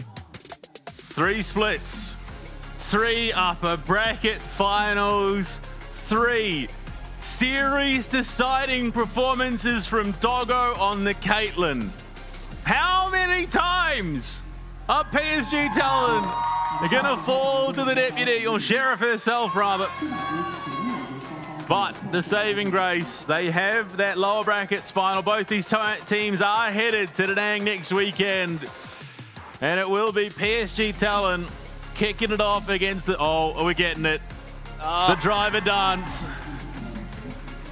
Just a little bit tired, he's exhausted. It was a hell of a performance from him. And just the lineup of thumbs up from CFO. They got to be feeling pretty good about that one. You can see Honkyu as well. Just, yeah, we did it, guys. Don't even sweat. and they're feeling nice and fine as they head to it. Yes. Getting it on. I want to see more of this, more dancing, more of everything from CFO, because I did call this one. I knew they could get it. He's hooked my heart. The death sentence throw, and they were pretty darn good from Kai Wing.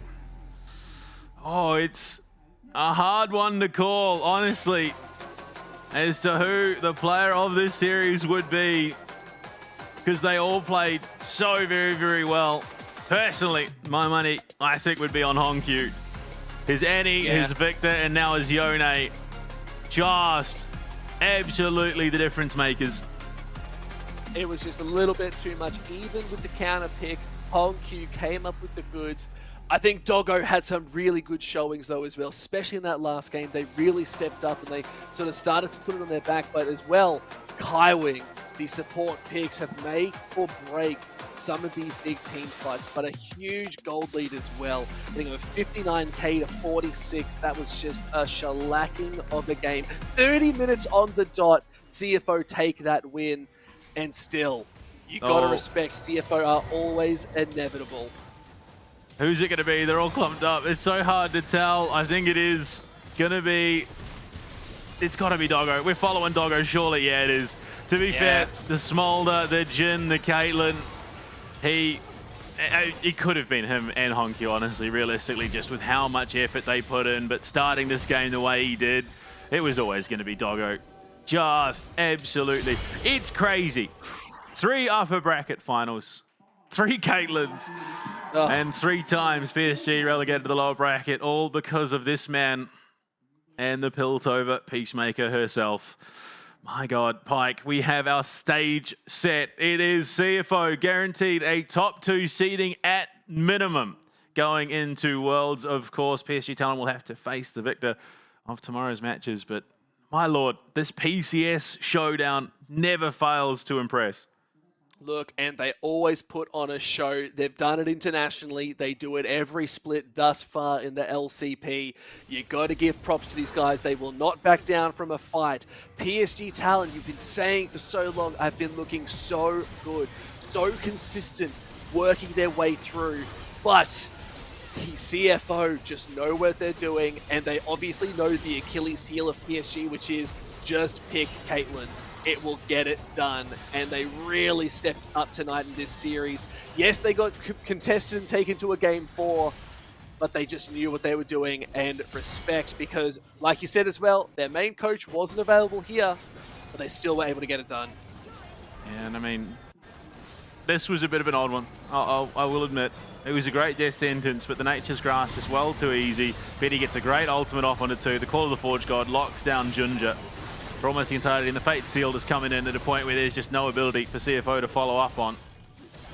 But the one real stumble that I feel that they had that entire game was that moment, and then again they just find those openings around the Rift, utilizing the champions that have looked so good. I mean, you look at the champions they're playing in this game. Driver on his Gragas, Hongkyu on his Yone, Junja on the Maokai even. And these are all champions that have looked so good throughout the year consistently for them. And it's what you want to see as well. They're picking champions they know and love, they feel confident on. And Hongkyu on the map, you called him for your MVP, and you can't deny it. He had such an outstanding performance. These Fate Seals, especially in these last games, we're hitting good targets and making it work. But still as well, Caitlyn getting the goods done. Flash is there, the depth charge, the Weaver's Wall being disrupted. Making it so easy for the rest of this fight to keep going forward. Casa as well, just trying to get something done in the backline, but when Doggo is this fed, what can you do? It makes it even worse. You see Driver there, he zoned out Betty, took his entire health bar, but it comes down to this, the end of the series. 应该一波了。中路一波吧，中路一波吧。看一下，不好，我他们没伤害，他们没伤害。OK， 推打这波 nice。我5秒大，可以看再看这。凯文，你往前抓一个，要不要？开，3秒高，不完了，开。3秒高，看一下，骗你。nice。 You can hear how calm they were, Panda. They were so calm and collected. They were like, this is just, we walk down and take it. Don't even worry. Yeah, I mean, it's a far cry. You look back mid-season, and Doggo, at the end of that Grand Finals game, his hands are shaking. You can see it as he steps up And tonight's results, a 3-1 victory for PSG, reminiscent of that season kickoff. It's how they got it done.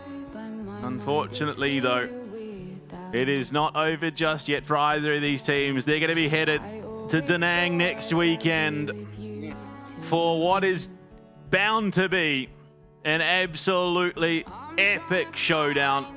But tomorrow, that is where we decide the final team to go join them at not just Da Nang, but Worlds as well. Garm and Team Secret Wales Pike. I mean, that is also bound to be such an epic showdown. The VCS derby never disappoints. Oh, it's the scrappiness beyond scrappiness. We'll have to see where these junkyard dogs are going to be walking around. Their picks are always so unique. They love to play things that just get it done. It's going to be a big match tomorrow night, and I'm hoping to see some good fights. But again, no matter what, one of those teams is going to be heading to Da Nang. They're going to be heading to Worlds, and we want to see if they can take it up against Talon 2. That's the next step. Much like tonight was the fresh faces up against the old guard between CFO and PSG Talon. Tomorrow's will be much the same. Dyer and this Team Secret roster, the youngest in the VCS, up against Captain Levi and Garm Esports. I mean, the entire roster, including the coach, has nearly 3 decades of competitive experience. That is a tough task. But for tonight, we are done. One more game before we head on our LCP road trip. We'll see you back tomorrow. Garm, Team Secret Wales, to see who takes that 3rd and final spot at Worlds.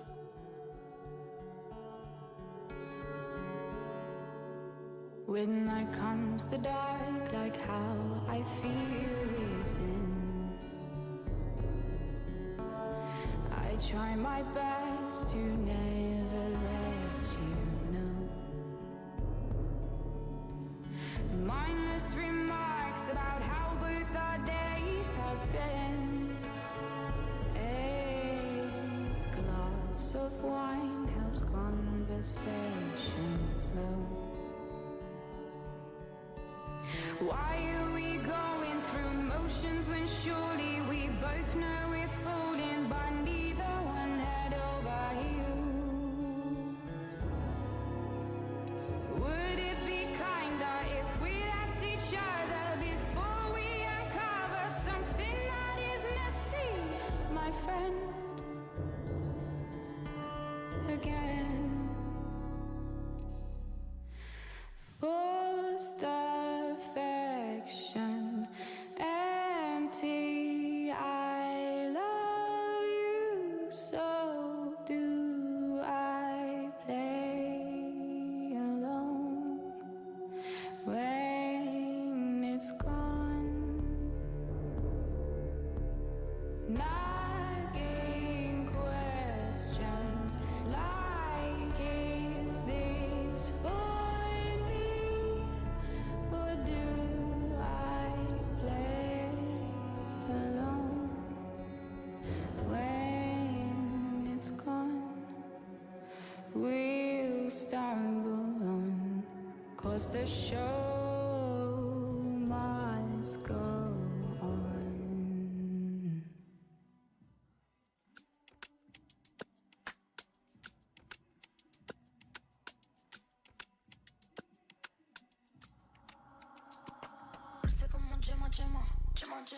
Dime si tú quieres, nena. Papi, yo no me arrepiento. Quema, quema. Mami, yo no me arrepiento. Ay, dame contacto. Te sigo por la noche, voy buscándote sin tacto. Dame contacto. Te sigo por la noche, voy buscándote sin tacto.